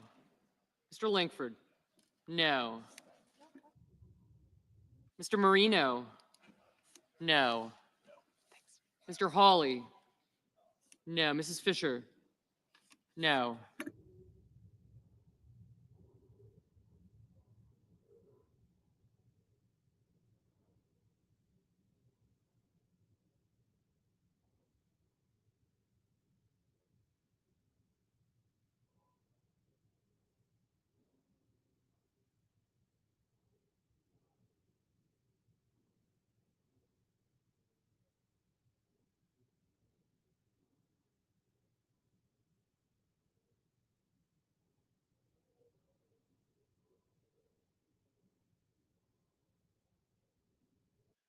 Mr. Schmidt, no.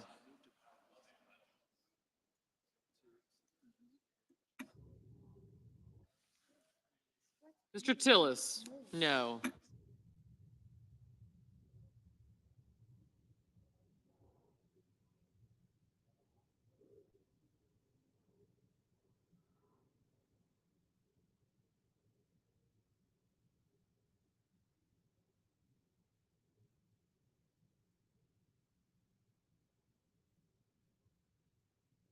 Mr. Blumenthal, aye.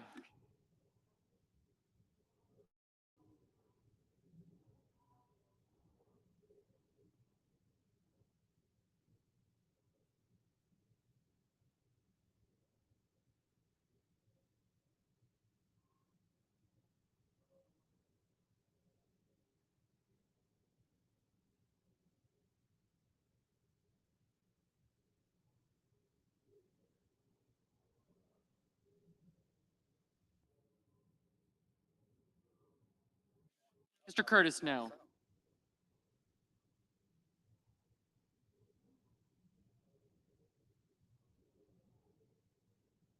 Ms. Murkowski, no.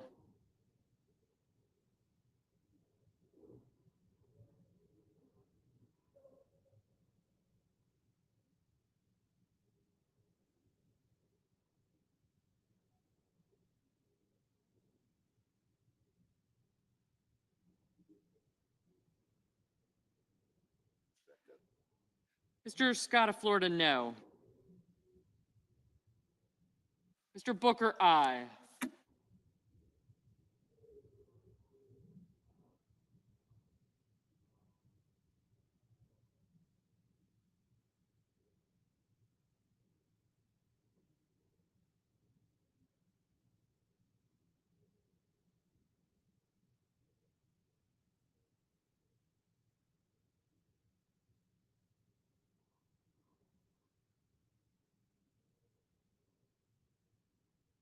Mr. Booker, no. Mr. Kelly, aye. Mr. Booker, aye. Mr. Cruz, no. Mr. Kelly, aye.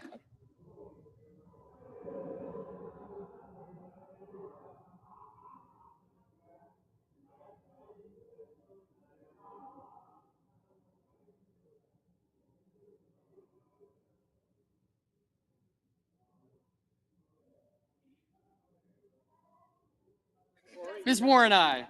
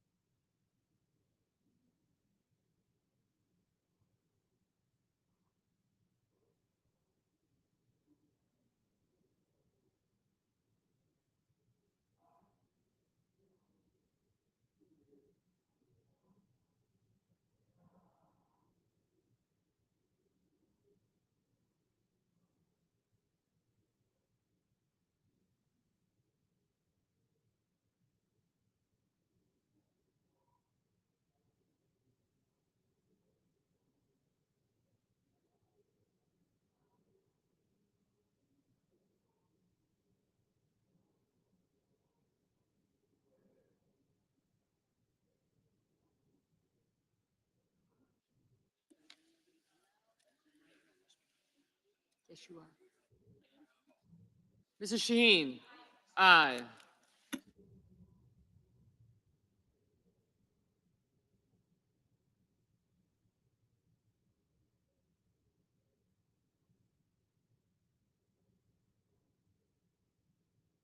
Mr. Mullen, no.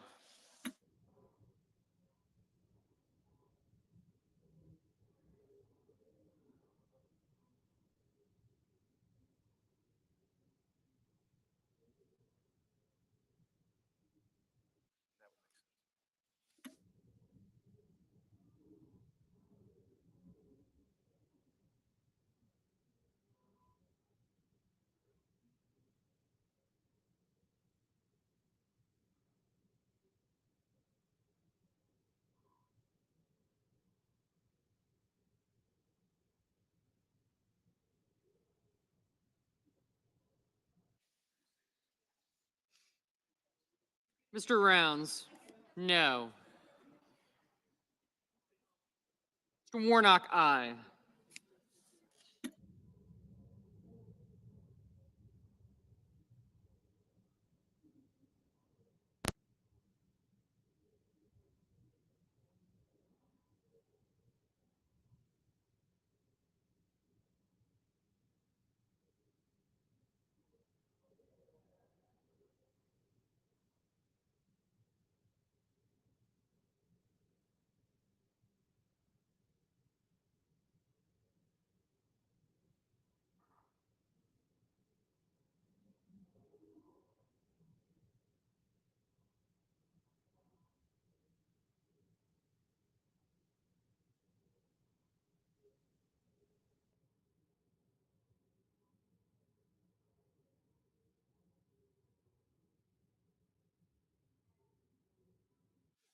Mrs. Hyde-Smith, no. Mr. McCormick? No.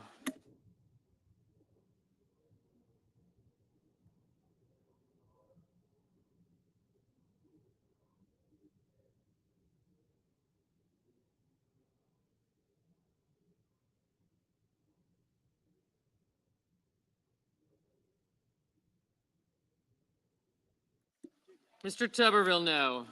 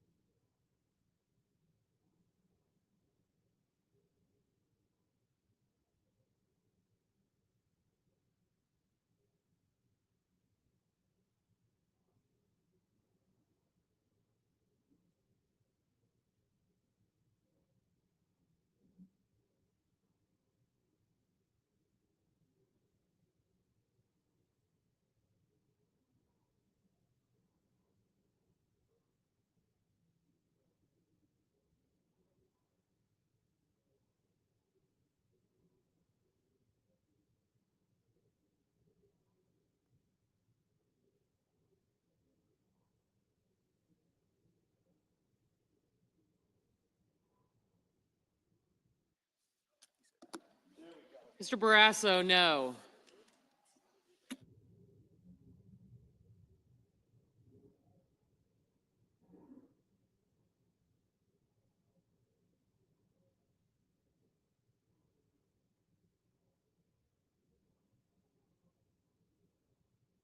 Ms. Klobuchar?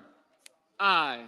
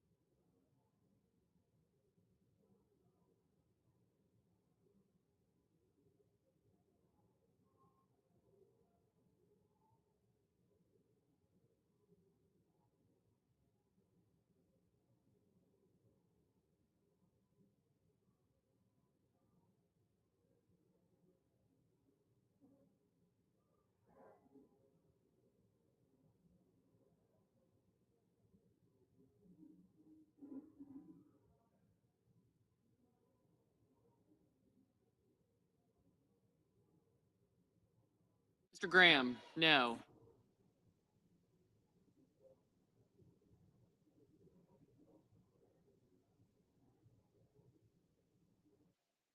Mr. Risch, no. Oh, absolutely.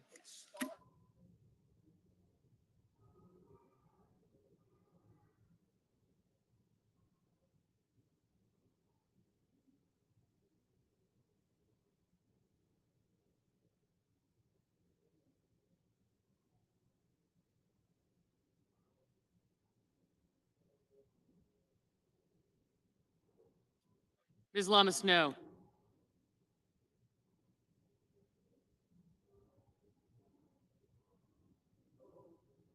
Mr. Coons, aye.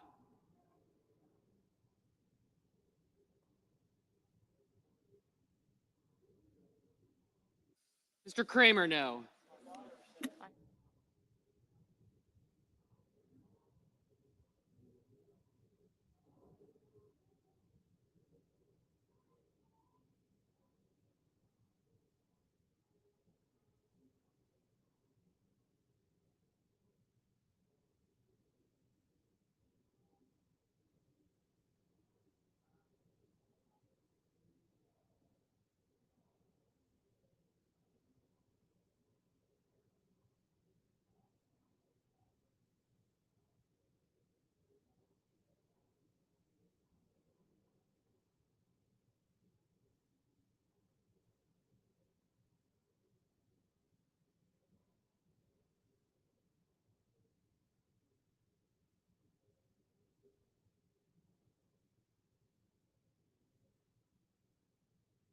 Mr. Schumer, aye.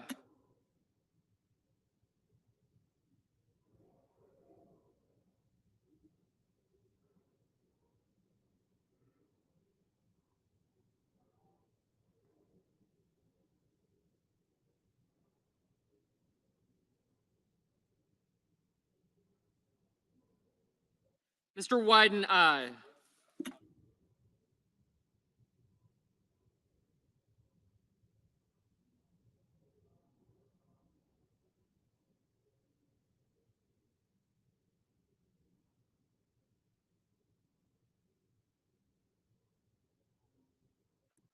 Ms. Ernst, no.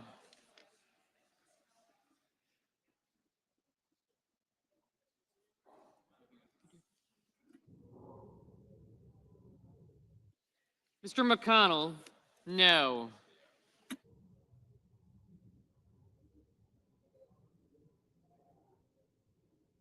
Mr. Crapo, no.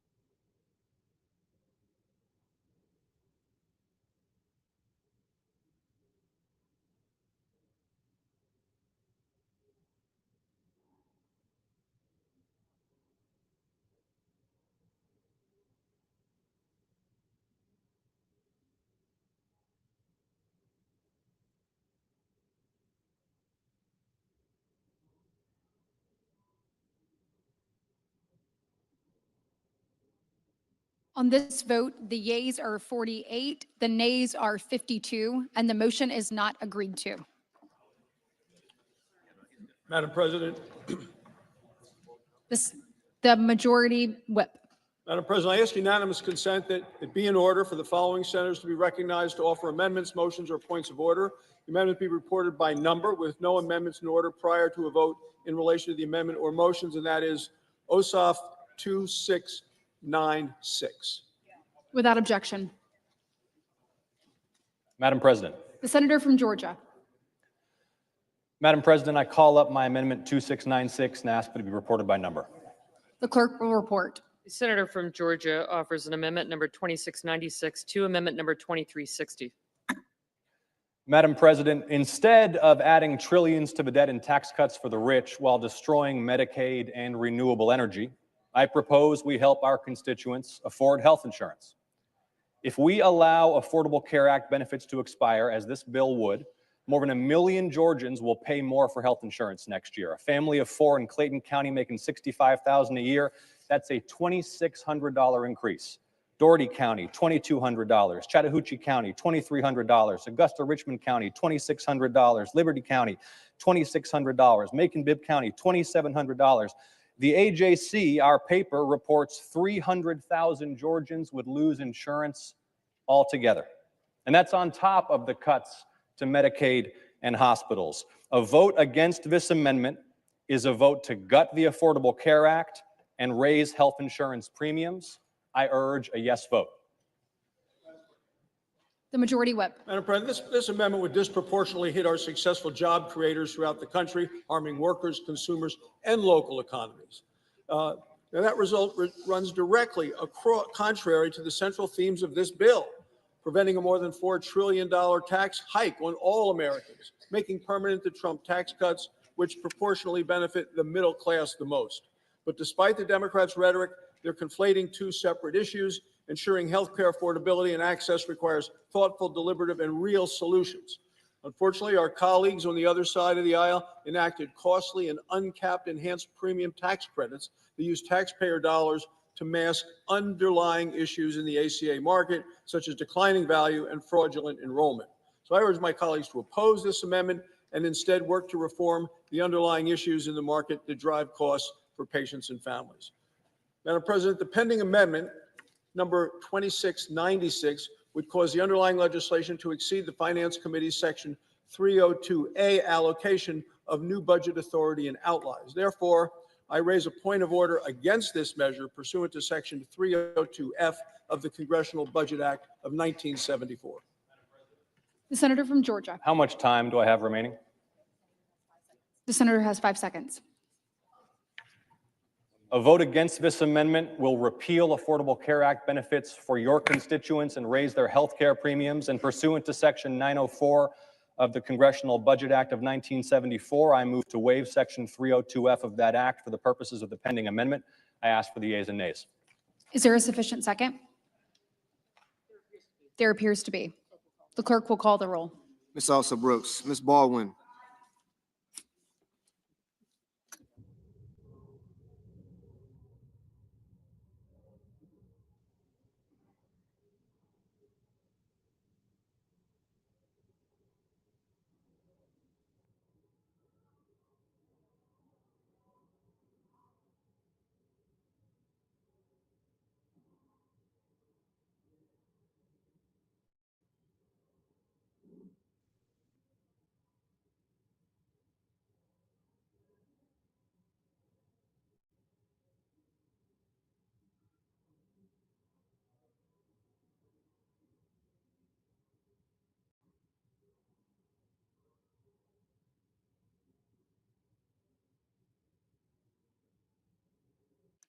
Mr. Banks,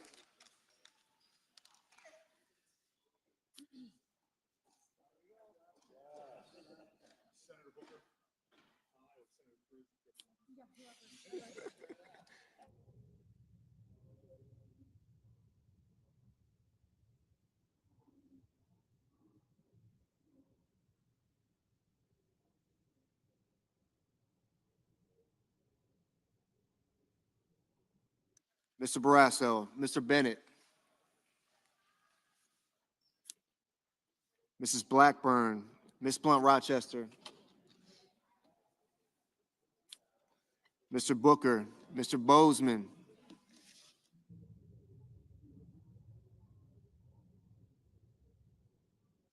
Mrs. Britt, Mr. Budd,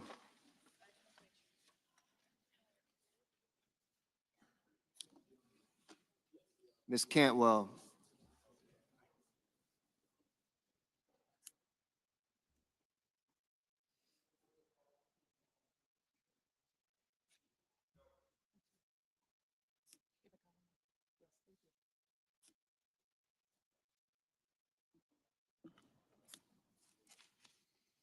Mrs. Capito, Mr. Cassidy, Ms. Collins, Mr. Coons, Mr. Cornyn, Ms. Cortez Masto, Mr. Cotton, Mr. Kramer, Mr. Crapo, Mr. Cruz, Mr. Curtis, Mr. Daines,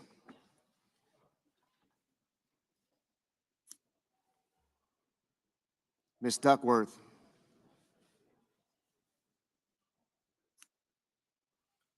Mr. Durbin,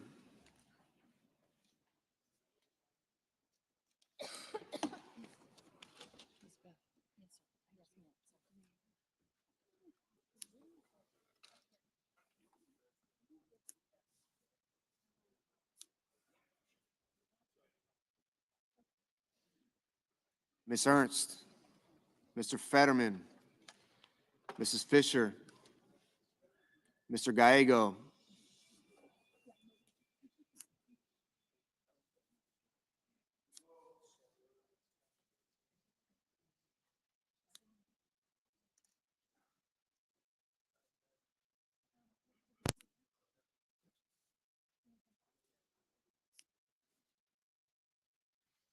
Mrs. Gillibrand, Mr. Graham, Mr. Grassley, Mr. Haggerty, Ms. Hassan, Mr. Hawley, Mr. Heinrich, Mr. Hickenlooper,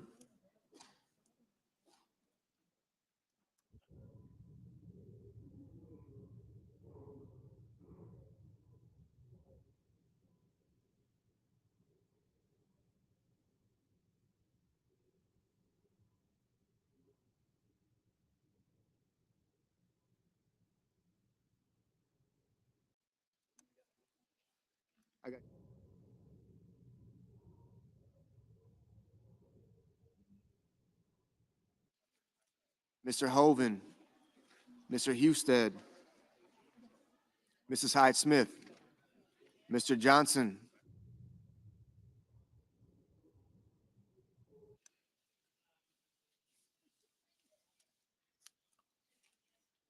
Mr. Justice,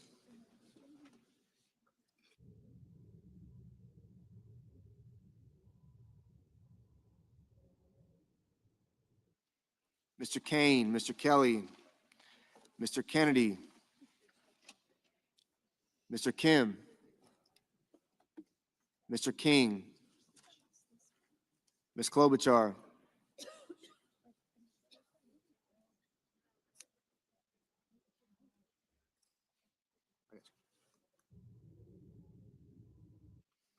Mr. Langford, Mr. Lee, Mr. Lujan,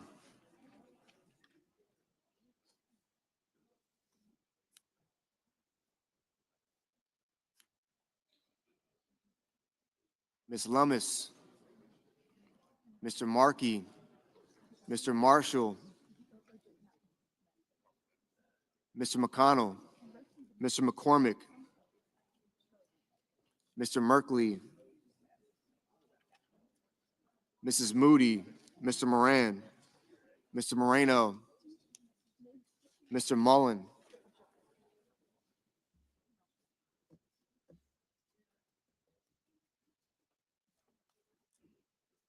Ms. Murkowski,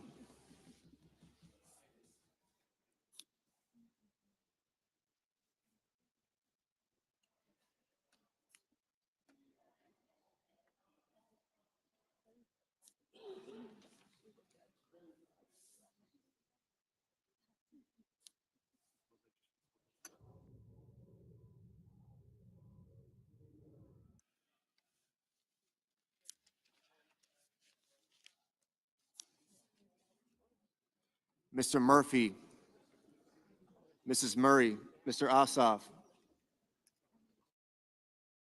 Mr. Padilla, Mr. Paul, Mr. Peters, Mr. Reed, Mr. Ricketts,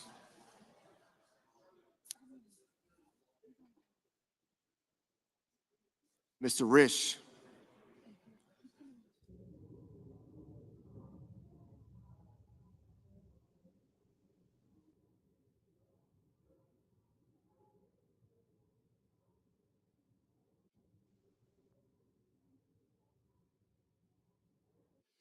Ms. Rosen, Mr. Rounds, Mr. Sanders,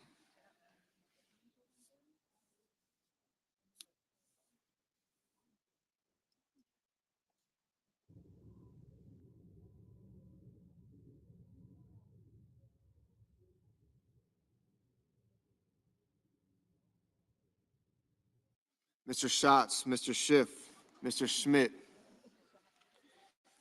Mr. Schumer, Mr. Scott of Florida, Mr. Scott of South Carolina, Mrs. Shaheen, Mr. Sheehy, Ms. Slotkin, Ms. Smith, Mr. Sullivan, Mr. Thune, Mr. Tillis, Mr. Tuberville, Mr. Van Hollen,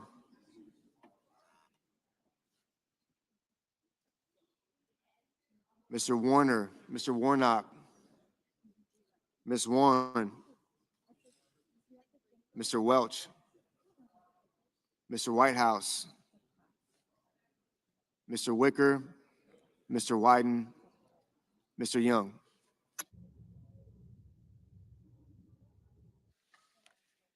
Senators voting in the affirmative: Also Brooks, Baldwin, Blumenthal, Blunt Rochester, Booker, Cantwell, Cortez Masto, Duckworth, Heinrich, Kane, Kelly, Kim, King, Lujan, Markey, Merkley, Murray, Ossoff, Padilla, Peters, Rosen, Sanders, Schatz, Schumer, Shaheen, Slotkin, Warren, Welch, Whitehouse, Wyden. Ms. Hassan, aye. Mrs. Gillibrand, aye. Ms. Hirono, aye. Mr. Murphy, aye. Senators voting in the negative: Banks, Barrasso, Blackburn, Britt, Budd, Capito, Cassidy, Collins, Cornyn, Kramer, Crapo, Cruz, Daines, Ernst, Fisher, Graham, Grassley, Hoven, Husted, Hyde-Smith, Johnson, Langford, Marshall, McConnell, Moody, Moran, Mullen, Paul, Ricketts, Risch, Rounds, Schmidt, Scott of Florida, Sullivan, Thune, Tuberville, and Wicker. Mr. Kennedy, no. Mr. Hickenlooper, aye. Mr. Sheehy, no. Ms. Alsobrooks, aye.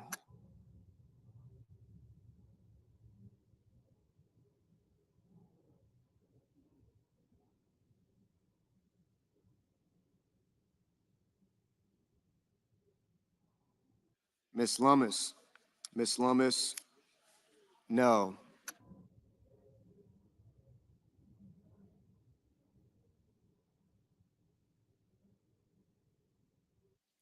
Mr. Gallego, aye. Mr. Cotton, no. Mr. Schiff, aye.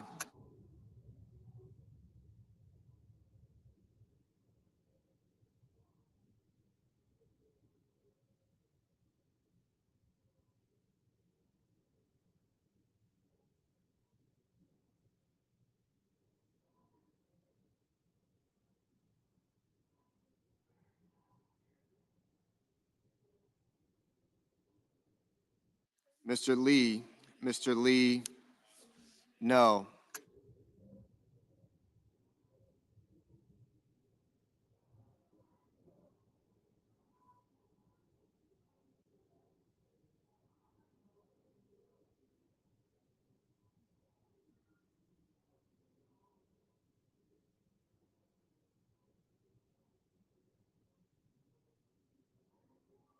Ms. Smith.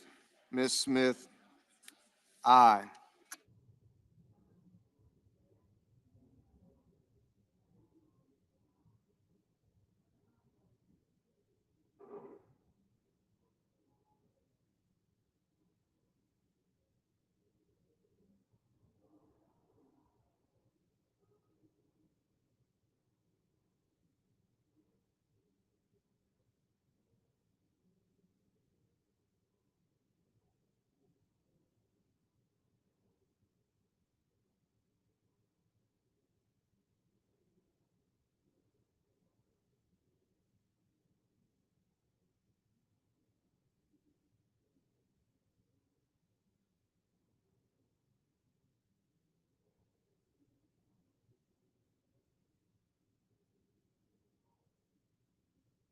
Mr. Tillis, Mr. Tillis, no. Mr. Warnock, Mr. Warnock, aye. Ms. Klobuchar, aye. Mr. Reed, aye. Mr. Warner, aye. Mr. Curtis, no.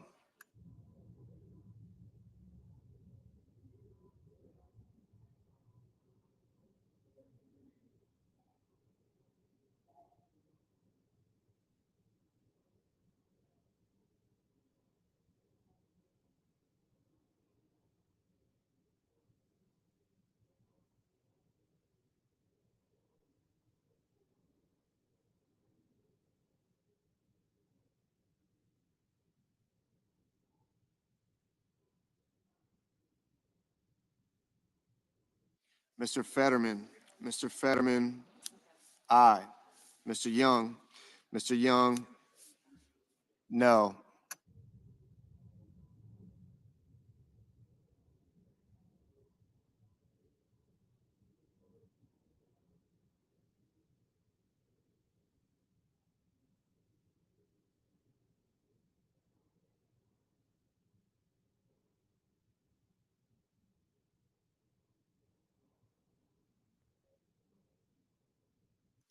Mr.